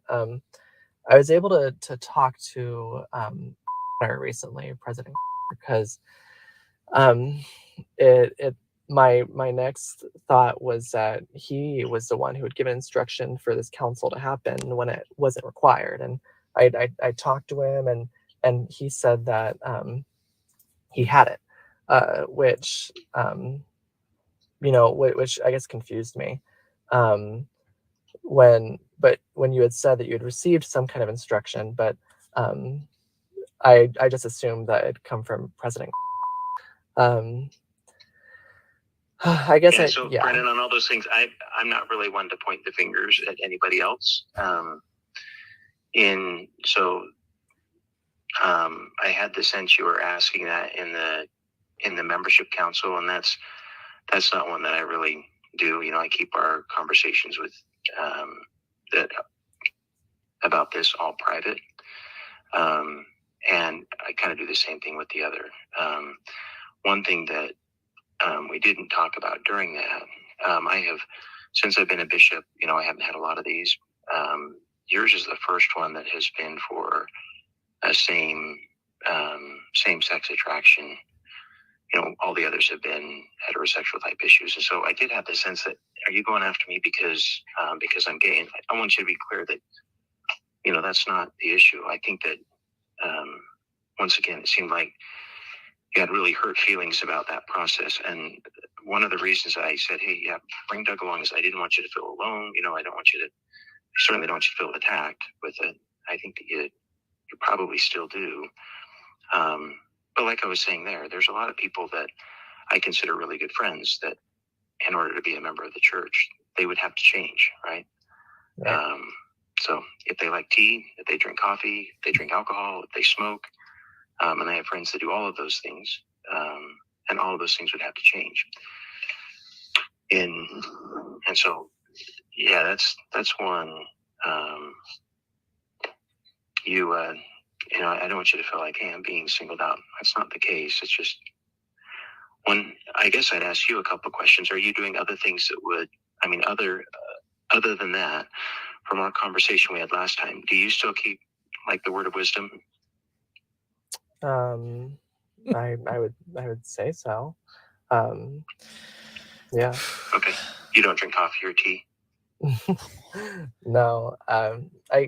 If I can, Bishop, my whole reason with going around and in this case calling the stake president is that's so.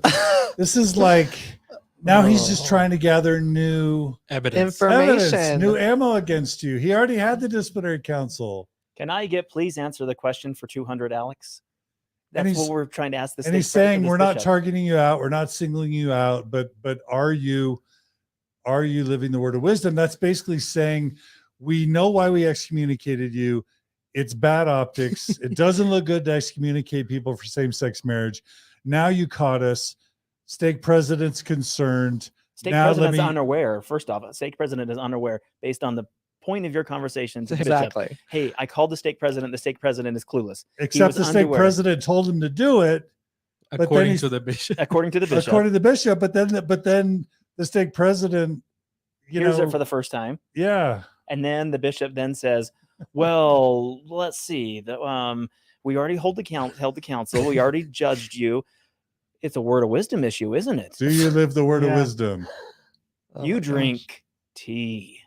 Jeez. Which they don't excommunicate people for. So why is it even relevant? When 30 seconds prior to that, he's like, well, yeah, you were in a same-sex relationship. That is the reason why we held this council. Yeah. And again, the handbook goes back to saying we don't excommunicate people for same-gender relationships. Yeah. Something else I really want to clear up right now, because I feel like people watching or who want to scrutinize this situation are going to say, well, the bishop said he had received instruction, which could have meant he just, had received instruction in like a bishop's council, where they train, kind of like a training. But when I'm talking to him in this phone call, I said, okay, well, it doesn't make sense that you said you received instruction, but the stake president didn't. He's like, and then he says, I'm not someone to throw anybody under the bus. Yeah. So anybody, he could have just easily said, well, this was a training thing. He's saying anybody, which means a person. So there is people involved in the actual instruction. If you go back to the first conversation, when he admits that he had received instruction to do this or had a conversation with the stake president about it, but he kind of kept prolonging it because he had internal conflicts about it. Yeah. Dun, dun, dun. Dun, dun, dun. Isn't this interesting? Like, honestly, just the listeners following along, I'm watching our live chat on Latter-day Stories and the Mormon Stories one as well. This is mind-boggling. This is how the Mormon Church functions. These are the reasons why there are people who are standing in places of advocacy to stand up. And it isn't a fight against the church. It isn't trying to begrudge or bemoan or hurt the church. This is a problem that we're seeing over and over and over again. Is it a rogue bishop? Is it inaccurate information? If it is a rogue bishop, we can deal with bishops by maybe exposure, showing some light in some of these dark corners and closets.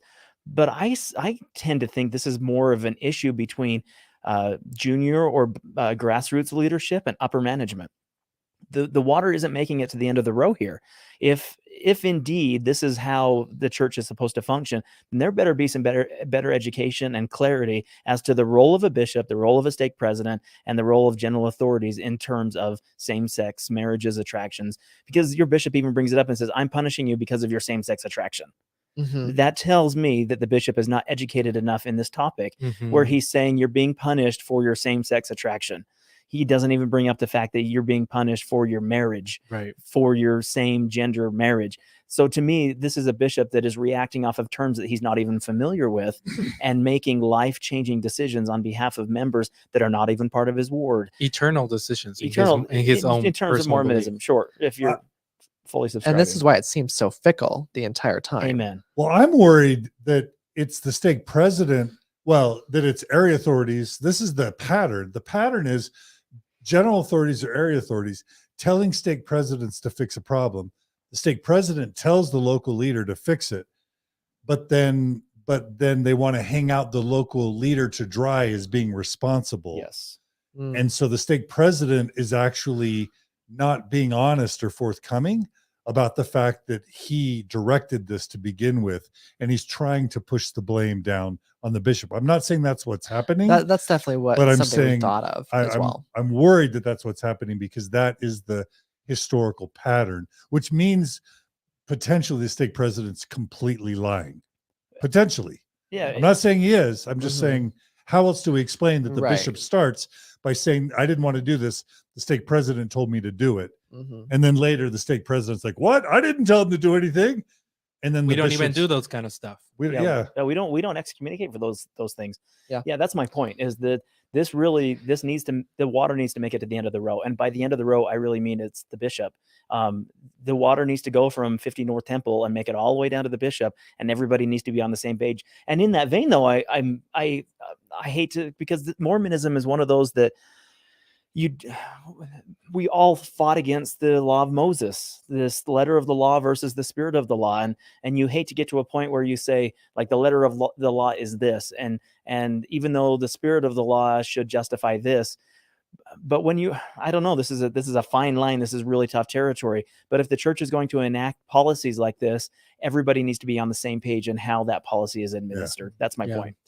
What makes me doubt more about the bishop telling the truth rather than the stake president is the fact that the bishop has said several times that he contacted the bishops or the stake presidency of his current ward or stake president or stake when we know that probably didn't happen. We're confident that didn't happen, right? Because these two contacted every bishop and every stake president in the history of their existence, from high school forward to their married life, and nobody could remember a conversation with this particular bishop who was holding this membership council. That is problematic. Very problematic. Yeah. Okay, so you redirect after he insults you by bringing up new evidence and asking about the word of wisdom. You redirect. and- Yeah, coffee I'd and say tea. here's the distinction, yeah. Bishop. So let's hear what's next. I don't want it to be you, is I guess my big thing is it just still doesn't make sense if it wasn't required for the council to be had. And when you told me that you'd received instruction, that made more sense in my mind, because it told me that you weren't the one doing the council. You weren't the one calling it for my same-sex marriage. It was the stake president, but the stake president said it wasn't him. And I just don't want it to be you, because I think that's where it hurts. Sure. And so, that's what I wanted to call and ask about. Because if the stake president said that it wasn't him, but you said you'd received instruction, I don't know. Yeah, no, and I understand that. One thing that I guess the question that I still have for you, Brennan, is I'm trying to think if there are any examples in my own life. But, if I was a part of a group that later I disagreed with, I guess I'm not, I understand that this is a hurtful thing to you. I wish that it weren't. I actually was hoping that it would be softer with having Doug there and everything. But if I was part of a group and I no longer agree with them, I actually don't want to be in that group. Are you still wanting to be a member of the church? Are we was seriously something going I back just here said. Here again? comes the Gaslight Express. Choo choo. Didn't we already Sorry, didn't we already have this conversation? Yeah, we did. And he keeps saying he's not recommending. Well, Yeah. later. that we Mhm. resign. I never recommended it to you. Clearly, this is your fault again. Right. I would want to. Well, he's saying like, why do you care if I killed you if you wanted to be killed anyway? Yeah. Mhm. If I were in a group that I didn't agree with, I would have already left. Mhm. Ugh. Do not be left. Belittling. That's what it is. Does anybody else feel like the bishop is now reeling? Like this is like now for the very first moment, like to me, this is evident that, oh, he gets it. Like, and his very best recourse is no. You want to leave, right? So we're gonna the ends are going to justify the means in this very It's so super disgusting. outrageous, because how many times did he ask you that in the disciplinary council? If you wanted to be a member or not, like that case was closed. Yeah. And now he's acting like he doesn't even remember that was discussed like 5 different ways in the original disciplinary council. He is reeling. Mhm. He's absolutely And I reeling. did tell him. I said, I still have intentions to remove my records from the church. And he asks me now, so do you want to stay in the church? I already told you I have the intentions to remove my records. Eventually. But and Yeah, I think you were very, very clear in the membership council where you said, if it means I sit through this council and realize my fate, essentially holding the hand of my husband, that is the direction I want to go. I will leave the church under those terms, knowing that I'm leaving the church holding the hand of someone that I love. And I want that as the example. I want that as you saying, this is the reason why we had to kick you out of the church. It's because of the person's hand that you hold. That is the reason why we're kicking you out of the church. You were really clear. You didn't say, I want to just resign my membership and walk away. You said, I want this to be on your shoulders, on your table, where you kick me out of the church based on falling in love and living to the fullest measure of my creation. I want that. I don't want just to walk away. Yep. And he didn't get it. Yeah. Or chooses not to understand. I'm glad someone got it. Thank you. I should be a bishop. Absolutely, you should. People are saying that I should train bishops. Yeah. There you go. Maybe this will become bishop training. This podcast. Hopefully. Required viewing of all bishops. Mormon Stories podcast. All right, let's keep it going. Let's see what's next. I hope I didn't lose the place. Dang it. Okay. You wanted to clarify on my beliefs in the church. Did I skip forward? I wish it were. I That's actually good, was that's good. hoping that it would be softer with having Doug there and everything. Right on time. To the right. To the right. No, you're good. But- You're good. If I was part of a group and I no longer agree with them, I actually don't want to be in that group. Are you still wanting to be a member of the church? That was something, I guess, that was hard for me during our council was to clarify on was when you wanted to clarify on my beliefs in the church. My main frustration was when I was called for my same-sex marriage conduct, not for my beliefs in the church. I wasn't called because I no longer believed in the church. And if I was called for that, then there would have been some kind of attempt to maybe ask about those beliefs, or to remediate those, or figure out how we can talk through those kind of things. But I wasn't called for that. I was called for same-sex marriage, and that's what was troubling and hard for me. And it hurts that we shy away from that issue, because it's not about my beliefs in the church. There are so many beliefs I have in the church that I still hold on to. I still believe in a higher power. I still have a lot of my moral belief systems that are tied to the church because I know they're good morals. But I wasn't called to the council for that. I was called because I was married to Doug. And so Sure, and Brennan, I'm not really shying away from that. What I'm saying is, in the council, when you talked this, you actually read that letter. I thought it was a well-written letter. In it, you said, I don't really believe the church. I don't believe the tenets of the church. I don't believe it's inspired. And systematically, you went through one leader after another that had said things that you said, I disagree with all of these, and I'm okay with that. Like I said, I have many friends and Okay, wait. Is that what happened? Really? Did you say in your letter here's a bunch of things I don't believe, or did you simply read really awful quotes? That's all I did. And I don't want to say it really awful. Did you read the historical record? Yeah. Did you read exactly what the church members have said? But is that am I hearing that right? Yeah. Am I remembering it right? Yes, That you did not ever make a personal statement of belief about any of those Boyd K. Packer, Spencer W. Kimball, Dallin H. Oaks, Russell M. Nelson quotes.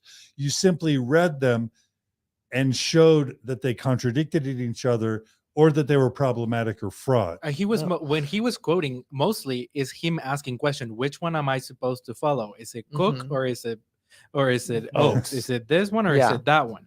And he did say at the beginning that he didn't think that the church's teachings on LGBTQ issues are divinely inspired. But that's it was that's very what specific on LGBT how many members agree with that? Exactly. I hear there are apostles who don't agree with the church's current policy. He's trying to paint my written statement like I just read all these things and I said I disagree with them, and that's it. The words he used was you are coming after all the leaders of the church. Well, none of that was what you read today or that day was coming after any of the apostles. Word of wisdom didn't work. Coffee and tea didn't work. The fact that you didn't resign your membership on your own didn't work. So now the next most logical, we have to go to, you said bad things about the church. Apostatizing. Which he invented because all you did was read the actual words of general authorities. Yeah. That's outrageous. Okay. And we're going to talk about it later a little bit more, but the definition of apostasy is very, very well defined in the handbook. It is teaching false doctrine. It is clear, repetitive, teaching false doctrine after being corrected by a church leader and continue to do it. And it's clear and repetitive public defaming of the church. Right. It's not a private meeting on a bishop telling him like what you think about some of the teachings of the especially church. when they asked for it. Yeah. I don't know. In all fairness, you can provide relevant information. You posted on social media a picture of you two holding hands and at your wedding. So a picture is worth 1,000 words. Well, it's funny because he actually does say that later. He's like, "Oh, you posted about your same-sex marriage, and it was very That's going to come up in the next recording." Yeah. Okay, all right. This is just ridiculous. We're clearly scraping the bottom of the barrel. All right, when it comes to excuses. Coworkers that don't share my beliefs, and that's 100% their prerogative. But during the council, you said, I don't believe really the church is inspired. I don't believe the current prophet's inspired. I don't believe the teachings of the church are inspired. Right. And if that wasn't the problem, if because I agree with you that having those differing belief systems is okay, and every person has the right to having different beliefs and different things. We are called to the council for same-sex marriage, and that's what I don't really want to shy away from, because I agree with you on those things.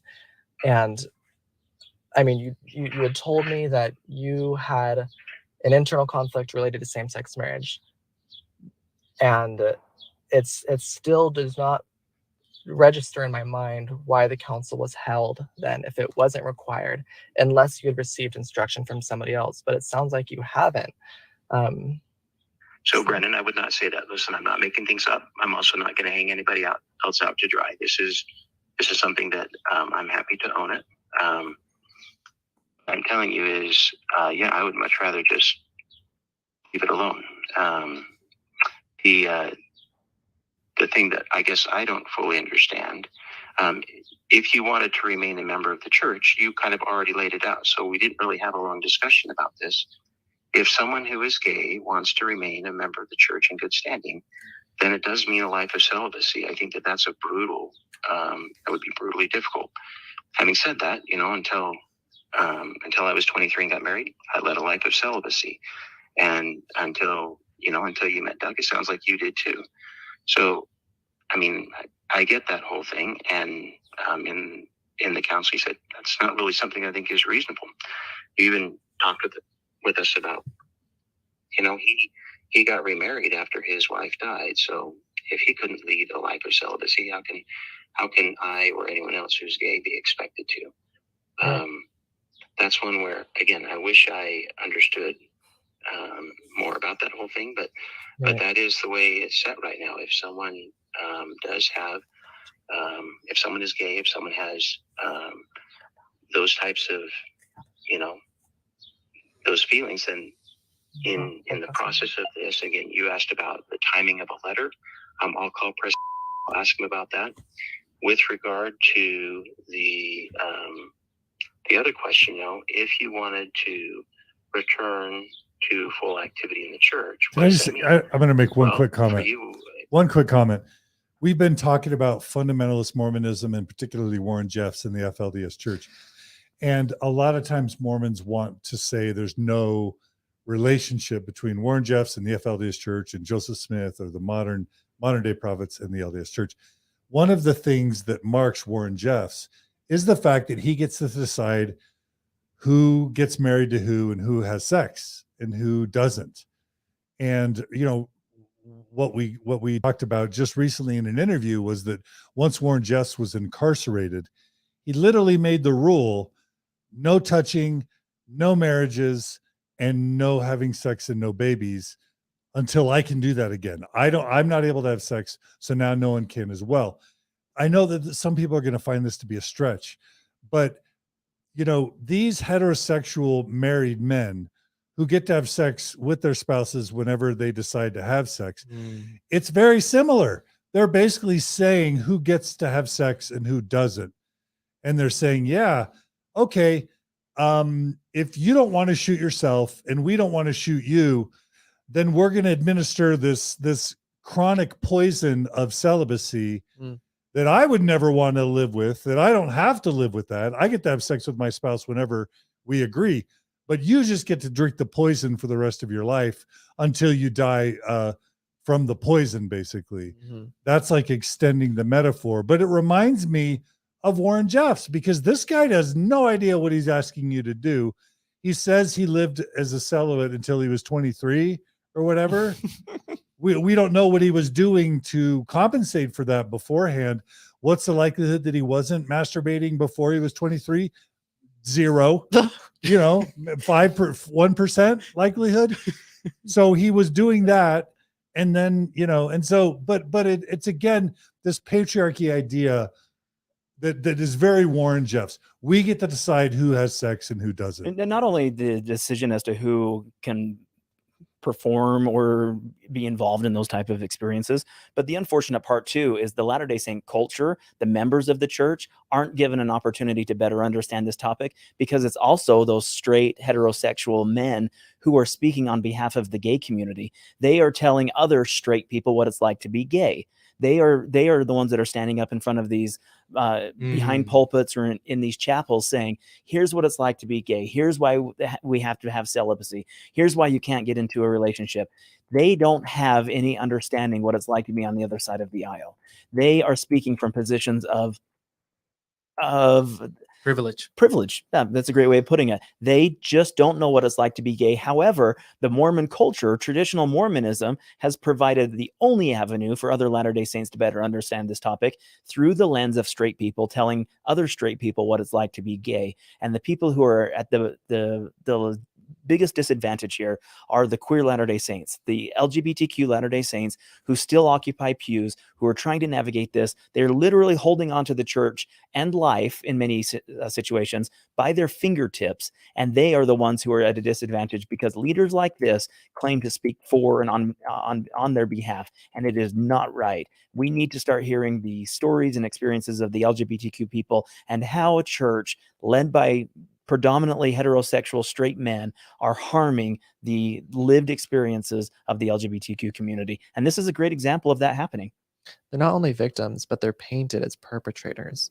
Great point. That they are the enemy. And if other church members actually go and talk to a gay member of the church and figure out that they're not a terrible person and they're not this thing that the church makes them out to be, then the whole narrative will fall apart. The narrative falls up. Yeah. Exactly right. And when you've invested 40 or 50 years into this topic, I say, i.e. Elder Oaks, who has spent most of his life advocating against homosexuality, when you are faced with 50 years of your legacy drained away because there are queer people who are willing to stand up on their own 2 feet and show the general membership of the church that they are none of the things that the church promised that they are, that they actually have fulfilling, happy, spiritual experiences in their life. What does that say? What does that do to the ego, to the legacy of someone like President Oaks, who is next in line to become prophet of the church? He is now going to double and triple down on his rhetoric to make sure the membership, and he's going to try to corral the members to make sure they're on his side, so that everybody, and it's back to what John just talked about in the Warren Jeffs situation, so that you just don't look at it, you don't see it, you don't acknowledge it, because we cannot for a moment give into this idea that our rhetoric was wrong or incomplete. It's too much of an investment. Well Yeah, said. there needs to be some type of sensitivity training, really, where like every bishop goes a year without sex, just to kind of understand what he's asking a gay Mormon man to do. Never mind, I'm not going to become a bishop anymore. I take that back. Because they have no idea what they're asking. Yeah. Especially 100%. once the genie's out of the bottle. I mean, all of us who have been married or have had sex know that once you've had it, you know, you don't just, oh yeah, okay, I won't do it anymore. Like you want it, you need it. It's a normal part of healthy human development. So to just ask someone to shut that off for a year, even a month or 6 months or a lifetime, they should have to do it for a year before they even entertain that discussion. Yeah. I think.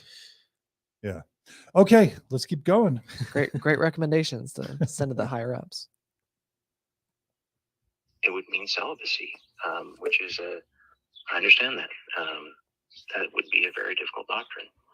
If my wife dies, I am, unless I remarry, I would be leading a life of celibacy. In our particular relationship, I wouldn't have any interest in necessarily getting married again, at least not unless or until something changed. I guess I'm empathic on that. Having said that, you totally understand. Those are some of the terms that normally we would have discussed. And I mean, in my experience, Mormon men get married like within 6 months of their spouse dying on average. Like that, I'm not saying that's every Mormon man, but the idea that he's going to go 2, 3, 4, 5, 10 years, I almost have never seen that happen. I don't know what your experiences are, but I'm always shocked at like the body's barely still warm, and the Mormon man has found his new fiance and is going to be married within the year. Well, yeah, Brennan brought that up in the initial. It was 14 months for President Nelson after his wife passed away that he married Wendy. So it didn't take very long. As the prophet of the church and 80 plus years old. Yeah. Bizarre. It is bizarre. And oh my gosh, Mormons. All right, let's keep going. You had already laid it out, saying, hey, that's just not tenable. And I get it. I understand that. I appreciate you saying that. One of the things that I really appreciated about the council was you giving me your undivided attention and really listening to what I had to say. That really meant a lot to me. So I appreciate that. Can I ask you one more question? Of course, you can ask me a dozen more questions. You had told me that in order for the council to be held, we have to contact the bishop of where I live, if it's outside of ward boundaries, that is. Who was that bishop that you contacted, if you don't mind my asking? I would have to go back and look at the record. So that was probably a year and a half ago. We were contacting them to give them the church records. So when we go through and we clean up church records, I guess it would have been when the new word was formed. So in June of last year. And we were going to send your records over there in the course of that conversation. And after that, so again, I'd have to go back. I'd have to look. I don't remember their name. Are you saying the council was in the works all the way back in June of last year? there was a discussion about it. Yeah. Do you remember if it was like a YSA ward? Because I guess I wouldn't be in a married ward. So would the bishop have been YSA then? So honestly, Brennan, I really don't remember. Okay. I can dig on it. In asking these questions, I still get the sense that you want to find out who is behind all this and can I go after them, right? I think that kind of misses the point a little bit. I mean, if you're angry, you can certainly be angry with me. I can tell you that I don't, I certainly don't dislike, harbor any ill will towards you. And I completely understand those of the LGBTQ community being irritated with the church and this stance on, same gender relations. I understand all of that. In the most recent conference, President Nelson was talking about that, and he said that they've worked with members of that community and they've tried to help with some legislation to protect people. And so it was kind of a joint effort. And he said, lines of differentiation need not be battle lines. And that's one I still get the sense from this that you feel like you've been attacked. And that's actually exactly not what I want to have there. I don't want you to feel like there's any of that happening. I can tell you again, from my perspective, I think you're a wonderful person. If you decided to work in the ER, I would love to work with you. If we were having a backyard barbecue, you and Doug would both be invited. I'd love to have you there. I was a little bit bothered when, I don't remember if it was either you or Doug said, people have members of the church will have family members that are gay and they kind of shun and reject them. And when I hear that, that's one that I think that's definitely not what I've been taught with the way the gospel is supposed to be implemented. It's certainly not any of the beliefs or things that I have. No, I agree. Can we get to lie 37 in this whole thing? This is just so frustrating to me about the timeline. Well, I mean, you're basically saying who's behind this. And he's like, I can tell you want to know who's behind this. But I'm not going to tell you because it was so long ago and I don't remember. But what I'm going to say is I can tell you're angry, but you shouldn't be angry because we love you. If there was a barbecue, I would invite you to it. Mm-hmm. If you want to be angry at me. But we started this a year and a half ago when we knew that you were in a same gender relationship, that you were married. But just like we brought up in the beginning of this episode, that is impossible. He literally, the best he could have found out was in January of 2022, because that's when you posted it on social media. Maybe the Holy Spirit whispered to him a year and a half earlier. Yeah, they were married. They are foreordained to be excommunicated from my ward. The timeline isn't lining up at all. It doesn't line up. Not even within not even years. close. It does not line up. It doesn't line up either that he got his address on May 2nd. Right. Yeah. So how did he contact the bishops and stake precedents? How do you know the ward boundaries? How did he know where to put his membership records if he didn't know their address until he doesn't know a month ago? Exist. They did not exist. This bishop did not speak to any other prior bishops of Brennan's. He didn't do it. It's not plausible. But then he immediately says it doesn't matter because we love you and we'd have you to a barbecue. And he throws in, and the church loves the gays. They're working with the LGBT community to pass non-discrimination legislation, and we all know on Mormon Stories because we've covered it extensively. That was required, wasn't it? But that non-discrimination legislation gives the church the right to discriminate. It's not even non-discriminatory legislation. It's basically saying we won't allow you to be kicked out of your houses or fired from your jobs if you let us continue discriminating against LGBT people in our universities. How is that an act of love? And yet he's citing that as evidence that the church loves gay people and would have them to their barbecues. Right. Did I get it right, Gerardo? You got it right. It's exactly right. And the same thing exists with conversion therapy. The church was on board for banning conversion therapy so long as they were excluded from being responsible for practicing conversion therapy. The church holds the right to practice conversion therapy as a religious principle, but they were on board with the clinical side of it, therapists not being able to practice conversion therapy. And this is so easy for a church-going member to see and believe. If the church organization is telling them this, when you're that far in, That's right. and when you are a good church-believing Mormon and you have faith and you really trust in those people, it's not that hard to believe that.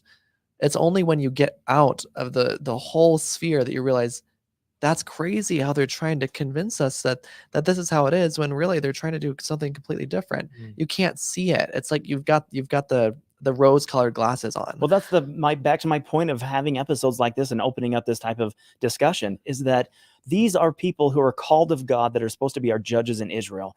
These are the Latter-day Saints leaders, the Latter-day Saint leaders that other Latter-day Saints look up to. And if they're wrong, then what else are they wrong about? And that is the problem. We need to expose light into these closets and show the general membership that there are, and I don't even want to fault this bishop for being so ignorant on this topic. This is a global problem within Mormonism at all levels. The higher you go, the further distant the leaders become in terms of understanding the LGBTQ experience. It's just like the experience that you talked about, John, earlier in your career, where you met a gay person for the first time and was essentially called out in that situation. I had the same opportunity just a couple weeks ago in one of my staff meetings. We got on the topic of transgenderism and what it's like to be transgender. And a lot of the members of my staff were discussing their conflicts with the transgender topic in sports. And I just bluntly asked them how many transgender friends that they had and how many transgender people that they knew. And nobody in that room had a transgender friend. When you start aligning yourself with people and better understand their experiences, that's when the change happens. That happened for Utah Governor Cox when he met Grayson and for the first time met a transgender person and said, something inside of me broke. And that will happen for you as well when you get to know these people. And unfortunately, Latter-day Saint leaders aren't finding opportunities to get to know the LGBTQ community. They're instead doing the complete opposite, and they're excluding them and they're excommunicating them from their chapels and from their pews. And when you get rid of them, you don't have to acknowledge them. And when you don't have to acknowledge them, you don't have to understand them. And when you don't have to understand them, you no longer need to agree with them. And that is Mormonism's problem. And that is why we're having these conversations, unfortunately, today in 2022 in a global church. Yeah. And now, Dan Hardy asked, and this is reflecting what you just said, Kyle. Dan Hardy asked at the beginning, well, you don't even want your membership. You didn't even go on a mission or get your Melchizedek priesthood. Why do you even care if they excommunicated you? This process is so outrageous, so insulting, so insensitive that it deserves to be spotlighted and exposed for that reason alone. Yeah. I think gross, evil, incompetent. I think Dan's comment is exactly evidence of what we've been discussing. Dan is in the same camp as this bishop who continued to say, you just want to leave the church, right? You just don't want to be here, right? This is an epidemic within Mormonism. This is part of the rhetoric and the narrative that just because you don't sign up and agree to everything right now, that just must mean you want to leave. And then they perpetuate that to say, well, you left because you wanted to sin. You left because, so then the waterfall of excuses starts flowing over the mountain. Yeah. And that's the problem that we start seeing. But Dan's no different than this bishop. There's nothing Christ-like about saying, you're making us uncomfortable, so just leave. Yeah, right? Nothing. Yeah, nothing. Okay. All right. Let's keep going. Lost the place. Wait a minute. I think sorry, we could not. In life should keep us. If you decided to work in the ER, I would love to work with you. Mm-hmm. If we were having a backyard barbecue, you and Doug would both be invited. I'd love to have. Definitely not what I've been taught with the way the gospel is supposed to be implemented. It's certainly not any of the beliefs or things that I have. No, I agree. I don't think that our beliefs or the choices that we make in life should keep us from making relationships or from connecting with others. No, I agree with that. I think the only other question that I had is when I talked to President, kind of the briefing he gave me about membership councils is that for the most part, usually they're only held. He said the majority of the councils that come through his office are ones that relate to like defamation of the church, where it's somebody who is still a member who is speaking ill of the church. But I guess I want to clarify. I was called to our council together for my conduct related to same-sex marriage. That's right. Okay. Hey, pause. Brennan, That's I can important tell to you know. that in the ones that I've been involved in, unfortunately, I think that's a very important line. Why? Is that because he just verified that what was the council called for? It was called for my same-sex marriage conduct, nothing else. We all know that because we listened to it. Exactly. But this is another affirmation of him saying it. I asked him directly, and this was one of the only times he answered me directly. And I'm really glad that he did this time of all times, because it's very important. And the stake president, now we have a stake president on record saying that's not grounds for a disciplinary council. Exactly. Let alone excommunication. Yep. But fortunately, our insurance policy is that the stake president makes the final decision, right? So you should feel better about this anyway. Okay, that's important. That's the beauty. All right, let's keep going. very many. Most of them have been, so I guess it's, many of them have been, if someone is married and they have an affair, if they have, can you clarify other things like that, then I guess I probably should have asked this at the end of our council last Thursday. A withdrawal of records that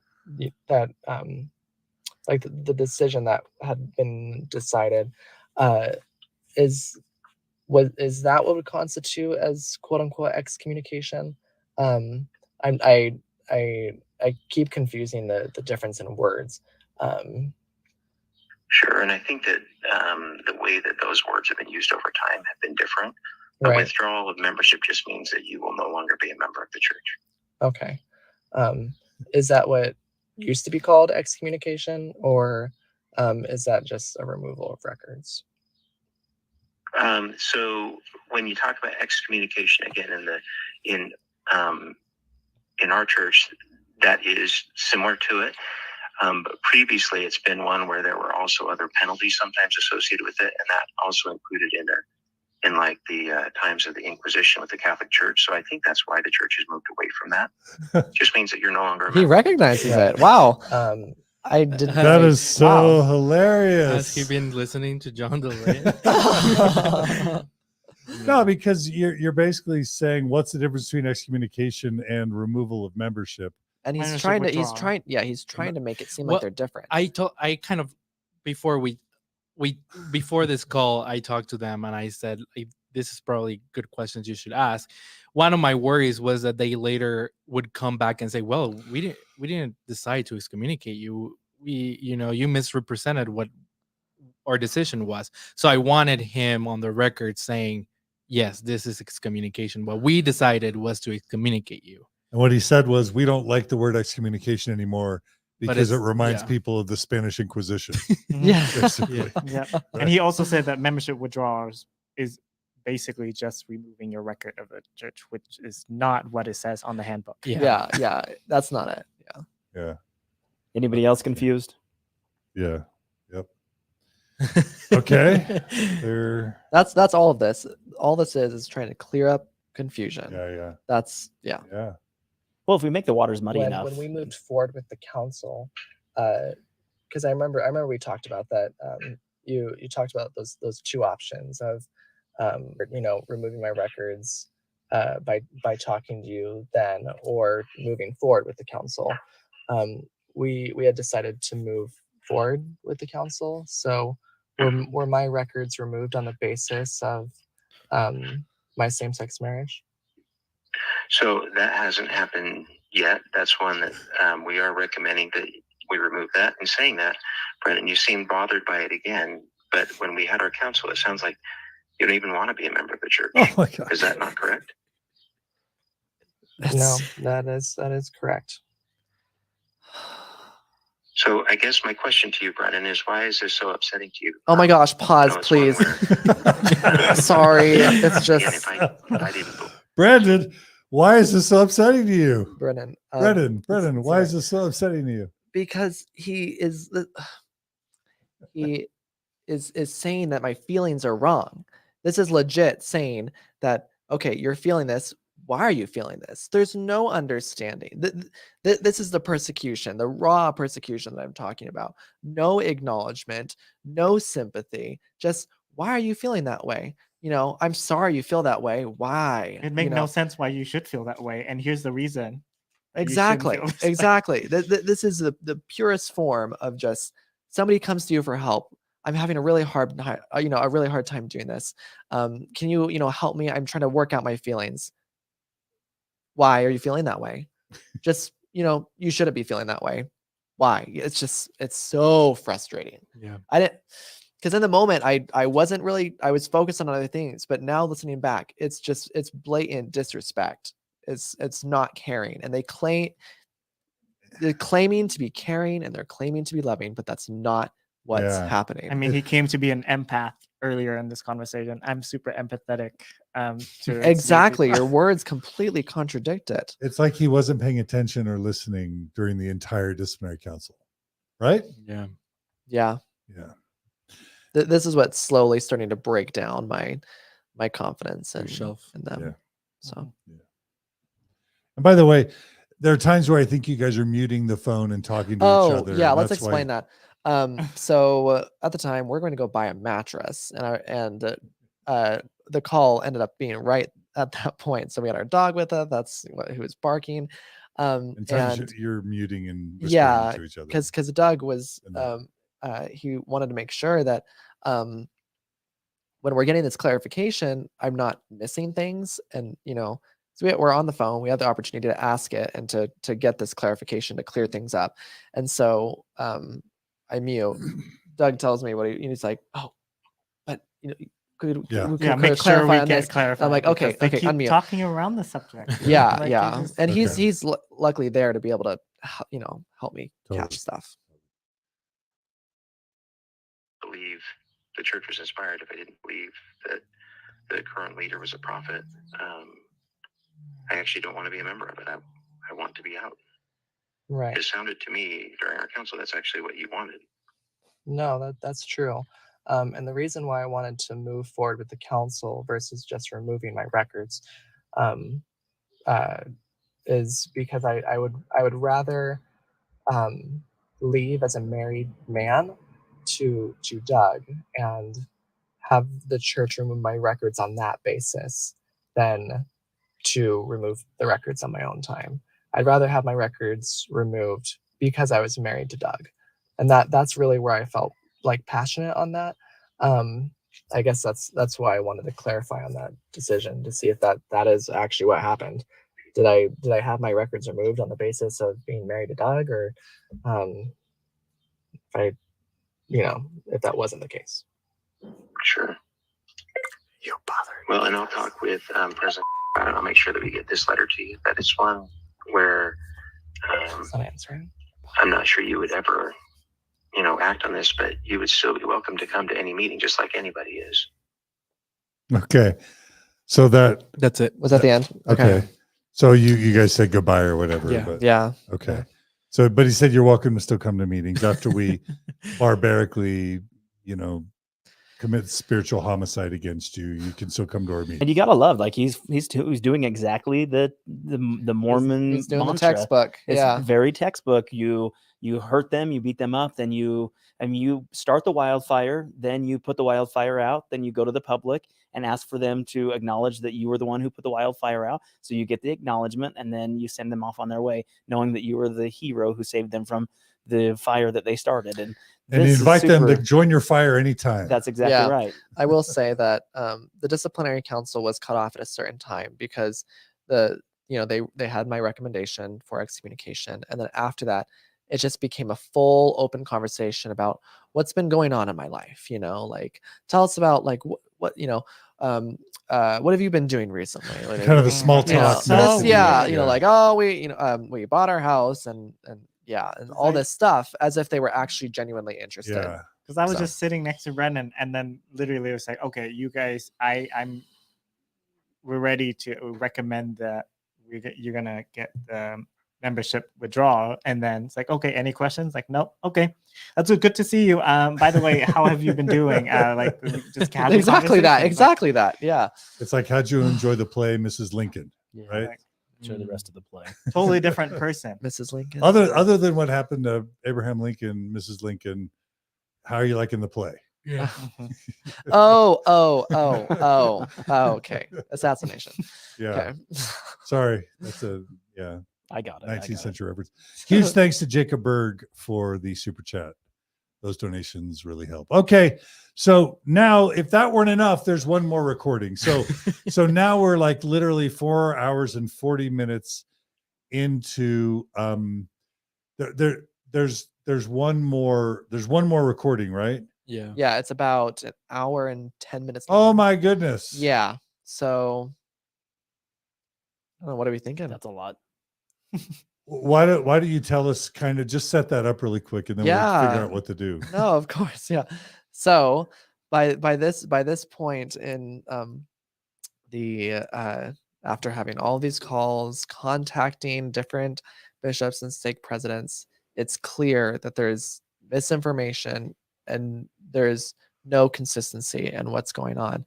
And so eventually we figure out that the only way that we're hopefully going to get answers to any of these things is we're going to sit both the stake president and the bishop down and ask them these things. What's going on? Why are you guys saying different things? And they don't, and hopefully in that case, they won't have the opportunity to be like, well, I'll just go talk to the bishop, right after this call, or I'll go, talk to the stake president, get some counsel on this, and then I'll get back to you. So now that they're here together, we can get these answers and we can get some clarity about to hopefully prove to us that they're not out persecuting gay people. So yeah. So this is a final meeting in person with both of you and the stake president and the bishop to get everything straight. Is that right? Yeah. Happened Right. 2 days ago. And it happened 2 days ago? It happened 2 days ago. And you had not received a final letter letting you know the verdict. Is that right? No, yeah, I think yeah. the reason why it had been delayed so hard is because all of these conversations. Yeah. Because they knew this is basically my version of an appeal. Even though I hadn't formally appealed the decision that wasn't final, that was because it never became final. All these conversations, I think the stake president is like, okay, let's put a pin in it. Let's not make it final yet because there's obviously still things going on. On the call that you had with the stake president, he told you that he was not going to move forward with any decision anyway until he met with you. And he, we didn't put, we had to pause that recording, but at the end he tells you, I'm going to wait until you reach out and you meet with me, and then we'll take a decision. So that's why you decided to go forward with his invitation and said, okay, let's meet with both of you. And you came prepared with several questions. Yeah, and so luckily we were able to kind of summarize everything that was going on, and we broke it down into these, I came up with 8 questions of like, these are all the contradictions and miscommunication and misconstruing of what's going on. What do you have to say? What's your answer to this? And so we have these 8 questions, and you sent them to the stake president? I sent them both to the stake president and to the bishop so that they could hopefully prepare. They would come prepared, and they can't say, well, I forgot who, this was. I'd have to, go do some digging before I can tell you. Can I tell you one of those questions? Yeah. You said, hey, bishop, you said you contact the bishop from the ward that I was currently residing according to the general handbook. Who was the bishop that was contacted? And he agreed to prepare that before this coming meeting, right? Yeah, I he think says, that's I important. can go do that. I can go get that for you. So Yep.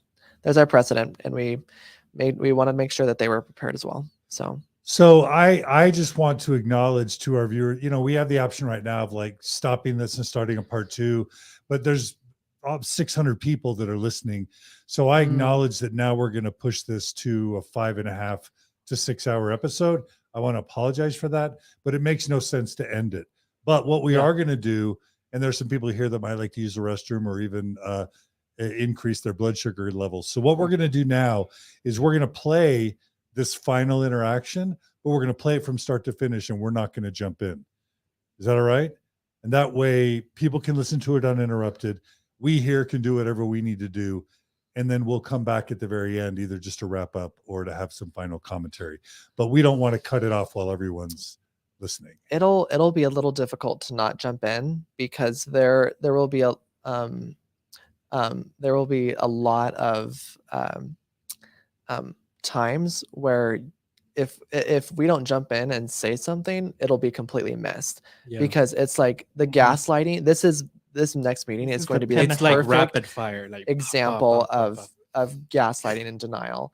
And so Are you guys okay staying? Yeah, and doing it? I think we'll be okay at this point. I mean, now got 600 viewers.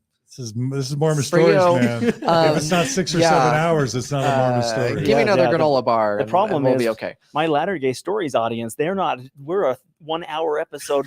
I don't even know how we still have 150 people hanging on. So Because this is important stuff. no, I do. And that was fun, tongue in cheek, but it is intense. So thank you to our Latter-day Stories audience who's held through. All right. For all of our viewers, I promise that this is probably the most important part of It the whole is. So episode. it actually gets worse. Yes, it gets worse. So much worse. So this is like you ain't seen nothing yet, is basically what you're Pretty saying. much. Yeah, I mean, if That's you hard think to believe. if you think everything in the past few recordings has been civil, this will change your mind. Because at this point, you guys are upset, Oh yeah. right? And you honestly, I was so amazed how cordial you were to Bishop and stake president. And I have to say, I cut out some of the parts where you were like complimenting the bishop and having like good conversation with the bishop, just because I mean we didn't want to get it too long. But but on this one, you guys were, Because at the time of those previous recordings, I was still frustrated, convinced, and I still had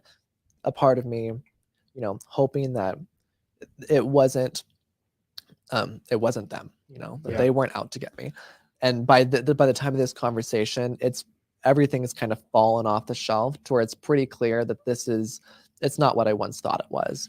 And so yeah, and we already spent so many hours into all these conversations, out of our way. Exactly. Like, remember how while we doing had everything else in our life, we were living such a happy life, and now we spent like 3-4 hours plus on this, and now we're gonna get it to the end. So this is where we're the most frustrated. Yeah, to me, this was the last attempt for one of them, someone to come clean about what we were asking them about.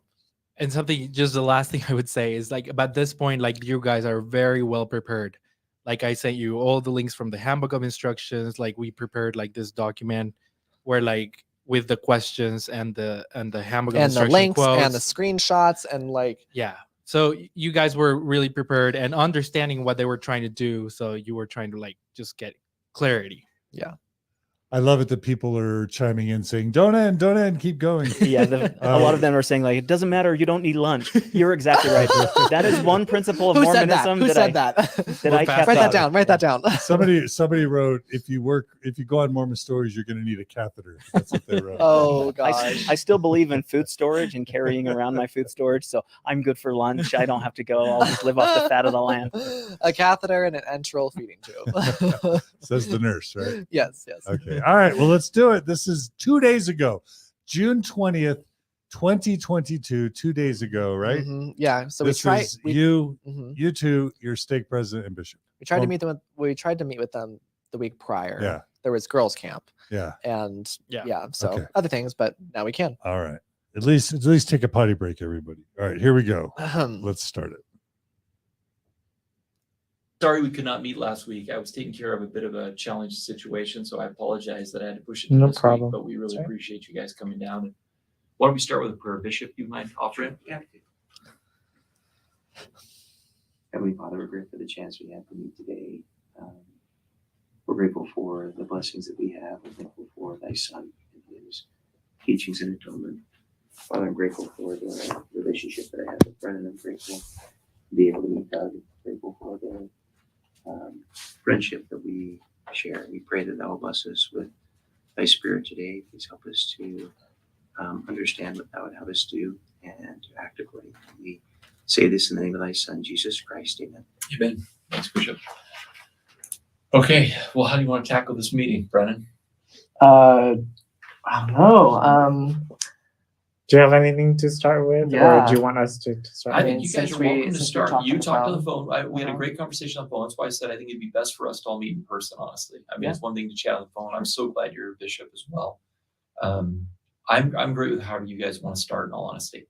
Okay. So, I mean, if you guys want to So- start. When we met, Brennan, you actually have a letter that you read. Mhm. Yeah, You yeah. wanna read that again? Because it says in the letter that we first got for the council, talked about providing a written statement, and so I kind of provided a written statement of some Is things. this it? Yeah, I mean I can read it if you Let me like. see it real quick. I'll just Sure. read through it as we go. I'd love to.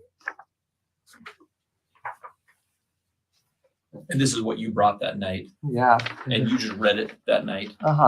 Yeah, because I really just wanted to explain my thoughts regarding the council, and I mean some of my thoughts with the church and their teachings regarding LGBTQ members of the church.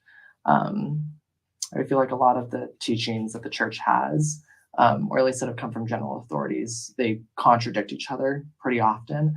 And that was really my main intention with bringing the written statement, was to kind of show that even the general authorities aren't on the same page with kind of these teachings. And that was kind of my reasoning for believing, coming to believe that the church's teachings aren't inspired by God regarding LGBTQ topics. Because if it was inspired by God, then they wouldn't be contradicting each other so much. I assume God would have, a consistent direction, and the general authorities wouldn't contradict each other so much. So How do you guys both feel about the church? Let's take the LGBT issue and just put it on the shelf for 1 second. When it comes to the restored gospel of Jesus Christ, Book of Mormon, Joseph Smith, all those things, how do you feel about those aspects of the gospel? this is something that I wanted to talk about, because like my beliefs regarding the church, we've brother has asked me a lot about it. Even during the council, that was something that was actually kind of troubling for me, because I was called to the membership council for my conduct related to same-sex marriage, not because of my beliefs regarding the church, of whether or not I still believe in the church. If that were the case, I'd be trying to get like a temple recommend, where you need to see if the tenets of the church, if you truly believe in them, if you're worthy to be in the temple. And so that was something that kind of put me off when we had our meeting, is because I wasn't called to be to talk about my beliefs regarding the church. It was because of I was sought out for my conduct related to same-sex marriage. And so Yeah, I think it's probably some of the most troubling thing is like we're just, everything was fine, and then two men showed on a door with a letter with no prior contact of like asking how we're doing, and then we just got a letter with membership council, and then as we're reading into it, like this is not necessary to hold a council based on same-sex marriage, and so we're gonna feel persecuted, a little bit, and it's like being like hunted down. Like I think it says in the letter, it's like the witch hunt. I describe it as a witch hunt, because I still feel it's kind of how it was. And if it truly was about my beliefs regarding the church, I feel like it would have made more sense for somebody to reach out to have somebody come by and visit to see, if I still believe in the church, if I want to keep my records in the church. But that wasn't it. I was called because of my conduct related to same-sex marriage, not for anything else. Mm-hmm. And so it feels like when that comes up, it feels like we're diverting from what I was called for to come to. I guess the one thing, and we'll dive into this as well. Yeah. I mean, the handbook does, I think, a very good job of delineating whether it is homosexuality, heterosexual, sin, I mean, and you're outside of the Right. bonds of marriage, it's all considered the same. You follow what I'm saying? So you say, and I understand in the lens of how you're saying it, Doug, I really do. And I do have some empathy, because you're saying, hey, wait a minute, it's because we are in a same-sex relationship. Well, if it's a violation of the law of chastity, Bishop can tell you if it was a man in the ward that had stepped out on his wife, for example, you follow what I'm saying, or was not married and was out sleeping with someone else, a woman, for example, we would hold a membership council for that individual. Right, but that's This, not the case. yeah, it's a difference because though, because one, he's not made his temple covenants to, I'm only a priest. it's very different versus a man who made a temple sealing covenant and step out on his I wife. haven't cheated on my spouse. I'm married lawfully. And then Are you an elder? just I am an elder, but this is not my council. I I know, never so- got called, so- right? But you're I endowed. am an elder, And you're yes. endowed. I'm endowed and everything. That's why I understand. I was like, okay, it makes sense if I got called. It make no sense. Brennan has been inactive for 4+ years, and we got married, and he got called.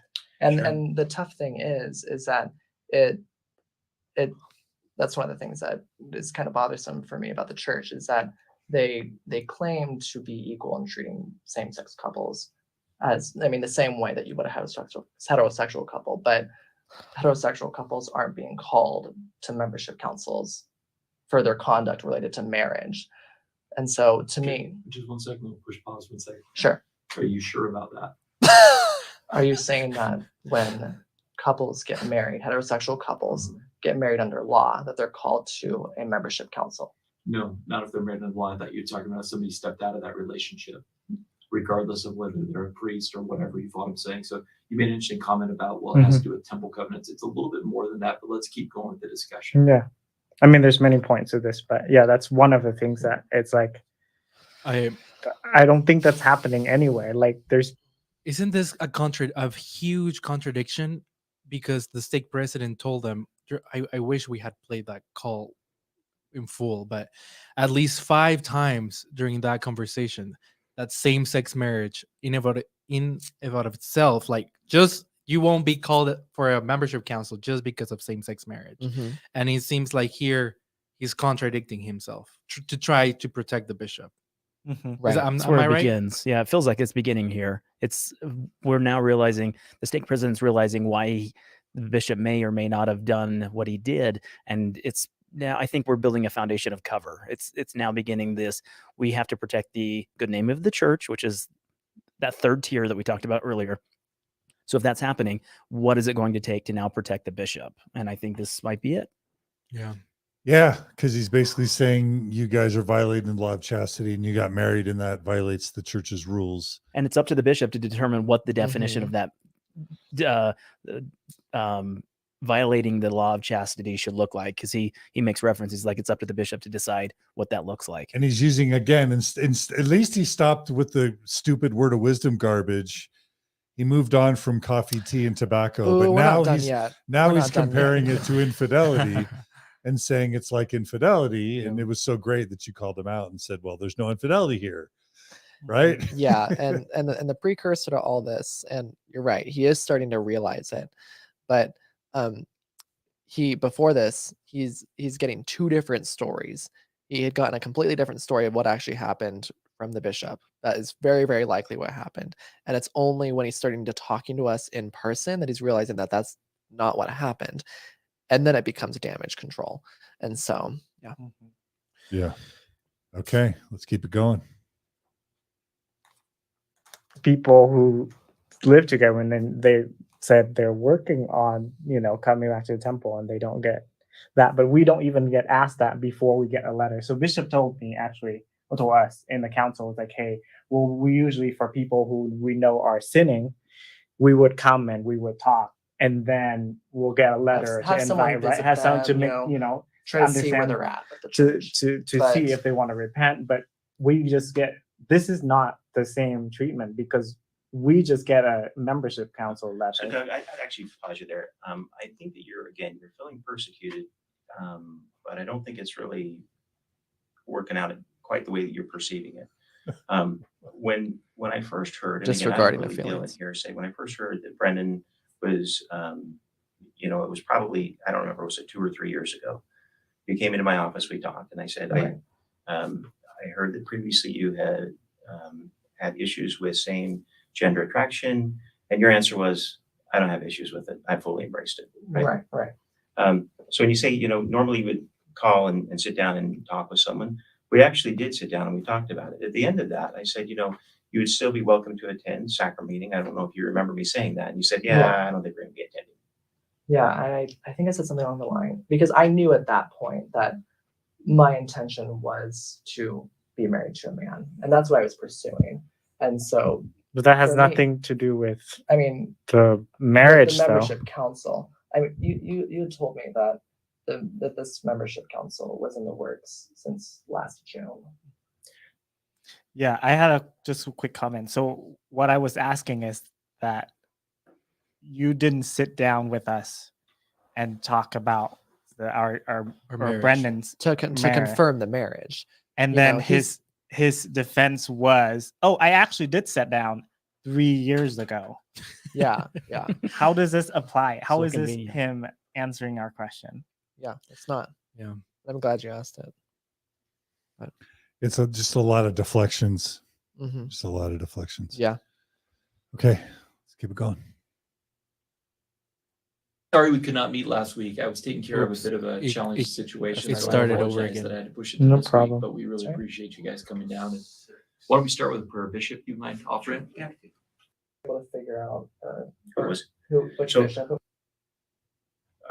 I found out that you were living in a different ward, and that's when I contacted the bishop to see if we need to push your records there. That bishop did not. Were you able to figure out Which which bishop it was? No, but it kind of doesn't matter because they. Because I knew at that point that There we go. my intention was to be married to a man, and that's what I was pursuing. And so, But that has For me- nothing to do with I mean, the marriage, the though. membership council. I mean, you told me that that this membership council was in the works since last June. So I heard again. I don't deal in hearsay, right? So if there's a question, I will ask you directly. Right. So I heard was that the you- membership council in the works since last June? So it was about last June that I heard that you were in a relationship, one that would not, in a same gender relationship. In doing that, I found out that you were living in a different ward, and that's when I contacted the bishop to see if we need to push your records there. That bishop did not. Were you able to figure out which So- bishop it was? No, but it kind of doesn't matter because they didn't accept your records. Your records stayed here with us the whole time. Right. It does matter though, because in order to hold the council, there has to be that coordination. And something that we noticed going into it is that you only got our address on May 3rd of this last month.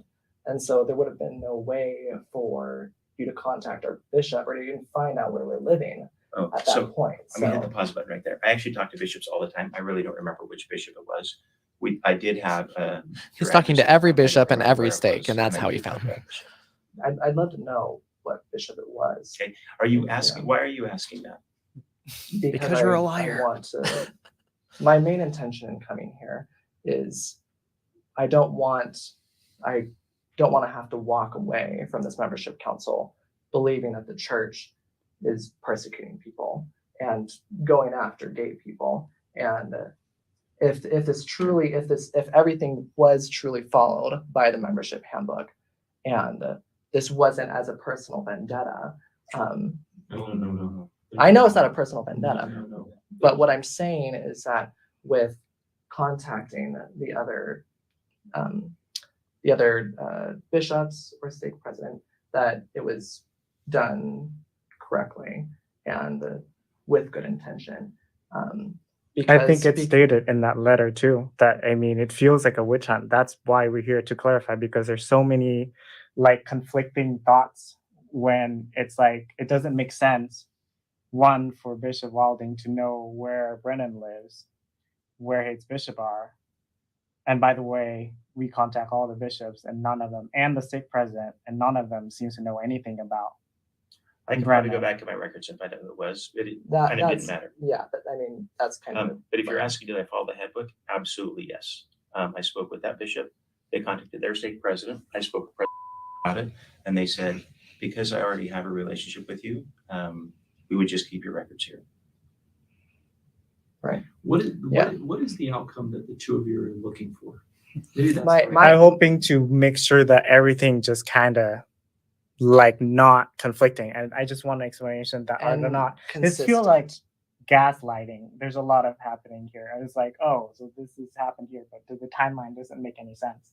Or like, for example, when you said that there shouldn't be a membership council held for same-sex marriage. That was the word you said That in the phone same-sex call. marriage in and of itself is not a reason to hold a membership council. But now you're saying it is. No, it has to do with it's an idea of sin. The question is what when we try to determine a membership council, we're trying to determine what would allow the individual the opportunity to come back to the Savior. So I think the interesting thing is we might all disagree how we all got in this Pause. room, but I think it's Pause. I interesting. just It says something they keep about the saying two that. of I you, just got to the deliberate fact on that that. you're even here. Is there something about They say the intention of a membership council is to see if there's anything that will give a person the opportunity to come back to the fold, to come back to church. If that was truly the intention and the want for this, there would have been some kind of contact to us to bring us back to church, Yeah. to figure out why we are inactive. But there was never. Well, I Never guess that once. could have happened during the disciplinary council. They could have asked you, hey, is there anything we can do? And the weird thing is what the only possible thing that could be an outcome that would avoid a disciplinary council would be them holding the disciplinary council, them saying to you, is there anything we can get you back on the path? What's the only answer that would then keep you from getting excommunicated? Kyle, Divorce. Separate that marriage. right? Divorce and coming back to church. Right. So, I mean, I guess is that what he's saying? That okay, yes, we didn't talk to you beforehand. We called the disciplinary council, but it wasn't to excommunicate you. It first was to find out if you would just choose to get divorced of your own free will and choice. And if that were the case, then there never would have been excommunication. And it's doubly problematic when you start saying, what's going to bring, we need to figure out ways of bringing you closer to the Savior by excommunicating you. That will bring you closer to the Savior by kicking you out of the fold. Thank you. By Why were bringing you to a disciplinary council. Why were you shaking your head? I think that's what the point that they're making over and over and over again. I think, John, you're falling a little bit for it with what the stake president and bishop are saying. Well, I'm just following the the lines of his logic now, but go ahead. But the membership councils are not to bring people, Right. how can we bring you back to church? Right. Membership councils are done when there's knowing that someone is sinning and we're bringing you in to discipline you. That's why they were called disciplinary council. After you had engaged with them as their pastoral leader and warned them or worked with them, which he said he did a couple of years ago. Right. And he even said on the phone that when you're doing something that's at odds with the church. That's when we bring you in for a membership council. Exactly. That's what he said. Yeah. That's the purpose of it. Well, why didn't they bring you back? Why didn't they bring you to a membership council 2 years ago when they knew you were living in sin and when you said that you were happy with your lifestyle? Why didn't they call a disciplinary council then? It's me. I almost want to say props to the bishop who didn't accept your records, if indeed that bishop really exists, because he probably didn't want to touch this with a 10-foot pole. He wasn't. So maybe we have some affirming bishop out there who looked at this and said, no, I'm not even getting in the middle of this. If you're hell bent on excommunicating this person that lives in my boundaries now, and he maybe recognized this as a witch hunt as well. So hats off to that bishop who didn't want anything to do with it, wouldn't accept your records. At that point, they should have really just sent him off into the unknowns. But to me, that just shows and continues to prove that this bishop had a personal vendetta and wanted to come after you. Yeah. Because there are many other options for this bishop to deal with your records, but he took it upon himself to make sure that you were punished, that you were disciplined, because he knew about you. And and even though he didn't have jurisdiction over you, he wanted you to feel his wrath and his authority. Right. Okay. All right. Thanks for that clarification, Gerardo. Let's keep it going. the church that you deeply believe in and you're frustrated about this, because I think in all honesty, I'm thrilled that you're here. I'm thrilled that you called me because this gives us an opportunity to dialogue through these things. You know, I did really appreciate Brennan on the phone. He said, you know, President, I probably did make a few comments, maybe social media or otherwise, about the church. You know what I mean? I did not say I that. did not. Oh, I thought you said that on the phone. No, You said I could have. and that's something that was confusing to me, is because I was called for same-sex marriage conduct, and I mentioned that when I first, at the beginning of the call, when I called you. But then you asked a lot of questions regarding, I didn't realize until after the fact, but apostasy. If if I looked in the handbook, and apostasy is very clearly defined exactly what it is and what would qualify as apostasy. But I wasn't called for being an apostate. And to this point, I've never made anything that would constitute, I've never taken any actions or said anything that would constitute as apostasy. And so I was kind of confused when you were asking me about that, because it wasn't for, it wasn't for apostasy, it was for same-sex marriage. So I guess So you've never said anything about the church? Not publicly. No. Nothing. Not on any public forum. But to any friends, to other people that would have been talking outside. I mean, No. everyone does that, but it's not kind of apostasy. Like in the handbook, it says in a public forum. In a public, forum, to where I'd be able to, So whatever it may be. what's the outcome you're both after? Do you want to be members of the church? Well, it's not membership right now. I don't think is like what is the outcome we want. It's mostly we want to be clarified. We want to be justified. We feel like, and we're here in response to being called to a membership council for my same-sex marriage conduct. we feel You feel like discredited. you We feel discredited, like it's a witch hunt. We We feel came like out of we're our not. way to hurt you guys. And we Basically, want to we're make living sure our own lives, and like with his membership, because I think he mentioned it with Bishop that he at one point was thinking about figuring out and resigning in on the his own. original call when we were talking, I had mentioned to you that eventually I was planning on eventually removing my records. I just hadn't made a point of it, and Why would you remove your records? Why would I remove my records? Yeah, why were you going to remove your records out of curiosity?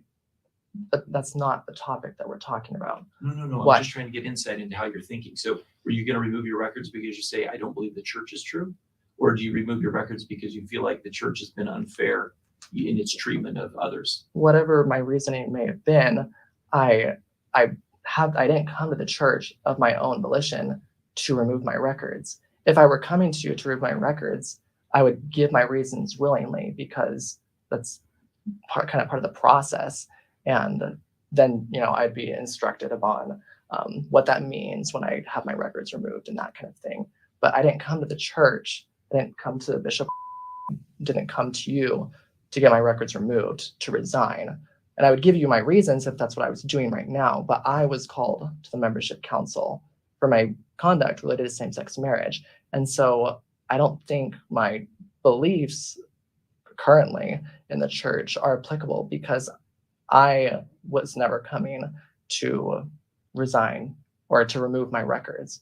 I was approached first. And so that's what we're here doing, is responding to being sought out for the council, not because I wanted to remove my records on my own time. So Brennan, Yeah, just to clarify, this is really clear to me now. Mm-hmm. You're saying we want to know one thing.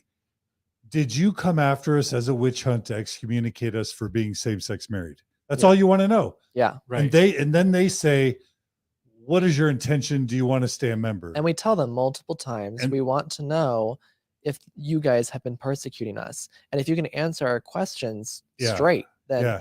that will help us know. And then they'll say, well, have you ever said a bad thing about the church? Do you still believe in the church? And they're trying to divert, because what they don't want to do is simply just look you in the eye, possibly while they're being recorded, and just say, yes, we came after you because you're same-sex married, and that's why we're excommunicating you. That's what you want them to say. Yeah. Mhm. That's clearly why they called you to the disciplinary council, but they don't want to admit it. But it's clearly the exact same thing that they're also trying to avoid. They absolutely don't want to wade in those waters at all. They know that's shark infested by their own volition. They're the ones that planted the sharks in the water. And if they start wading in that water, they know there'll be blood. Because the church loves gay people. The church loves more, the LGBTQ community. We fight for the rights of LGBTQ people. So surely We don't engage in LGBTQ witch hunts to excommunicate and purge same-sex married LGBTQ people from our Even though it roles. looks like it, and even though you have 5 phone calls prior to this, Even and though Kyle even knows though- of 9 that happened, 8 or 9 that happened during COVID, but that's not what what it that's looks not like. what we're actually doing. If they were willing to admit that to us and to tell us that, yes, this was wrong, this was a mistake. Or yes, this is what we're doing. Yes, We're or kicking you out for getting same-sex marriage. if they had admitted that, then we wouldn't be having this Yeah. podcast. I wouldn't feel the need to have this podcast if they had just come clean about everything. Yeah. It's a great point. And I didn't really realize how much they were trying to deflect off of the topic at hand until this moment in the conversation. Like it all finally hit me of like, okay, apostasy, word of wisdom, what are your beliefs in the church? They're trying to find every avenue to get to shy away from the fact that they called me to a disciplinary membership council on the basis of same-sex marriage conduct. Anything they can do to move it away from that, So they don't have to admit it.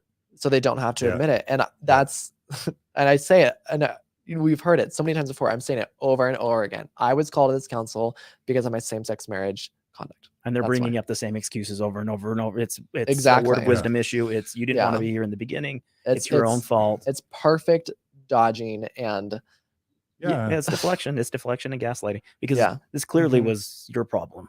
You were the one that couldn't. You were the one that's not strong enough, Brennan. If you were just strong enough, my knuckles were not bleeding yet. that's it. That's it.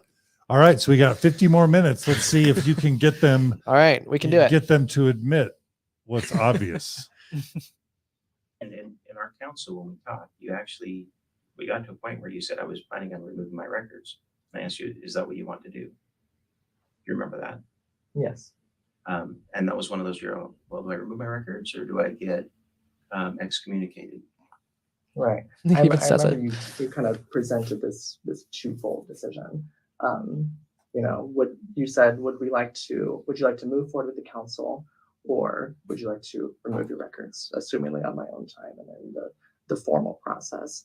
And I remember telling you that I would rather move forward with the council because that's what I was called for. That's what I came here to do.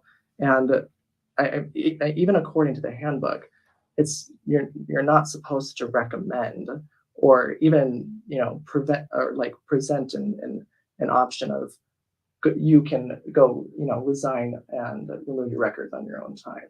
That's something that shouldn't be done. But a bishop should not recommend that. I wasn't recommend that. I asked you what you wanted to do. By giving the option. Okay, here's the conflicting thing is that when you say the outcome of the council would be these 3 things, like membership withdrawal, like you didn't say what that entailed. Formal restrictions. You don't say what those restrictions means. You say, what membership withdrawals means that it's kind of the same thing as you basically remove your record from the church, which does sounds like that, but I don't think that's what it says in the handbook. Sure. Because resigning from the church is very different than being. Can you finish this? Yeah, go for thought? Than being a membership, having like a membership withdrawal, because if we resign, if we want to go take a sacrament, we're welcome to take a sacrament. Versus membership withdrawal, you don't take the sacrament. Am I correct on that? Well, the interesting thing is in both situations, you're essentially considered a non-member in both. So in all honesty, it doesn't matter. It doesn't matter. It does if we want to come back to church. Because of the process in order to becoming a member again.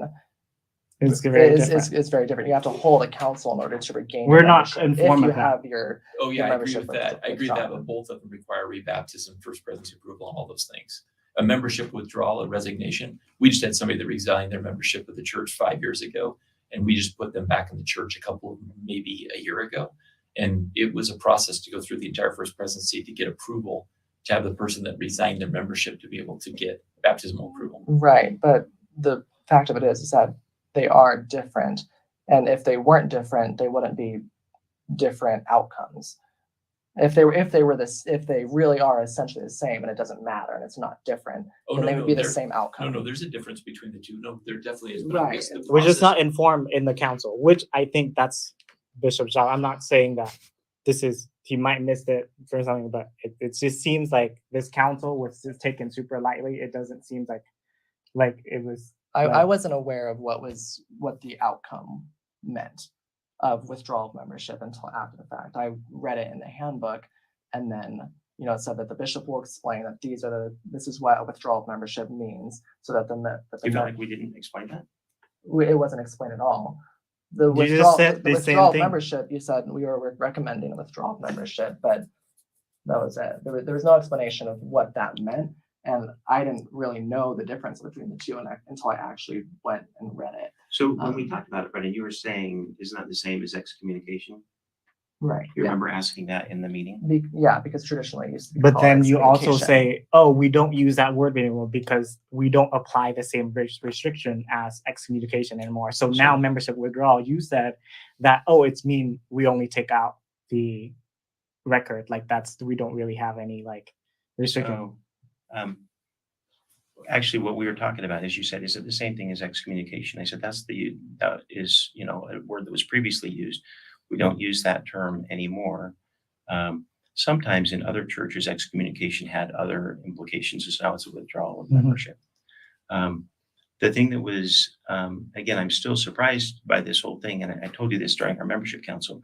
I get this sense of anger towards the church, and it's not just with this. It's so.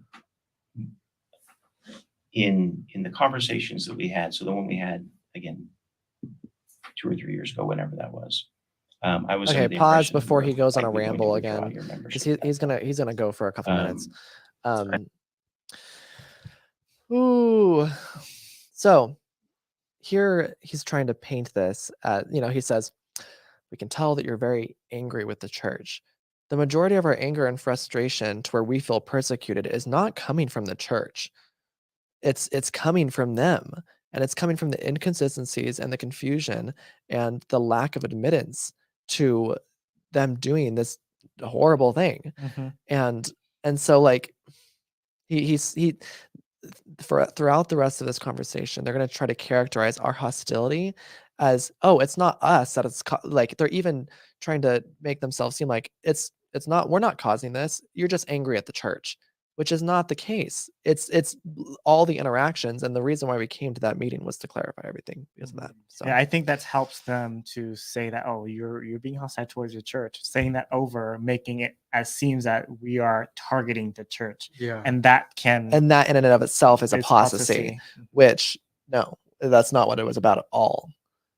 Yeah. So anyway, continue. All right. I heard that you had some comments, and maybe there was nothing on any public forum, that you were opposed to the church and specifically angry about the way people of the LGBTQ community have been treated by the church. When we had our membership council and you read through your letter, you're kind of going after President Oaks, President Nelson, President Kimball.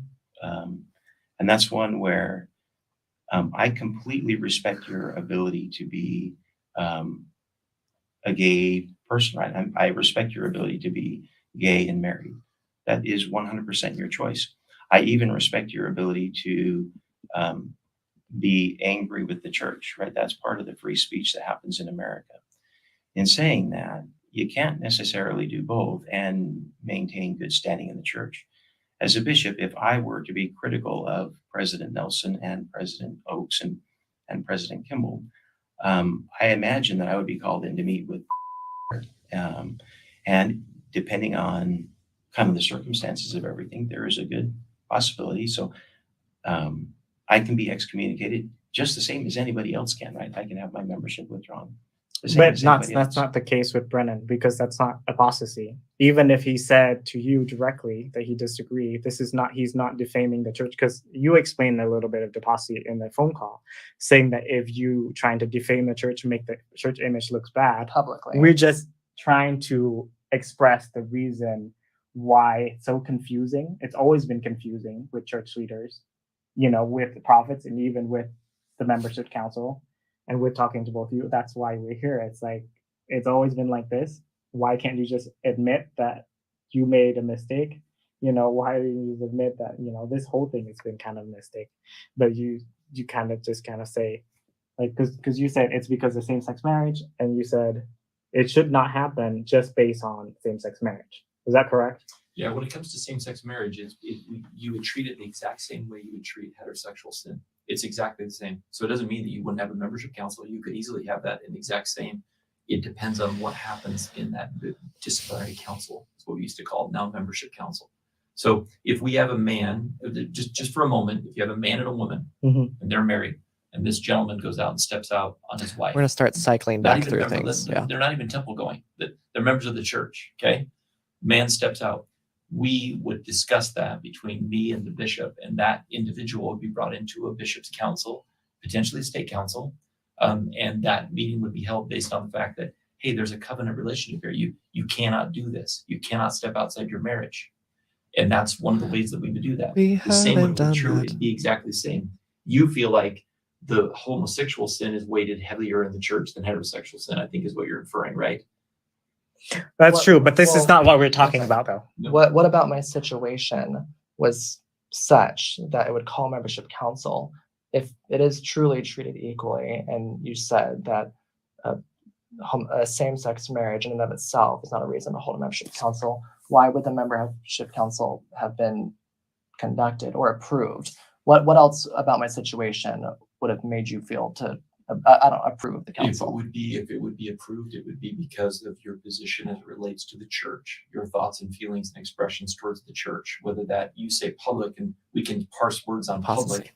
I think that it's very clear in the handbook to say what public apostasy means when it comes to position against the church, because you can privately disagree and you can still pray, but you don't get a membership council. We just express it direct to you as leader of a church. We don't say it like go out in the street and hold signs and tell everyone to leave the church. We're just quietly living our lives, and only because you ask for it, we say what we think. But that has nothing to do with what is stated in the church handbook. And we don't, before this point, there's more of a neutral stance with the church, because Brennan's family is still very active. Is your family active? No, my family is not a member of the church. Okay. So I don't really care, but I'm just feeling, again, living our own life and feeling like all of a sudden get ambushed by these two men with a letter to call to this council. And so I think that kind of brought of might as well go, because they go all the way out of their state boundary to call for us. Might as well, be to stay our mind. Going through all the steps. But this does not constitute apostasy enough, according to my understanding, if you can clarify my understanding, to held a membership to be, deemed as apostate, and then, to be, having a membership withdrawal. Because these are just explaining why we think same-sex marriage should not be a thing to be persecuted. Like that whole letter is why are you persecuting us when the prophet disagreeing on what you should, how you should treat same-sex people? So you would both say that you support the first presidency of the church. I wouldn't say that now. Look, which one? The thing is, which one am I supporting? Because one say this thing and the other say completely opposite thing. So we support something they say for sure, but which one? At which time, by the way? Because some at certain time, this president would say one thing, and at a different time, this president would say a different thing. Or even 10 years later, the same person will say a different thing. So when you say support a person, at what time, at what point in time are we supporting this person? Because I definitely still support some of their saying. I still subscribe to their Instagram and stuff. And sometimes they say amazing things, and then 2 weeks later they say really, really upsetting things. So is the most upsetting things they say all centered on the LGBTQ? A lot, very heavily on LGBT. And I said the majority of them, and that's kind of what I was compiling there, is just a history of kind of the the contradictions that the church has made regarding their teachings of topics of LGBTQ basis. So So if I can recap what I'm hearing, he starts out by saying there's no difference between a heterosexual couple who are having sex outside of marriage and a same-sex couple having sex, even if they're married outside of legitimate heterosexual marriage. They're both equal, and they're both sins, and they're both susceptible to disciplinary councils. And then your response is, yes, but you're not enforcing the law equally. You're basically letting all those people alone, and you're hunting after us. And then so instead of just saying yes, then they're saying, but wait, once we called you to a disciplinary council, you said this, that, or the other thing about your beliefs. And that's why we're holding a disciplinary council. And then your response is, but wait, that's not apostasy. For us, when we're asked to answer your questions in a private meeting about what our beliefs are or aren't. And there's a side note to that, because also then they're saying, but wait, you criticized the Lord's anointed by saying you didn't like what past prophets, seers, and revelators have said. Right. And I'm going to say, I'm calling BS on that one, because that's not what you did. What you did was simply read their awful, horrific statements, show how horrific they were, and show that they contradicted each other, and you never actually weighed in. And then they're going to just now I'm sure he's going to ask some new question that's taking it in a totally different direction. And it's clear that they're hunting for a reason to justify their because decision. they don't want to just flat out say, we came after you because you got same-sex marriage. And is anybody else confused about the way they're justifying this homosexual relationship and heterosexual relationships will be treated the same way? They flat out come out and say, the reason why you are in this council is because of your homosexual relationship. It's like the heterosexuals who cheat on each other, who go outside the bonds of marriage. Yeah, I know, but that's not our situation. So it's infidelity. It's infidelity. I'm they're waiting trying for them. to equate it with them. It's like the alcohol. It's like coffee, tea, drug addiction, infidelity. They're awful bad analogies, right? And I'm just waiting for them to start pushing, saying, okay, Brennan, when was the last time you cheated on your husband? That's the reason, because we know this makes no sense. I know they're trying to bring another topic. It's exactly what shy they're away doing. from it. And treating these two, homosexual relationships and heterosexual relationships, in the same way is not comparing an apple to a Volkswagen. That's what they're doing. They're saying your legal, lawful marriage is just like the heterosexual couple who cheats on each other. Don't you see that? Right. It's worse. You are an idiot for not seeing that, because we see it clearly. Well, it makes no sense. They're using two different ones. They're talking about single heterosexuals having sex, and they're also talking about infidelity. It's because he's interchanging those at different times, exactly. Right? And I think, let's be honest, the churches, these two particular leaders, for example, are not understanding that or not willing to acknowledge that your marriage is legal. They're doing everything in their power to prove to you and to themselves that your marriage is invalid. What was it, Perry or Packer or one of them that said counterfeit marriage? That's what you have.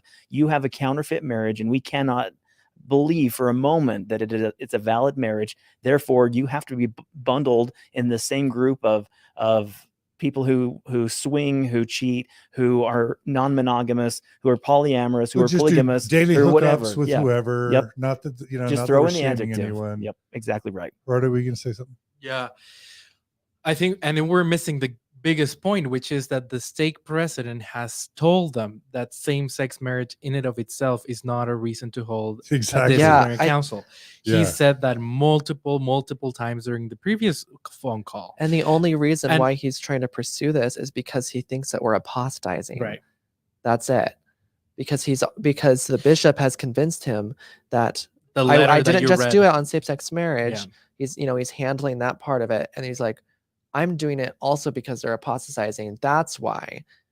And so like it's fitting his narrative still. Because you asked him, and probably we played it in the recording. You asked him, didn't you say that same-sex marriage in and of itself is not a reason to hold a disciplinary council? And he says, yes. And he says, so why would be the reason for us to be called? And he's like, well, it would be because of your feelings and The your things you thoughts said. and the things Yeah. you've said about the church. Mhm. But that's and then it goes back to what you were saying, Right, like which he's that's talking not the about reason. apostasy, yeah. That's not the reason why I was called. Exactly. They're just trying to juggle in their mind like what is making sense. Yeah. And then just Any reason that they can feel justified in doing this. Yeah.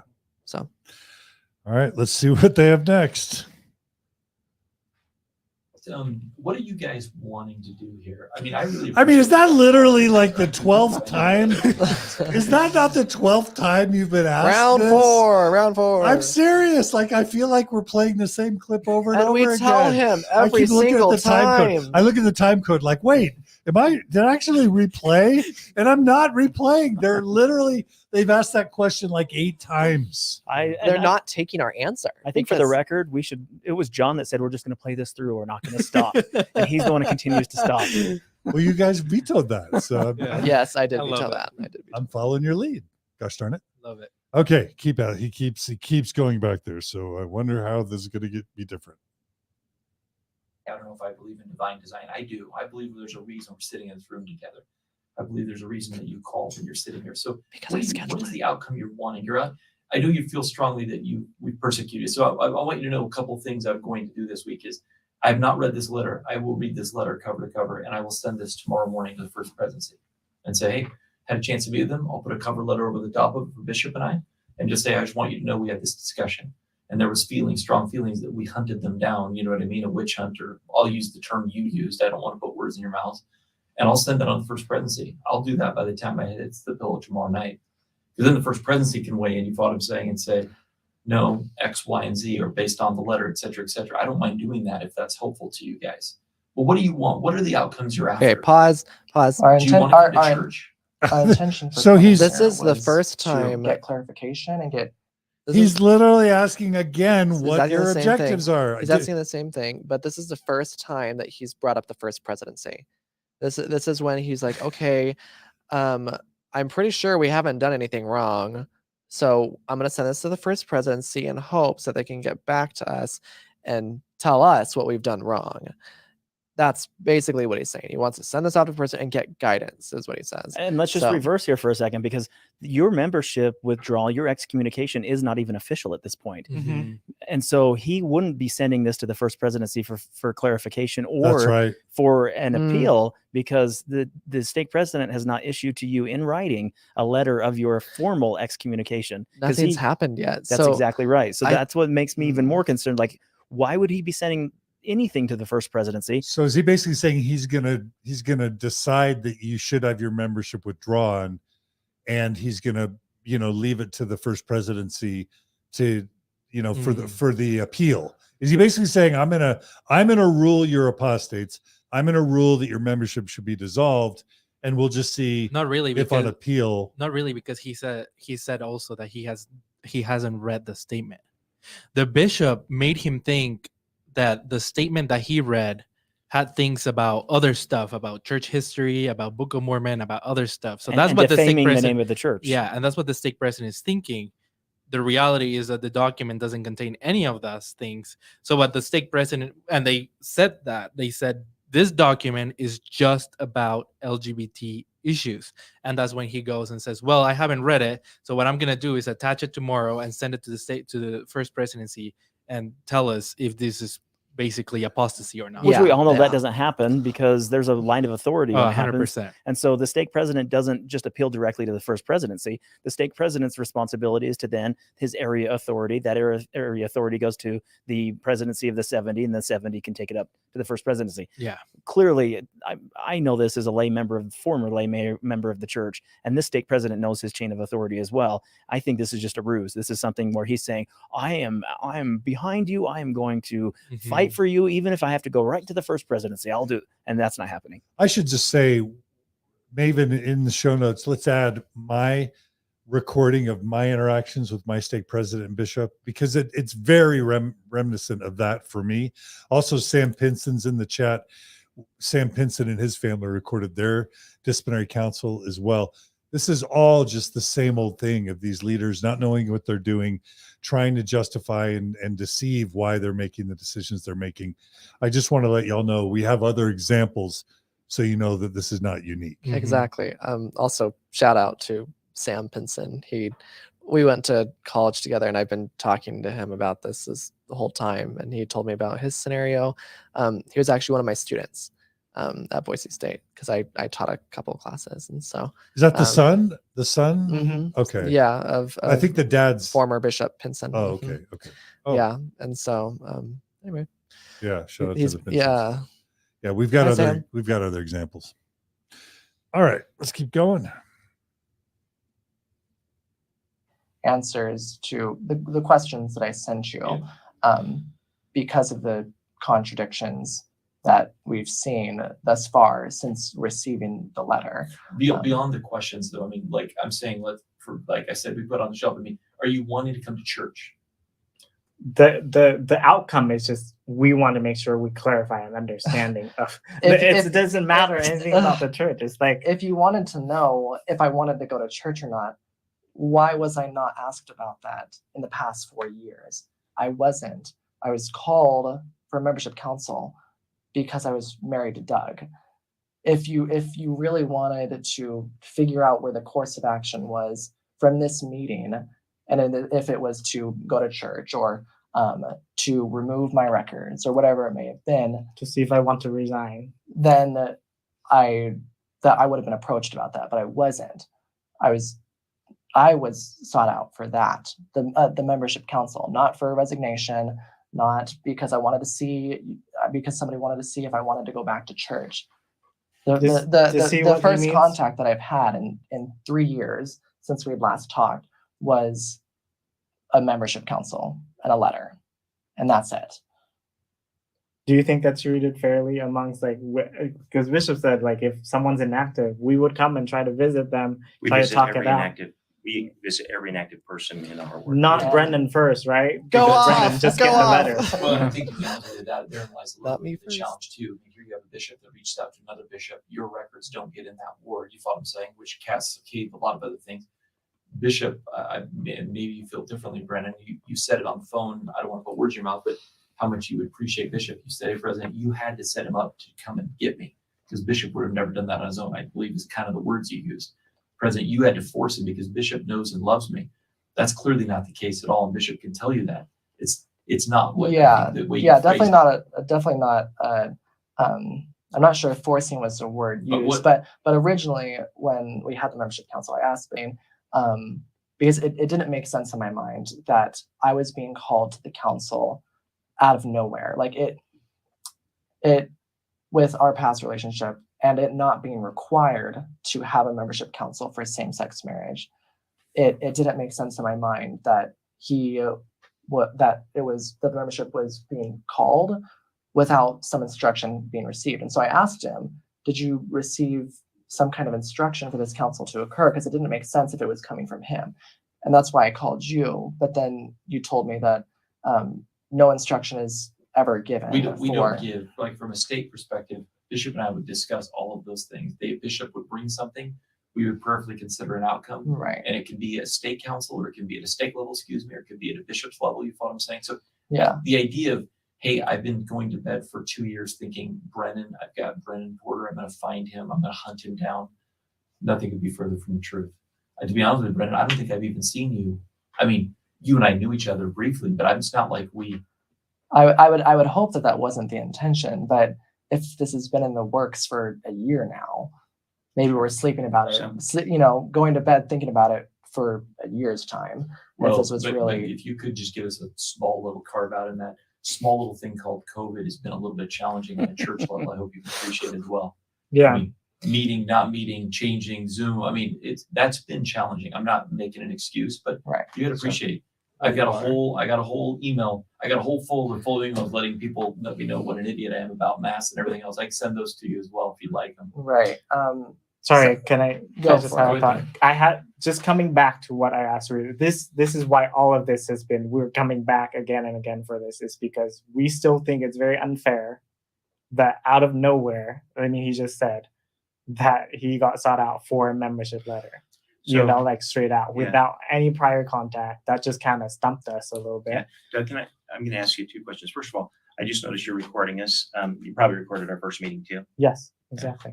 Even after we had the conversation about recording. No, I recorded the council because that's why I want, because when we keep thinking back, like this doesn't make sense. Sure. That's So- that's a little bit disappointing, honestly. Oh, but, pause. I mean, and honestly, in fairness to us, I think you would say, hey, we're recording. That's okay, though. I have no problems with that. Whatever, in your the mark. first place. All right, so that's busted. They found out. Bum, bum, you all bum. were, We've been uh, recording it. how'd they see? Okay, so the bishop sit like next to Brennan and Brennan sits next to me, and I was recording Apple on my Watch. Apple Watch. And so when I turn my wrist, it like turns on sometimes, and so like it sees that It saw the being- red. Is like a so little it red re- button. yeah. You the know, red recording. the with the square, the red square, it's like, oh, currently, you know, going. But then I'm like, yeah, I'm recording, like I'm owning up to it, like, but that's like you didn't even miss a beat. I was so proud of you. It's Um, legal and it's your right, uh-huh. and it's for self-protection, and they should have nothing to hide. The reason Mhm. it's saying that they're disappointed in you, like why? If they're on the Lord's Exactly. errand, what do they have to be ashamed of and and disappointed about? and I was thinking this the whole time. That they really think after everything that we've been through, after all the conversations, and after like all the gaslighting and hurtful things that have been done, that we are going to care what they think. Yeah. That we're going to care that they're disappointed, or like, man, this is just so sad that you would do that. They really think in their right mind that we are caring about their feelings about what we're doing, because we're just trying to protect ourselves. Well, and So it's- ultimately, this now becomes a protection of them, their character, their good name, and all the things on their own. So now they're going to fold like a lawn chair. They're not going to want to interact or engage because they could now be held accountable. And, Right. Mhm. and we Now they know can't- they're being recorded. We can't be held accountable. I mean, what if people found out about what we're talking about Mhm. behind these closed doors? What could come of it? Mhm. And that really is a tell for why they're not just owning up to excommunicating you for being same-sex married. Correct. Yeah. That, I mean, because they're worried about the image, Mhm. and the disappointment in your recording is just more evidence that they just don't want the truth to be out there. But They raise don't your want to hand admit if the you're truth. surprised. Is anyone Yeah, here in this no. room surprised? Anyone on the chat surprised that the church is worried about their image over the actual person? or the truth, or allegiance to the truth. Right? I'm not seeing any hands raised. Yeah. Chat. No, still not there either. All right. So now let's see how they engage you after they're disappointed with you. The second Personal thing is, feelings, maybe. Say that again, Brennan. Huh? What'd you say? I said, whatever your personal feelings may be, recording in the state of Idaho, it's a one-party state where sure, it's legal. It's Oh just, no, nobody said it was illegal. I didn't say it was illegal. right. I don't know why you just wanted, but I just had the experience many times where I feel gaslighted in these meetings. And a lot of the times you don't Because sometimes you put realize in the that- hot seat and you feel like, oh, I'm receiving so much care, but in fact, it's just like, oh, the thinking again, that does not make sense. Yeah. You know? so, I told you that I don't really deal in hearsay, right? So if I hear something, I will confirm it. When I heard that you were engaged in same gender, attraction to same gender relationships, that's when we met. And that was, again, I don't remember how many years ago, but when we first talked, I bring you in and you tell me yourself. That's 3 years ago. That's not same-sex marriage, though. I understand that. Right. What I'm telling you though, is then later when I heard that you were in a same-sex marriage and you'd said some comments, and again, I don't check those comments that were very pro same-sex marriage, and that you were against the church in some of these. I bring you in, and what do you do? The first letter Wait you a do- minute. Go Foul, on, foul. So now What it's did you say? So What- now he is First just, of all, he doesn't even remember what he looked at. But second of all, he's claiming that you criticized the church. apostatizing. Publicly. He is making Publicly. shit. He's just making up. making shit up. Like he just made shit up. And it's the whole basis for the claim of apostasy. It's not Mhm. trivial. Right. It's like, were you publicly teaching false doctrine or criticizing the brethren or not? It's not like, well, you said some stuff I don't remember, but when you didn't no ever say anything. screenshots, no proof, which is necessary for a membership council on apostasy to occur. You need everything. You need the proof for it. Don't they But there's usually nothing. print the actual stuff? Oh, they've all usually got a big file. The Strengthening the Church Member Committee sends the bishop or stake president a big old file with like printouts of all the church spies throughout the church who are spying on members to see what they post on social media. They print that out, they put it in their folder, they send it to the bishop, and the bishop has the evidence right there. The fact that they didn't have that there and that he couldn't even remember what he had read, but that's supposed to be the basis of the grounds for apostasy. And for holding this membership council, Proves- everything Proves that they started with same-sex marriage as the only reason. Yeah, and they keep saying, because the bishop is like, I don't remember what you said, but I remember it's being like very pro same-sex marriage, and it was very against the church. Yeah. I'm just wondering if this bishop and stake president forgot about Elder Christofferson's monumental discussion with Peggy Fletcher Stack concerning the gay marriages. We have, and this is direct verbatim from an apostle of the church. We have individual members in the church with a variety of different opinions, beliefs, and positions on these issues and others. In our view, it doesn't really become a problem unless someone is out attacking the church and its leaders, and that it's deliberate and it's persistent and is trying to get others to follow them, trying to draw others away, trying to pull people, if you will, out of the church or away from its doctrines and teachings. Didn't you just basically say we're married? We're married. I mean, isn't The that post- what you did? the post was we're married. That's it. You just said Nothing we're about married. the church. Nothing about the church. Yep. I mean, there's pictures of us holding hands. That was, I mean, It was too promoting. It was too promoting of. If posting about being married to your same-sex partner equals apostasy, then we need to have a whole nother discussion. It doesn't, because again, in the same interview, an LDS apostle, Elder Christofferson, reaffirmed Mormons, and this is when we could use the word before Satan started counting victories. Mormons who support gay marriage are not in danger of losing their temple privileges or church membership. Yeah. Yeah. Interesting. Yeah. So they just completely He made it up. made that up. That's Totally. bad. That's Yeah. super bad. and Because we're gonna catch him on it right now. again, it's because it's the grounds. So for, how many for strikes do you apostasy. need? Like bishops that were not contacted, stake presidents that were not contacted, making up stuff about public opposition against the church, I promise you, if Maury Povich was here, these men were not the father. saying that his statement that he read during the council was about apostatizing Mischaracterization. and mischaracterizing Yeah. leaders of the church. Like, Yeah. how many lies does this bishop is gonna tell? Yeah. Lying for the Lord. Yeah. It's bad. Okay. Let's hear it. Go ahead and read the letter. I don't think it's very supportive of the church's stance by any stretch of the imagination. I don't think as you were reading that to us in our first council, there wasn't any question in my mind by the end of it that you don't really believe the church is inspired. Doesn't sound like you have any interest in being a member of the church. I was actually surprised that it was upsetting to you at all. Or as far as sending the letter, I know that's not the personal way to do it. In having the conversation of I'm engaged in a same-sex marriage, I'm opposed to the church's teachings about it, then there's always the possibility in that conversation that someone's membership can be called into question. And if there's any possibility of that, you have to do things by the book. And by the book is, I know it's informal. I'm sorry that it's informal. I would much rather just have a conversation with you too. I have to send a letter, and it's supposed to be sent with two people that hand deliver it, or you send it by certified mail. All of those things are directly out of the handbook. I know Right, you guys have been reading it. And so I know it's impersonal. I'm sorry that it's impersonal. Again, that's one that, I wish it weren't that way in saying that. That's kind of the way that it is. If there's any possibility that someone's membership can be called into question.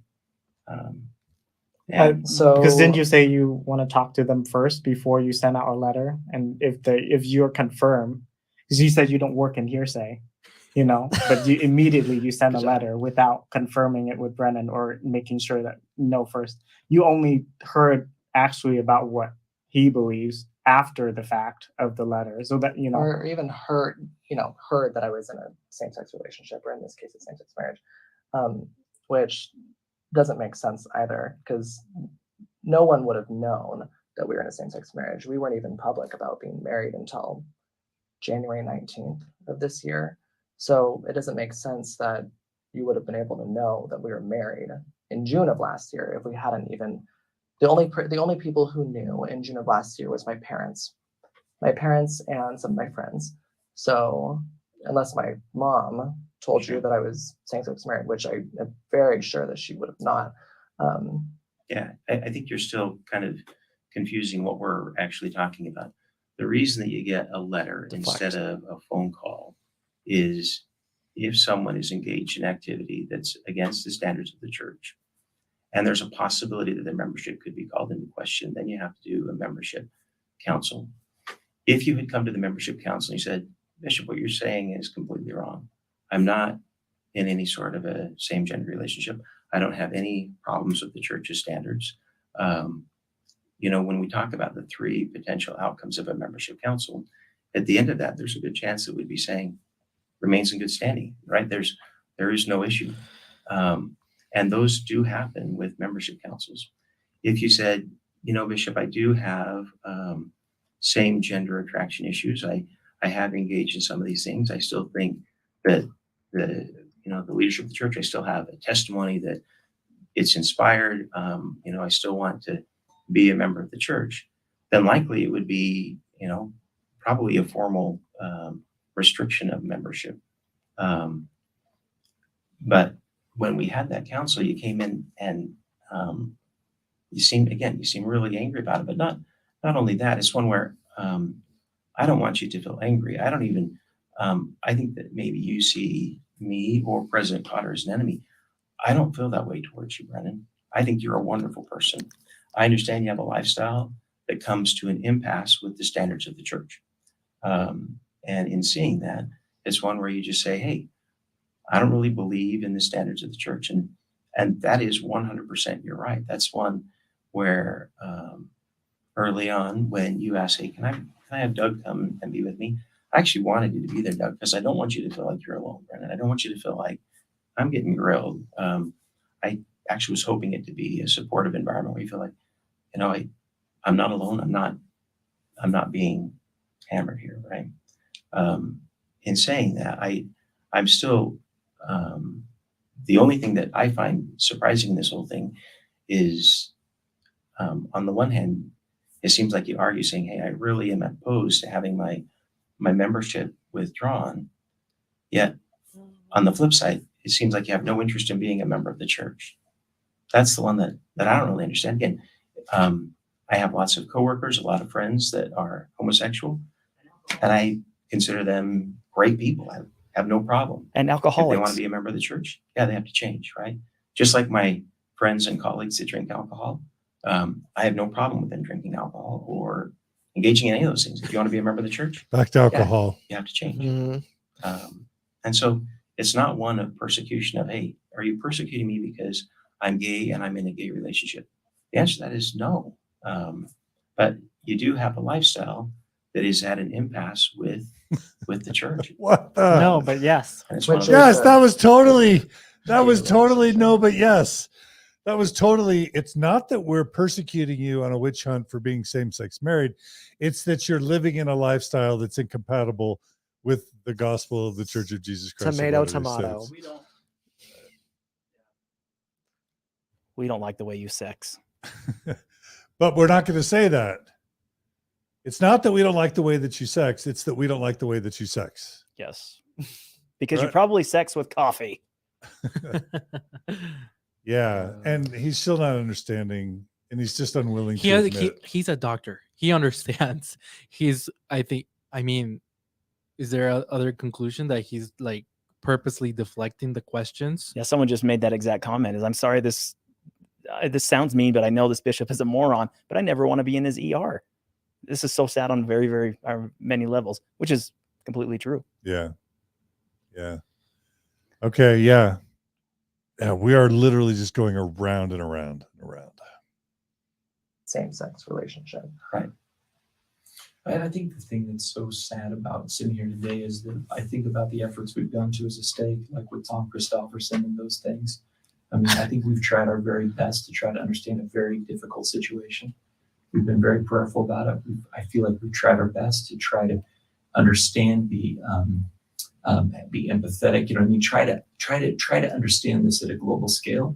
I think Tom's a wonderful human being. Tom's been fantastic. He's been a great resource. I mean, you're not the only ones that are in the circumstance. You follow what I'm saying? So we do want to be understanding. We do want to be empathetic. But so Tom Christofferson is a dear friend of mine. I love the guy. He's been really good to me and my family. Do you have any, like, is he basically saying we had Tom Christofferson here for a fireside, so our stake checked the box of being LGBT, doing our best to love LGBT people? Like, or are there other things Tom did with his stake that he's referring to? They did have a fireside. There was a fireside. I was there. Yeah, we were there. So a fireside.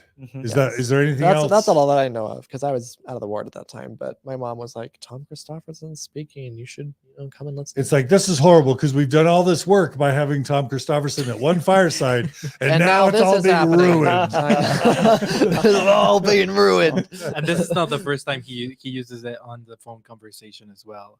The Tom Christofferson card. Because Tom's brother is an apostle. He brings this up, just so you know. Like, we have this connection. This is back to our earlier conversation about having a gay friend, or a black friend. Because I know someone. Tom Christofferson's the gay friend. That's exactly it. That's a token gay. It's like, not that I the church's gay friend. He's saying we're sad we're excommunicating you because we had Tom Christofferson for a fireside. And so this is just a tragedy. I know. It's all come to this. It's all gone to nothing. It's come to this. Sorry, Tom. I know. I apologize too on behalf of Tom.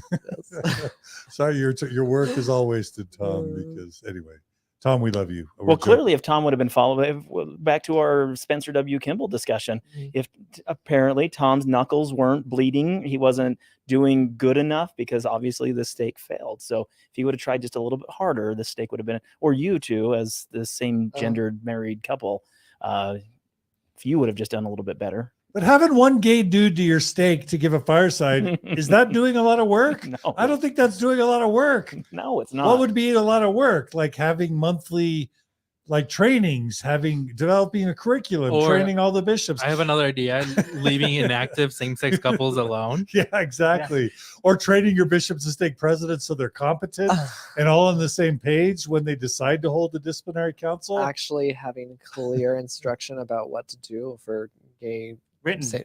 Written.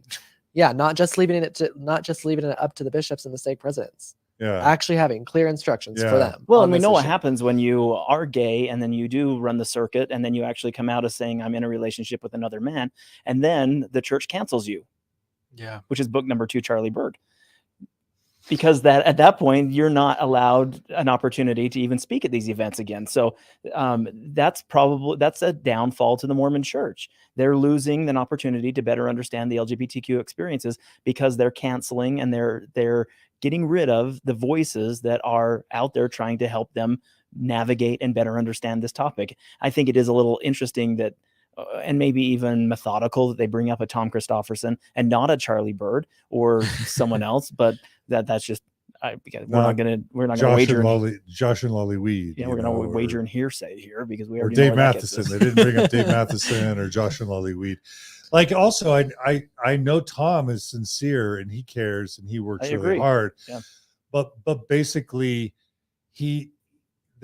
they're using him like a checkbox. Yeah. Mm-hmm. It's like, oh, we've done our work. We had Tom for the fireside. Yeah. We did our work.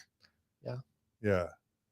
Yeah. And that's an insult to Tom and to the work. Sorry, Tom. All right, let's keep going. I just feel bad. I feel bad that this has caused such a problem and such a concern in your lives. I have no problem taking this to the First Presidency. It'll be very easy for me. And I don't know, Bishop brought up a good point. When you came to the membership council, keep in mind, I've not read this yet. So when I read this, does this type of letter, you follow what I'm saying, end up factoring into a decision that's made by a bishopric? You follow what I'm saying? So I need to read this to understand what the position is, because what Bishop is saying is exactly right. Depending on what is discussed, that can have an outcome that can affect the outcome of that discussion for sure. There's no question. And again, I'm glad the he letter has nothing to do with anything. I think It Because does not there's play nothing into in the the letter. decision. There's nothing in the letter that would constitute apostasy. Apostasy is, we've said this already 10 times now, open opposition, repeated open opposition to the church publicly.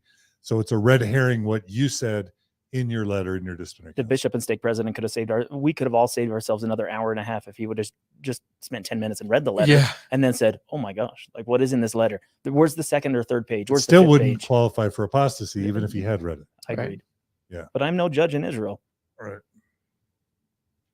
with the outcome, Oh, sorry. we Sorry. kind of came home and talking, and He's- he's fine with like, He said he was going to read it at the beginning when you handed him the letter. He said, He said, I'm going to read it as we're going along. As we're going along. For some reason, once you started explaining what it was in there, he decided to not read it and rather just He was Wait. turning pages over and he was looking through, and yeah, so He had no time he to- was skimming it.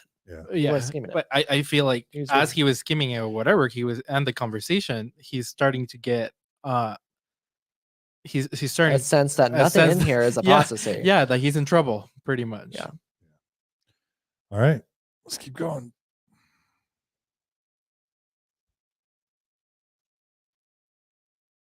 the fact that it's being withdrawn, it's just coming back to how it started in the first place. This is where I keep going back to this, but we still feel discredited. We still like our feelings weren't felt. We just want to feel like you should admit that this come out of nowhere, that this is, like, we just want to be living our life. Because according to what you said, right, if you're living not according to the church standard, there should be a membership question in place. Is that correct? So anytime we do anything, and this includes me also, right? If I do something that is not in harmony with the church, with the standards of the church, then there is a process. I confess it and I forsake it.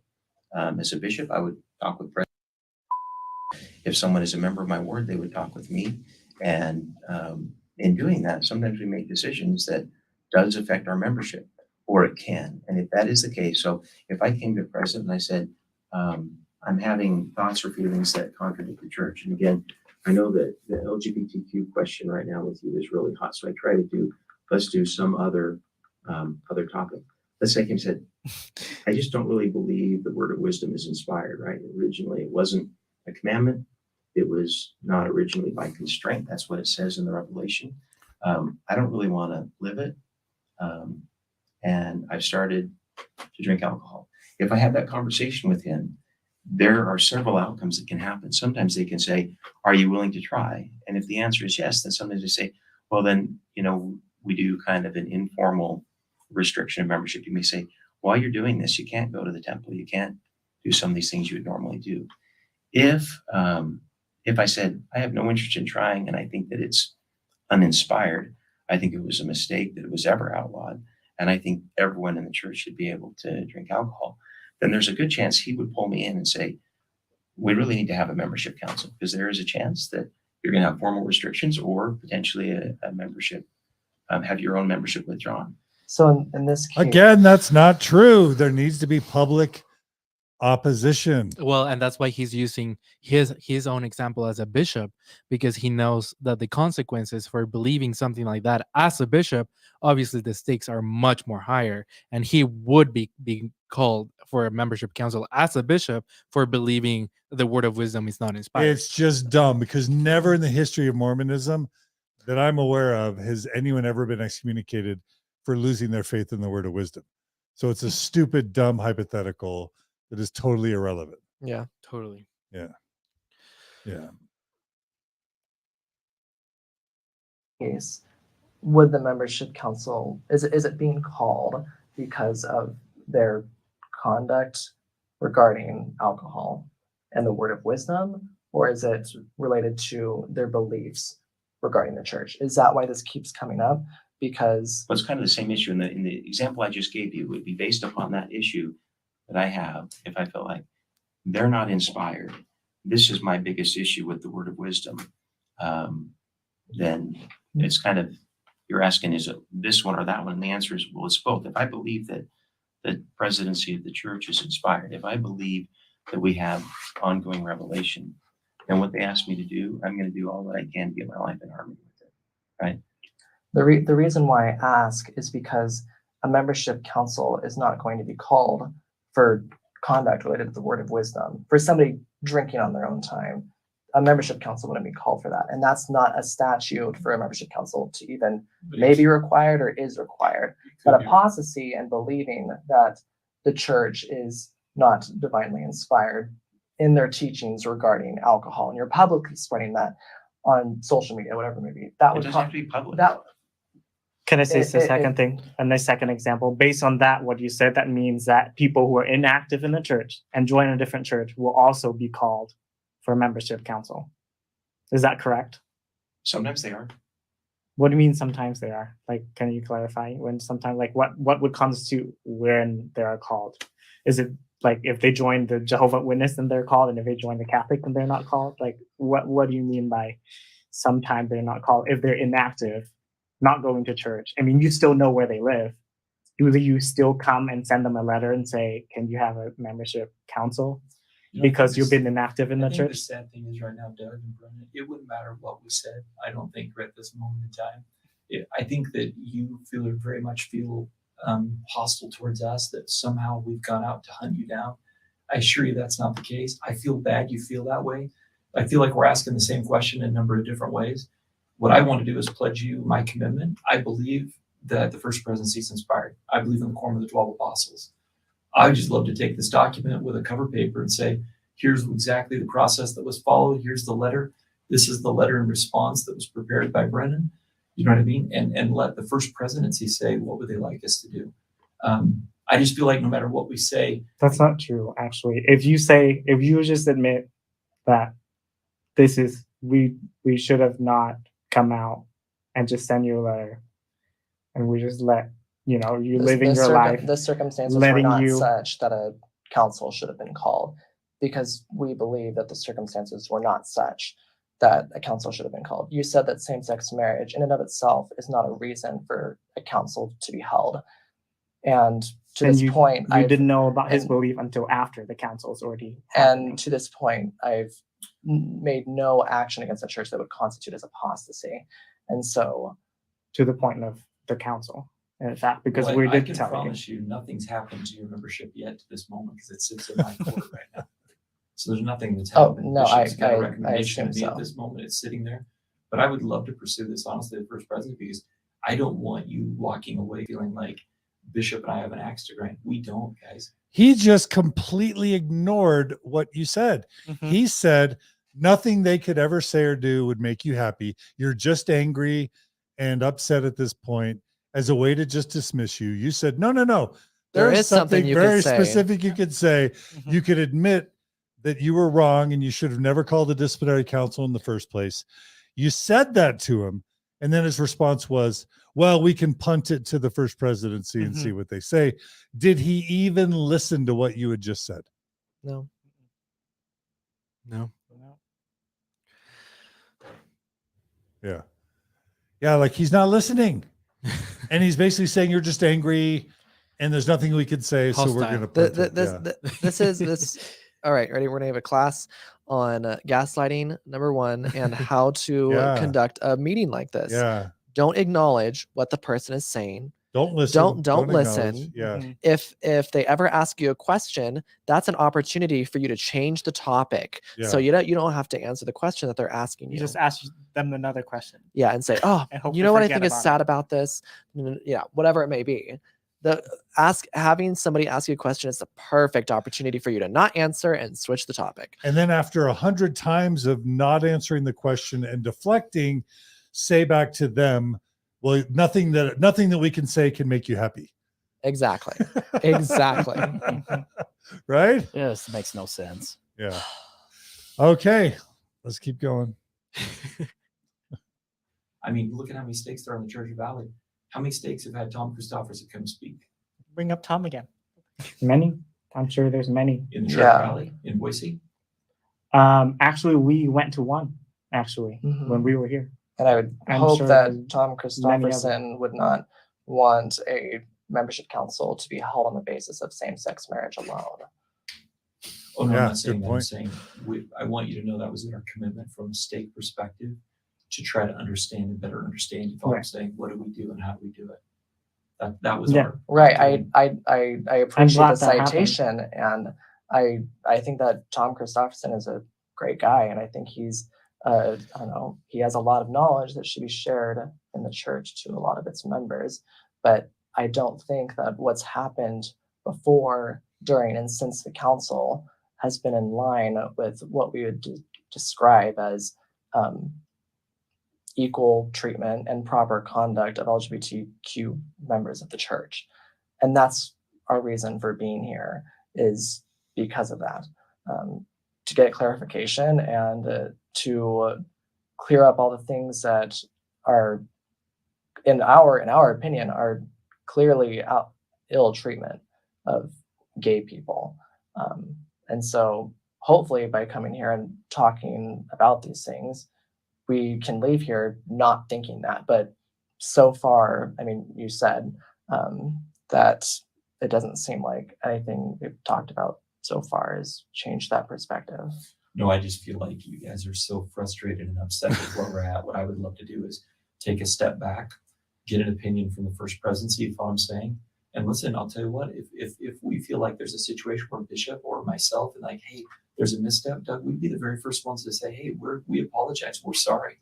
We're not out here trying to split hairs, guys. I believe very deeply in the Savior. I do. If I could live in the Holy Land, I'd live there, man. I just came back a few weeks ago. Every time I go, I feel like I learn more, I appreciate more. I love the gospel, man. I do. I'm all in. I love the gospel. And I love the fact that when I turn my life towards the Savior, and I do my very best to do what the Savior's taught me to do, I find that there's many areas of my life that change. I mean, I go to sacrament meeting every Sunday so I can try to get incrementally better week by week, make mistakes, have a setback, those are the goals of going back to church over and over and over. I believe deeply in it. I do. I love the gospel. At one point in time, you guys felt the He's same way, not right? talking to us anymore. He's talking to whoever's listening to The this, recording. to the First Presidency, to make sure that That's true. that they know Stake That's President true. is a good guy and he's a believing LDS good Mormon priesthood holder. One of my favorite moments was when he's like, Tom Christopherson, and you're like, oh, well, Tom Christopherson would hate what you guys are doing. Yeah, I hope then he's Tom like, Christopherson oh, wouldn't know that this is going on. He's like, change subject. But I've been to the Holy Land. I came back He's last like, I week. love Jesus. I've been to the Holy Land. I'm so rich, I get to go to the Holy Land. Yeah. And Larry Gelwick's invited me on a cruise. I went that one time. oh man. Yeah, and that's a good point. They know they're being recorded by this point, so they're just they're grandstanding to You can tell he's mentioned it 3-4 times now. Yeah. That okay, we're gonna send this to the First Presidency. This is his Trying to end closing. it. He's trying to he finish it. and to he is giving you an stop answer. talking. He's saying we don't think we've done anything wrong. Yeah, that's basically it. And he's like, okay, we don't need to talk anymore because we've not done anything wrong. So for the moment, it looks like we're not going to get anywhere. Let's send it to the First Presidency. Yeah. That's his answer. All right. Yeah, definitely. Yeah. That's the part when I was asking, like, from an outcome perspective, you know what I mean? Like, Oh, no. is your goal to come Please. back and to go to church? Is your goal to be able to go to sacrament? That's why I was asking those questions. That was what I was getting at. If you really want to know, personally, I don't know about Brennan. Personally, I just want to go back to my neutral, because right now I'm having hostile feeling towards church and church leader. Because like I said, before this whole council was being brought up, before this letter, I was perfectly fine, neutral. I'm not going to speak out against the church. I'm not going to share something about like, oh, this is stupid. This And hurt now my we have feelings, every so you guys reason should leave to. the church too. I'm never going to share that to anyone. I don't think Brennan ever said that, by the way. But like that, I just want to be neutral because like I still think the church is, but because you said no matter what you said, I'm going to be hostile. That's not true. If you just admit what you do, which is kind of unfair, then I'm happy to like, okay, like at least now I just want. Oh, I'd be the first to do it. I promise you. So I'm glad you said that. Yeah, the dichotomy here is that it doesn't seem like in either of his opinions that there has been any intention or action made towards us that would constitute as ill treatment or hostile towards us. So, go ahead, Bishop. Yeah. No. One thing I would say, again, Brennan and Doug, both of you, when we talk about membership councils, the reason it was changed, at least this is my interpretation, the reason the name of that was changed from a disciplinary hearing to a church council is I don't disciplinary know why he brought this hearing. up. Yeah, it's like means he there's just gonna be opened up the discipline, handbook right? and he's like, okay, let's With just the start church reading it to council, distract from the topic It's at very hand. possible at the end of that, you end up saying, hey, there's no grounds for this, right? You remain in good standing. The whole thing is just as if it never happened. The whole idea there is specifically to find out That's what we where said. someone sits. There's no grounds for this. It's unnecessary. In saying that, if President Cotter were to send me a letter and say, hey, we need to have a church council, my first thought would be there must have been some misunderstanding. I'd come and say, what's going on? And if there's something I've done that's wrong that I need to change,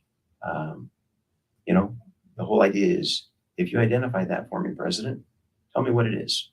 What do you think I need to do? And if it's something that, again, that I feel so strong about, no, I'm absolutely not going to change this, and it comes to a loggerhead, then maybe my membership gets withdrawn, or I get placed on, a formal a formal restriction. But the whole concept of a church council, I think, again, the thing that you feel so attacked about, Brennan, is just prior to you guys, I don't know, showing up with a letter. And that's one that it sounds like that really upset you. If that upset you, I'm sorry. That's one that is mandated by the handbook. If there's any chance that your membership can be called into question, you have to do it this specific way, either certified mail or 2 people deliver it. As far as that being in an impersonal way, I'll be the first one to apologize that that's the way that you were contacted. Yeah, it wasn't the only thing that was, I don't know, that I guess started the fire of the frustration. It was the beginning of it, but as we came to the council and I had conversations with both of you, there were different things being said.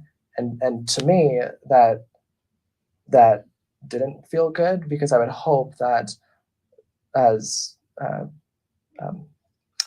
people, priesthood holders and called to the church, there would be consistency in the things said. And so that was, another reason for frustration and for the clarification that we're seeking here. It wasn't just the letter. That was just the beginning of it. And the rest of the stuff that we've been talking about I feel like is evidence that wasn't the only thing. If that was the only thing, that'd be the only thing that we're talking about. But there are other things that have attributed to that frustration other than just the delivering of the letter. So Yeah, delivering a letter is contacting his mom for the address. It's the just conflicting opinion. It's the not consent or like uninformed with not checking in, making it seem like it was about my beliefs regarding the church, or that I've been speaking out against the church when I haven't.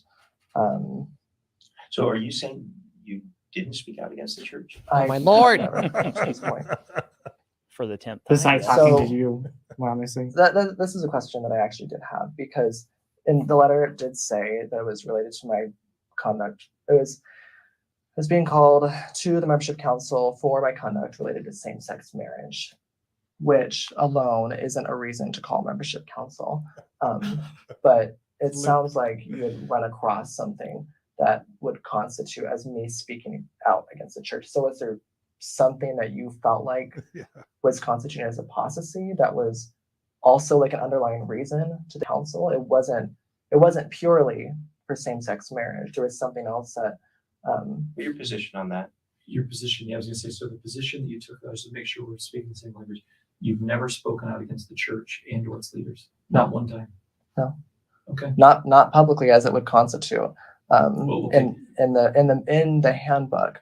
Because if I'm expressing this to my husband, Just is that the two of you. But is that outside of the two speaking of it you, out? you've never spoken to anyone. To some of our friends, so close friends, but we nothing like, oh, this church, but this is what apostasy should be like, which should constitute as a discipline needed to happen in a membership council. It's like repeatedly acting in clear and deliberate public opposition to the church, its doctrine, its policy, or its leader, right? We don't do that. Deliberate public. We talk, these are closed door conversations. I'm not going out of my way to speak out against the church. Only because people ask. Social media accounts. No, you will never find any social media that talks about church. Even, I mean, if you saying that we just got married as against church and its leader, then, I don't know. Maybe that's what you mean. If that's the basis, and that's because that's all we've been sharing. You both attended BYU, correct? I attended BYU. Okay, and when you were attending BYU, you kept the honor code the whole time. What the? Yeah, I mean, but except I obviously dated him, but I didn't share anything online ever. The first thing I shared until after you graduated to get married. Even the first thing I shared on social media about being gay or being married was January of this year, and it's only because I just say, "Hey, guys, I'm married.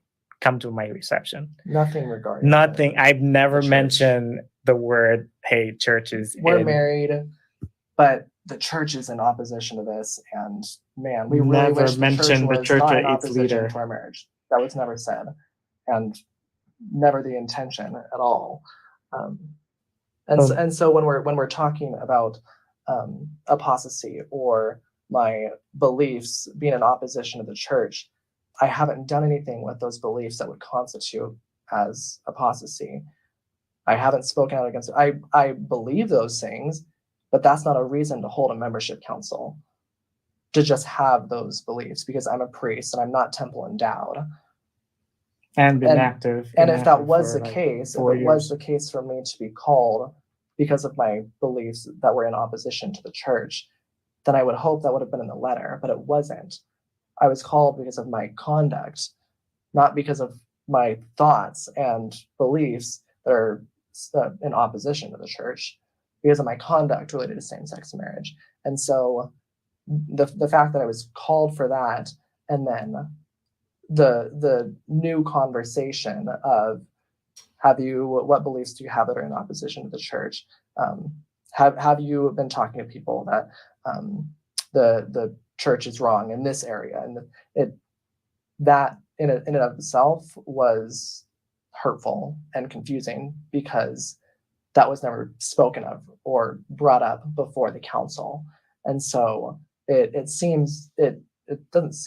misleading if we're going to call a council on the basis of my conduct, but then bring up all these other things about that I wasn't called for. Well, conduct is a very wide word too. I mean, maybe we could. I don't know what he's trying to get. Yeah, he's going to put everything on this word conduct. That it's conduct as your opinions, but I just want to make sure we're saying the same thing, and you're Right. recording it, Doug. So you've never spoken out against the church. Never once on social media. Time you were BYU. Except for dating him, but that's it. We should do your membership council at the same time. Yeah. Since we're But this is his membership council. But and to answer your question, right. Good. No, Correct. I'm just trying to understand. So neither one of you have ever taken an adverse position to the church publicly. No, never publicly. Only in closed door conversation. Even those we would Okay, never you be can like, pause, this you is can probably pause. the most Okay. detailed. all we of ever this outlined. repeated questioning is him verifying that the bishop's story lying. is lying. Is he's making Great sure, point. he's making absolutely sure that what the bishop told him was not true by asking us directly. Because up to this point, he was still thinking that we were apostatizing as a same-sex couple, Mhm. but we were not. And so he honestly, in between both of them, I feel bad for the stake president more, because he's also been gaslighted and been kept in the dark about this. And so this entire conversation, he's been trying to figure it out. And the reason why we keep going in these loops is because he's not getting it yet. And so finally, towards the end, I think he finally gets it, that there was no apostasy ever. And I think he realized that when he was reading the letter during the entire conversation too. He realized there's nothing here. That's something that I'm realizing just right now. Like, he's reading the document he has in front of him, and he is realizing he can't point to anything there There's no that apostasy. he can say, oh, here, there's like, let's talk about this. Nothing. So And they're has back to nothing. square one. But and it's fishing because it's like, okay, did you ever at any time ever say anything to anyone? What about BYU? What about the honor code? Did you keep the honor code?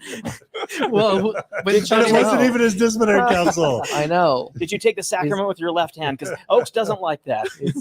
He's covering all of his bases because he wants to make sure I'm that what he was surprised told was a lie. I'm surprised you didn't say, did you look at porn once or masturbate once when you were 14? You know what I mean? Like, Yeah. Well, yeah. maybe next He would have if it wasn't recorded. He's super stretching. Yeah. But I think it's like Brennan has a good point. It's out of his desperation of like realizing in real time that there's no basis for them being there. Yeah. Yep. This is his way of verifying. It's like a Hail Mary pass. Yeah. He's trying. I think he honestly was trying to come clean about it. I think he was trying to have good intentions in doing it. So well, he's got 5 minutes. He's got 5 minutes left. He's got 5 minutes left to come clean or to figure it out. So let's see if he can do it.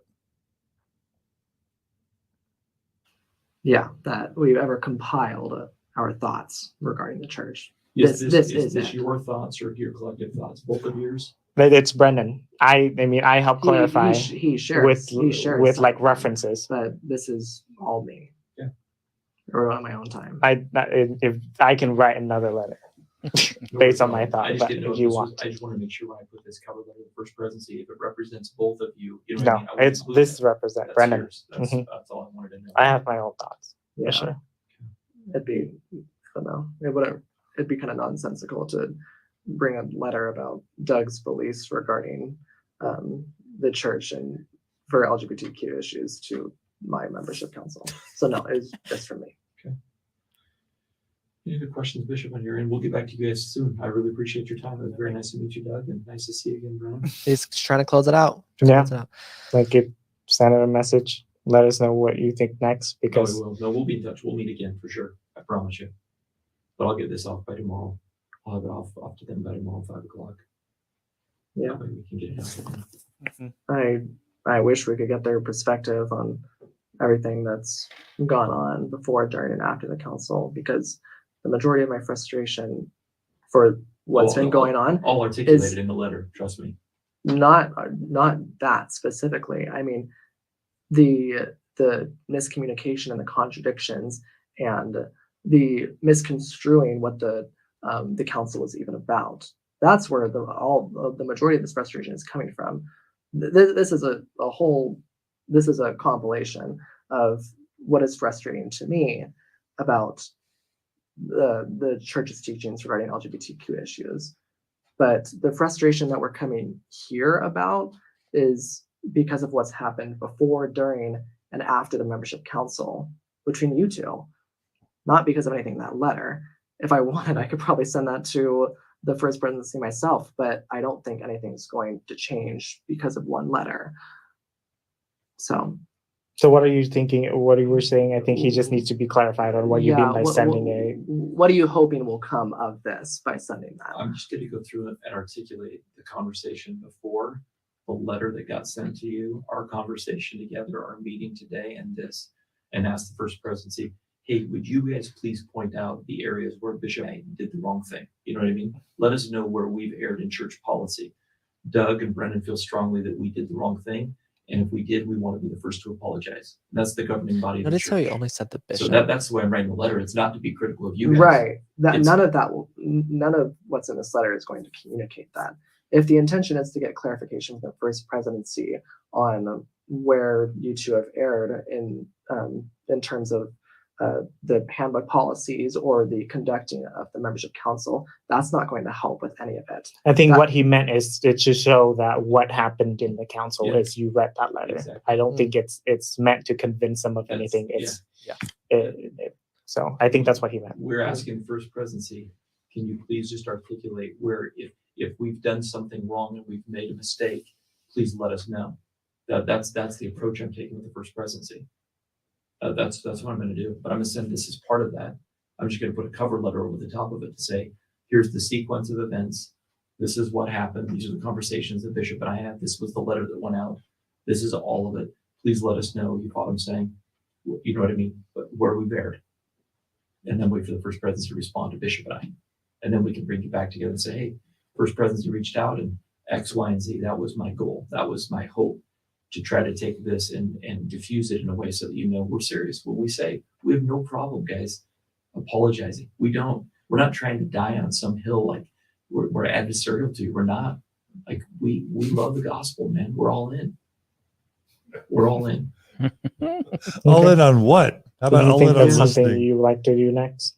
Absolutely. I think it's I'm one thing not that would give opposed you to peace it. of mind. Yeah, like I said, peace of mind. Yeah. That's what we want. We just want to live our happy life. I just wonder if he wants dream some. situation would be to go back in time and, wish none of this ever happened. But I think there's a reason for everything, honestly. So there's a reason we're here. I really believe that, guys. Maybe it's not, we're not here by the way that we wanted to get here potentially, but I'm really glad. It was great to see you again, Brennan. I mean, I'm trying to think how many years it's been since I've seen you. It's been a while. It's not been a year. yeah, well, I think I stopped going to church right after I graduated high school. So it would have been, what, 4 years? All right, then we get into conversations. They're all in on everything but actually listening.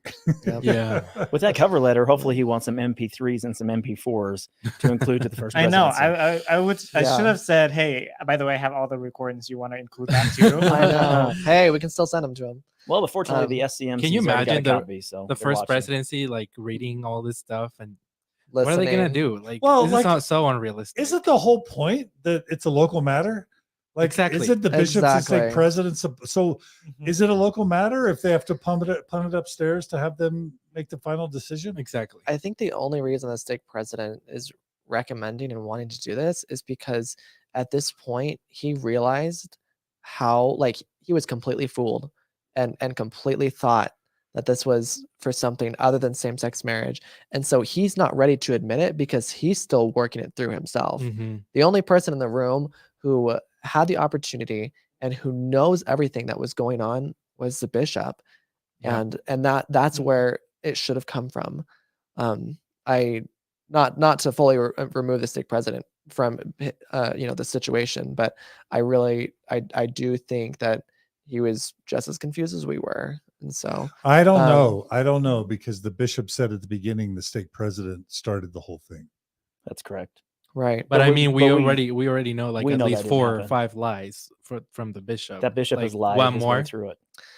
Yeah. So I'm not convinced the stake president knew about it. Yeah, Yeah. me either. but right now what we're left at is this, he's said he's going to the end part that was cut off. He says he's going to send this off and then that we will get back together very soon is what he said. Yeah. I He's also know the way the yeah. church works, and this letter's not going. Yeah. This letter's going to be forwarded back to the area authority, who'll then send it down to the 70 to the area authority, back to the stake president. And you'll never see what see the it. response was. When Yeah. when I appealed, Mhm. they wouldn't even let me have or read the letter that was the response to the appeal. Mhm. They just told me, we got a letter, your appeal's been denied. I'm like, can I have a copy of the letter? They're like, no. But it Yeah. still doesn't answer the question as to the status of your current membership. I mean, we know the stake president at this point has not excommunicated you, Right. but yet he makes it so ambiguous in the discussion where he's saying we need to see whether or not we erred, and the First Presidency will tell us where we erred.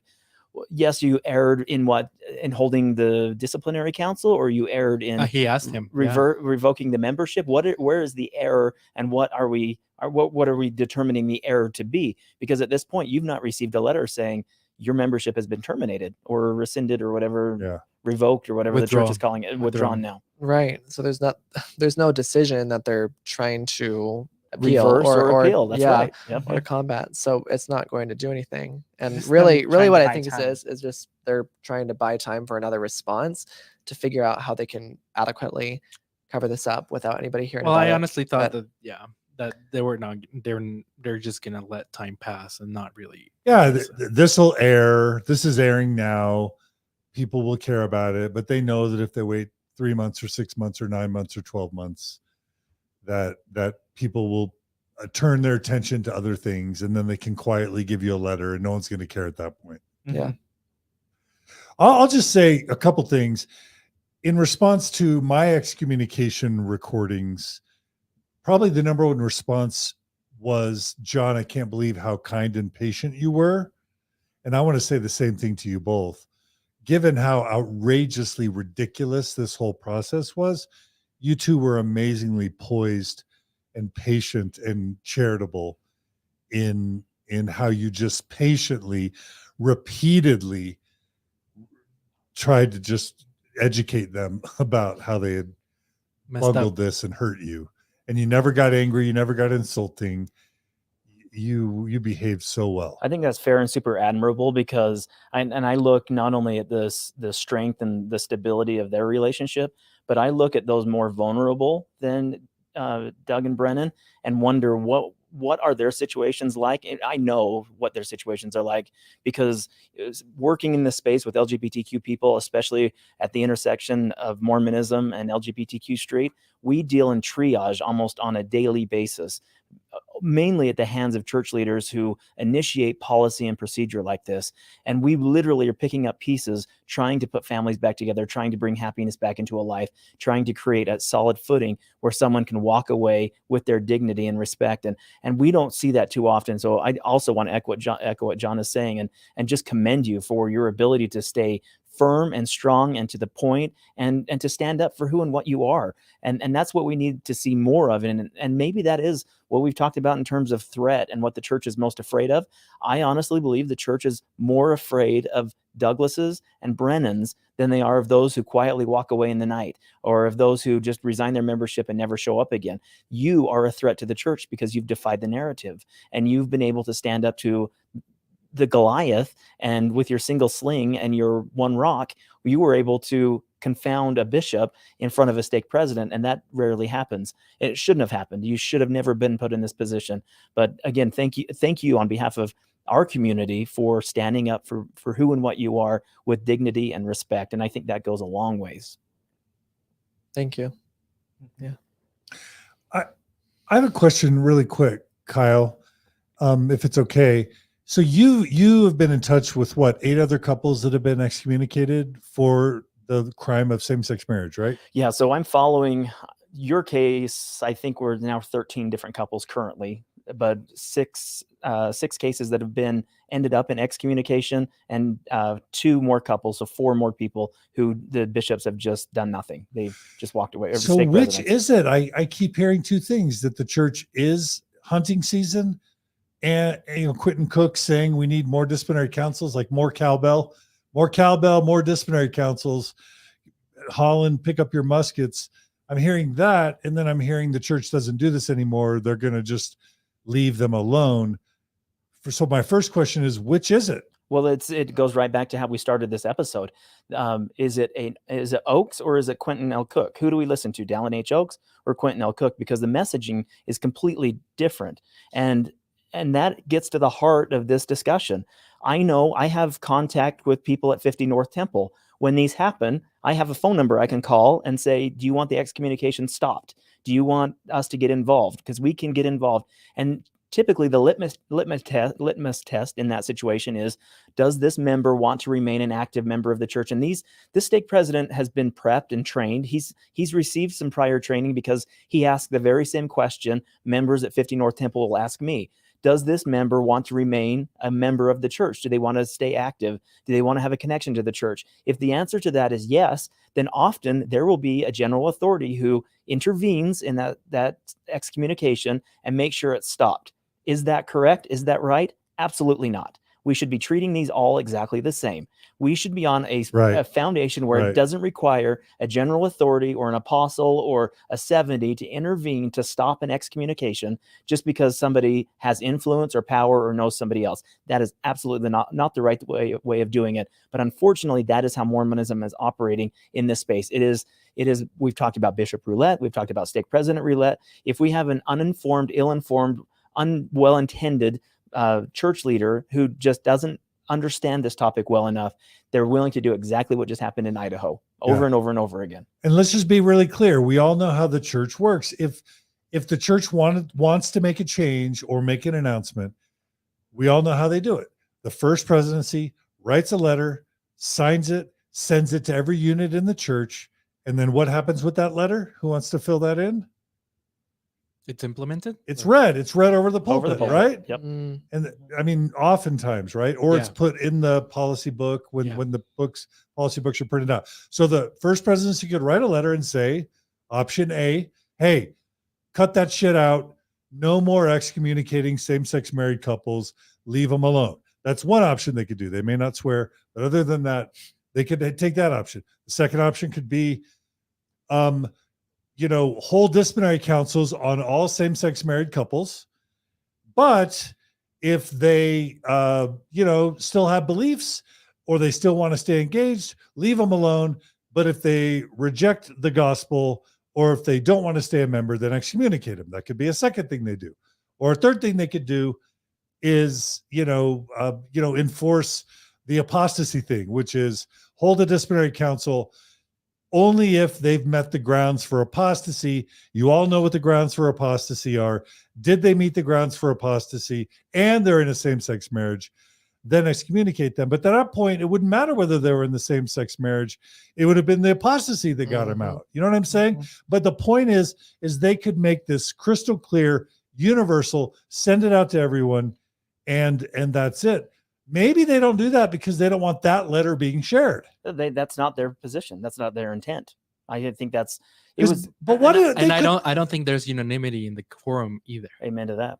Yeah, I mean, So it's there's clear not from my unanimity letter. enough on between Oaks and other apostles into how they're supposed to handle the situation, and that's why they haven't come up with something like Which that. is why I think it falls back to legacy. You have 50 years in Oaks's legacy of just bludgeoning the LGBTQ community. And in order for him to turn away from that, that would mean that his last 50 years of pushing this rhetoric was all for naught. Yeah. And I don't think he's willing to do that. It seems like, Quentin L. Cook and Todd Christofferson, they're all on the side of not holding disciplinary councils for same-sex marriages, but it doesn't seem like every apostle is on that same page. And it's similar to when we served missions. We had a senior companion and a junior companion, and the problem with that same hierarchy exists in the quorum of the 12 apostles. You have 6 apostles that are senior apostles and 6 that are junior apostles.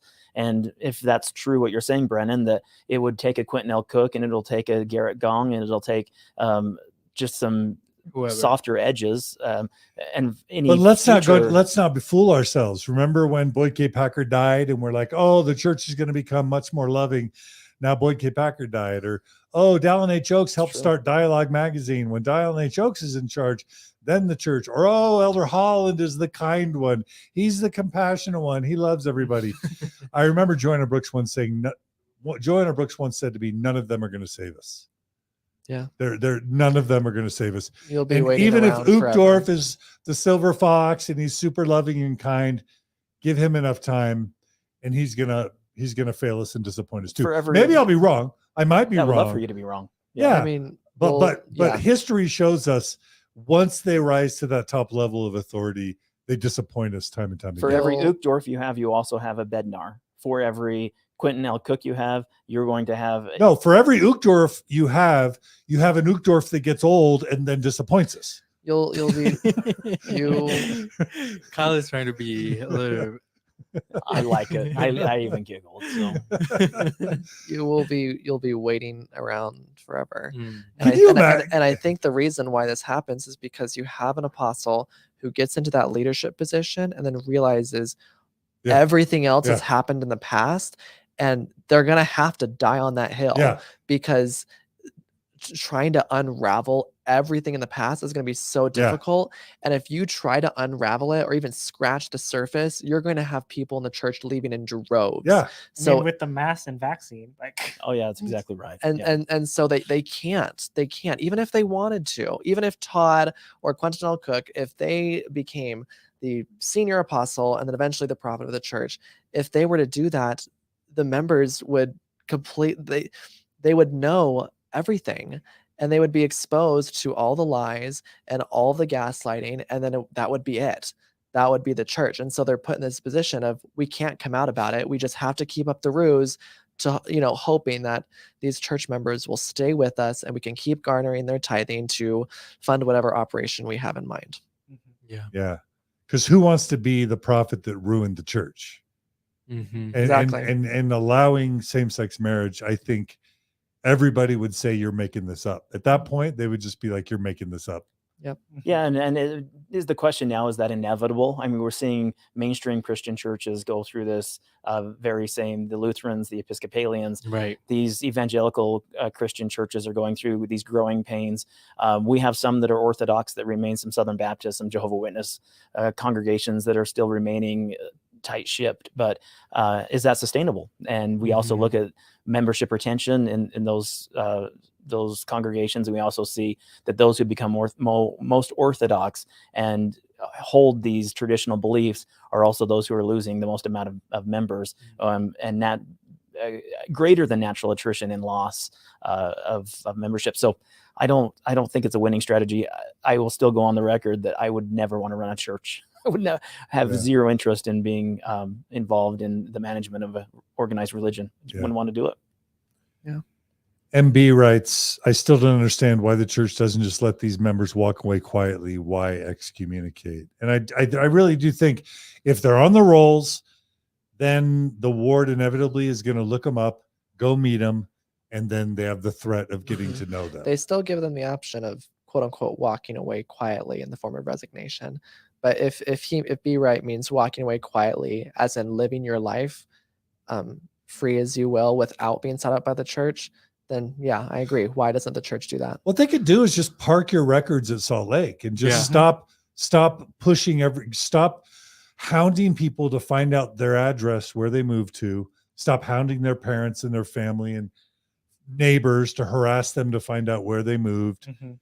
Let the record just get sent. You know, if I want you to know where I'm moving, I'll freaking give you my address. If I don't give you my address, it's Nunya. And freaking send the record to Salt Lake and just keep them all there in your little computer in Salt Lake.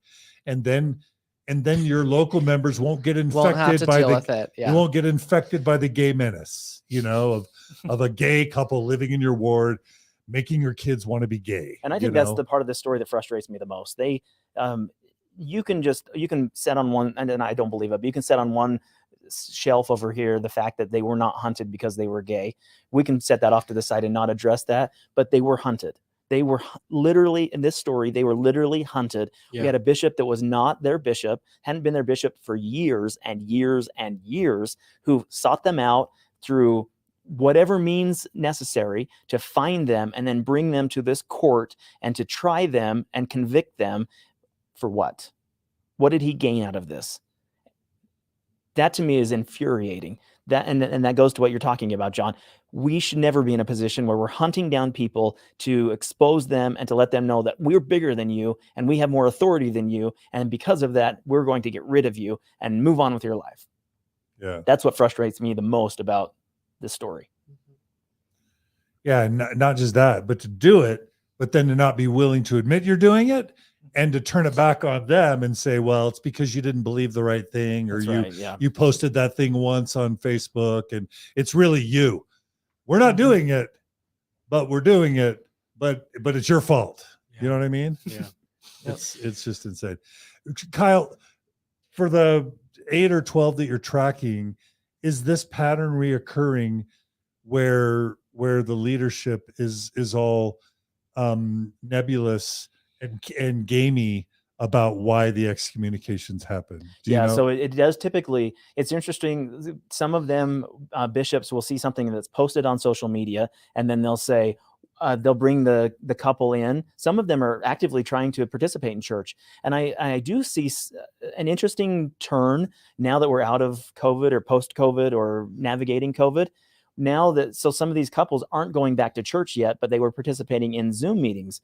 And so that is going to be a new bellwether. We need to see what cowbell is ringing at that point, because are now bishops looking at this saying, well, they attended during Zoom. Now they're not attending in person, but they were married still in both situations. Here's the thing though, Dusty Johns, that's another episode we should put in the show notes.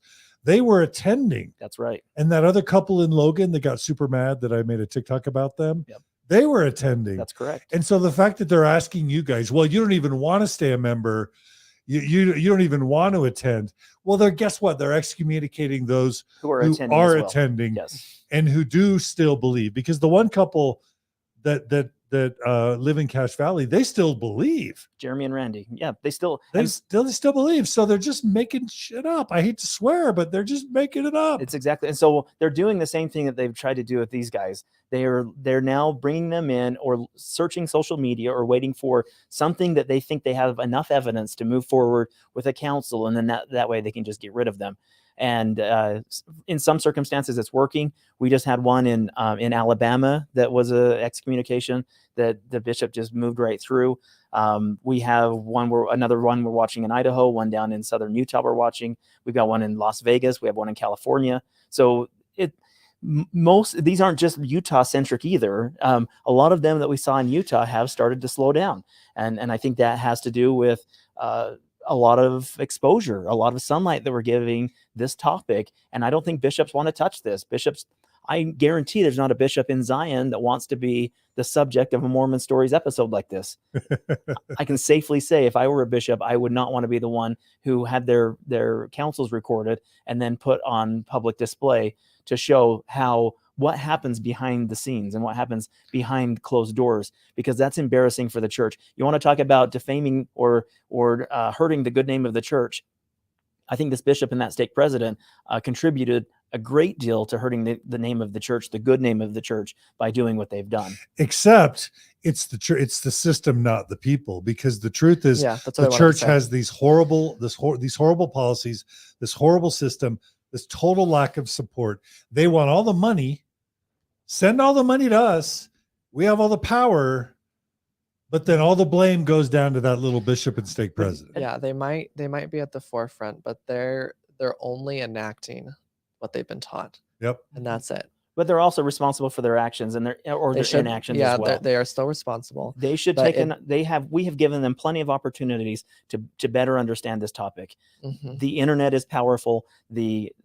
I have hundreds of podcast episodes of written stories available. John's got dozens and dozens and dozens and dozens of stories that also match. We can blame systems, and I'm all on board for the systems versus people, but we also have a personal responsibility to better understand the people around us. And if these leaders aren't doing it, what will it take for them to get there? Yeah. Well, one thing that would help would be media coverage, because this is an outrageous example, and the Trib won't cover these types of things. The Deseret News certainly won't cover these types of things. The news media is bored. They're like, yawn, oh, the Mormon Church is bigoted. Another one? Yeah. Not a news story. And even the Trib won't cover it. So we have no support from the news media. Yeah. Which is weird. Yeah. And the Deseret News is going to agree this doesn't exist. Do you agree, Kyle, that this one was like a very a case that was kind of out there, that's very dissimilar to the ones you've been looking at, like someone that's, we've talked about it a million times, unendowed. Yeah, this is a super unique case. But I also have some that some people who are very active on social media, who are social media influencers, who are not touched. And I think the reasoning behind that is the church 100% does, and I think Gerardo's exactly it. Yeah. And you're not alone. There are some who are these social media Instagram stars that have quite a following, and the church does not want that painted the wrong way, so they completely avoid it altogether. And so the logical question would be: if this is the process that the church goes through in handling same-sex relationships, then why aren't they attacking the social media stars? Why aren't they attacking those with influence? And this is why it got problematic for people in Idaho, because Dusty was a radio DJ. He was listened to by tens of thousands, if not hundreds of thousands of people on a daily basis in his career.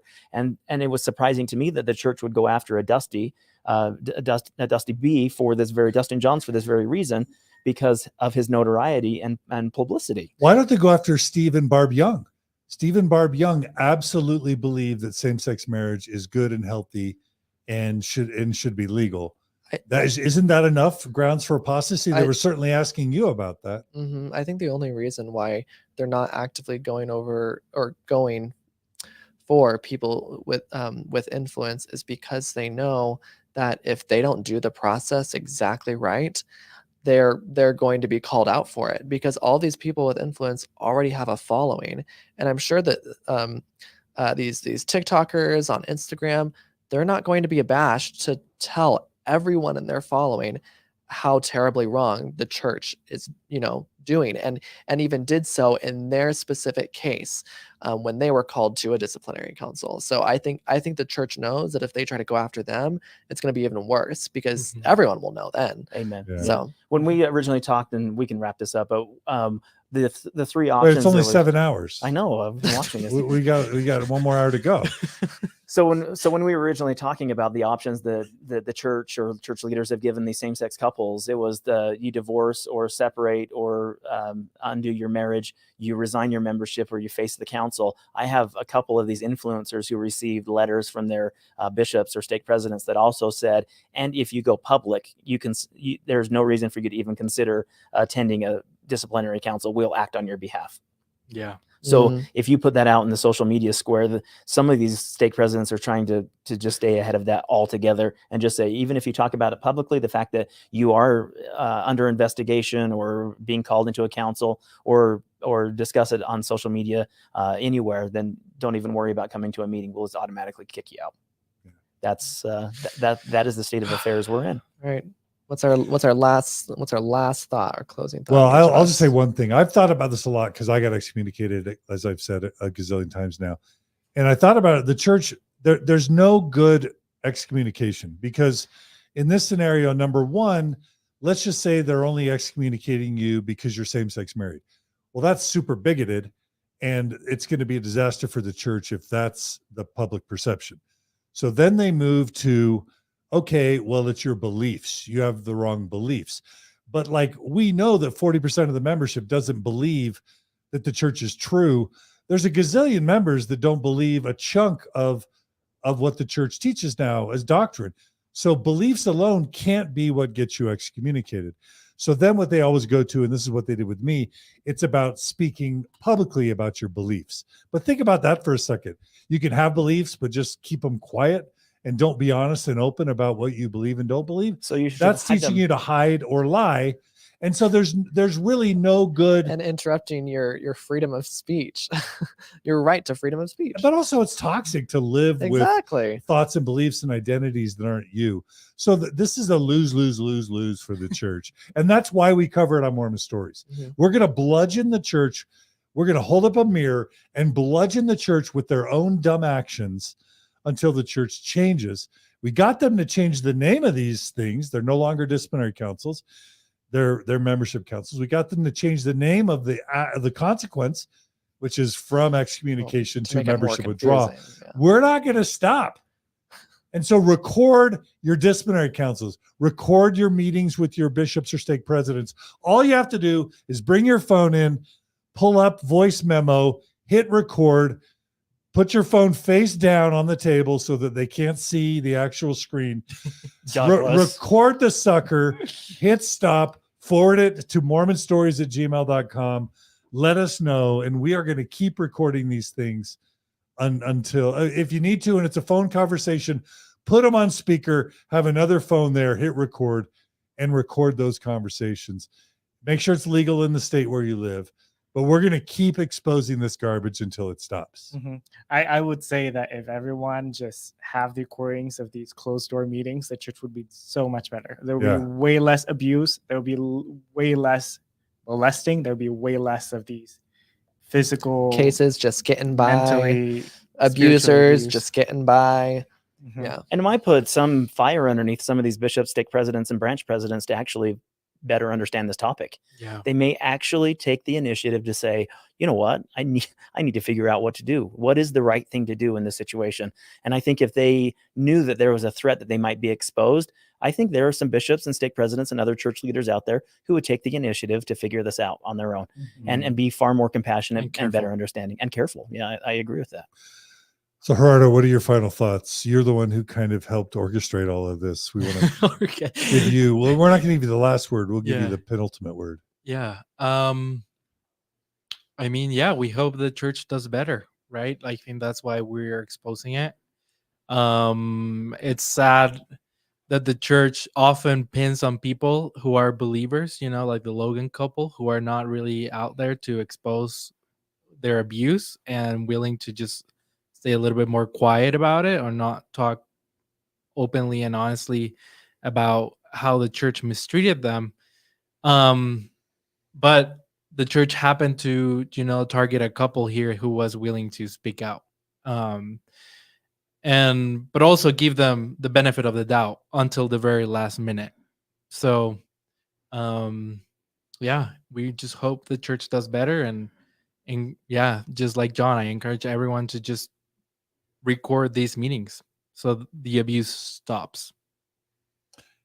That's a really good point. Is how many of these happen that we don't know about, that don't reach out to you, Kyle, that don't reach out to us? Probably, and who would, multiple of what we know about. And right? who would be covering them if we weren't? If we weren't taking the initiative to show how much further would the church push this topic if we weren't in these positions? If we didn't have microphones and platforms to do it? Not the Salt Lake Tribune. Nope, nobody's doing it. Not Peggy Fletcher Stack. Yeah. Definitely not the Deseret News. Definitely not LDS Living. Definitely not the Church News. Nobody would handle this. Yeah. Not the Bloggernacle. Not the Mormon Scholar community. Right. Yeah. Not even Sunstone. Maybe Kyle, maybe Cardin. He might do it. Cardin and Quaker. Just kidding. Kyle, any last words before we give our guests the final? No, just want to thank our big audience for hanging through and sticking with the 7 hours. I think this is a pivotal and an important episode, and this was a lot. But I think methodically it was so well done in terms of just documenting how we kind of flowed through here. And I think the other part of this that I wish more Latter-day Saints and more of those who are on the fringes or even far distant from the church, I wish more of us understood the history behind the LGBTQ experience in Mormonism. Now, we mentioned earlier on about On the Record. I think that helps give us some better framework on understanding what this topic really looks like at a real-time level within Mormonism. And I encourage everyone to really fall down that rabbit hole, because if you really want to understand why these bishops and stake presidents are doing what they're doing, you need to understand the pathway that has been paved for them on behalf of their church leaders, and through that pathway leads right through 50 North Temple, or it is the Grand Central Station for where so much of this bigotry and prejudice, belief, and ignorance comes from. It really emanates from the heart of Mormonism, and I hope to change that. I hope I don't want to create something, or recreate a renaissance or a different type of church. I just want the church to stop harming its people. I want the church to stop hurting other people, and I want to stop, as a gay man who has to live in this space, I want to stop wearing armor. I don't want to have to fear bullets and muskets and arrows on a daily basis. I just want to be able to not live in triage, where we're constantly out there trying to rescue people. And we can do it together collectively if we better understand how to meet the needs of the LGBTQ community, because I guarantee you they will make an infinite and important impact on your life if you will allow them to do that. And they will change you forever in a good way if you just better understand them. And that's my invitation to you and to the church as well. And I hope that at some point they take advantage of that opportunity and see the people that they're kicking out, because they're losing the best and brightest. Yeah. And I'll end as I did not begin, by naming your podcast and YouTube channel correctly. It's Latter Gay Stories. It's on YouTube. Support them, donate. Kyle does all this kind of his own good free will, but when he gets financial support, it helps cushion the blow a little bit. And Jay's been a good partner. So donate to Latter Gay Stories, support them, subscribe to them, because it's a great work. It's a great work. Yeah, we kick out hundreds of episodes, and we are constantly on the move, trying just to highlight a lot. We're behind the scenes in so much of this, and it's not all we want to do is just bring sunlight to this. You've I think effectively termed that. Sunlight is the greatest disinfectant, and I want to just bring more sunlight into this situation. I don't care for adulation or praise, or I just really want the LGBTQ community to have some better footing. If they're falling out of the church, I want to let them fall out and have a soft landing, where they no longer have broken bones and they're not able to recover, but they can stand up and move on. I want them to be able to have happy, fulfilling spiritual lives wherever that takes them. I don't want them to hate the church, and I don't want them to also feel like they're espoused to their abuser. I just want them to be solid. And that's why we do what we do. That's why we're spending 7 hours on an episode discussing how this harms real people so that we can all together do better. But thank you for that plug. For Beautiful. Sure. Thanks, Kyle. All right. You gentlemen get the last word. Yeah, I just want to start by just thanking you, John, and Gerardo and Kyle for giving us a platform for us to be able to voice our feelings, our thoughts, which was not felt during this whole process with the church leaders. I'm super grateful for On the Record. That was monumental for me to be able to figure out my stance and my beliefs with the church. And I think everyone should have a copy of it. And I hope that this will help people to understand that having your voice heard can really help showing that what the truth is, because the church is so rich and has so much bigger voices than most of the people it mistreat, that it could cover up literally anything, and so just don't be afraid to speak up and be proud. Happy Pride Month, by the way. Yeah, that's so right. Beautiful, Doug. Thank you. Yeah. Brennan? No, I agree with all of it. With all of that, we wouldn't be able to be here today and do as well as we did if we didn't have Gerardo's guidance or yours either, Kyle, and helping us see the situation for what it really is. I wanted to come here today to make sure that gay couples or gay members are not going to be persecuted anymore. But the sad thing is that we can't ensure that. If you're a gay member wanting to pursue a family, wanting to get married, or just wanting to be a part of the church and live your life peacefully, you will be at risk for this kind of behavior wherever you may be. And I wish I could tell you that otherwise. So be cautious and be focused. And if you ever do get called to a council, record it, and have patience with yourself and make sure to see the situation for what it is and really see through the weeds, because there's a lot of them. So thank you. Beautiful. All right. Thanks, gentlemen. Thanks, viewers and listeners. Be good to each other. Be kind to each other. Love each other. Let's just celebrate love in all its forms. And I say these things in the name of Mormon stories. Amen. Take care, everybody.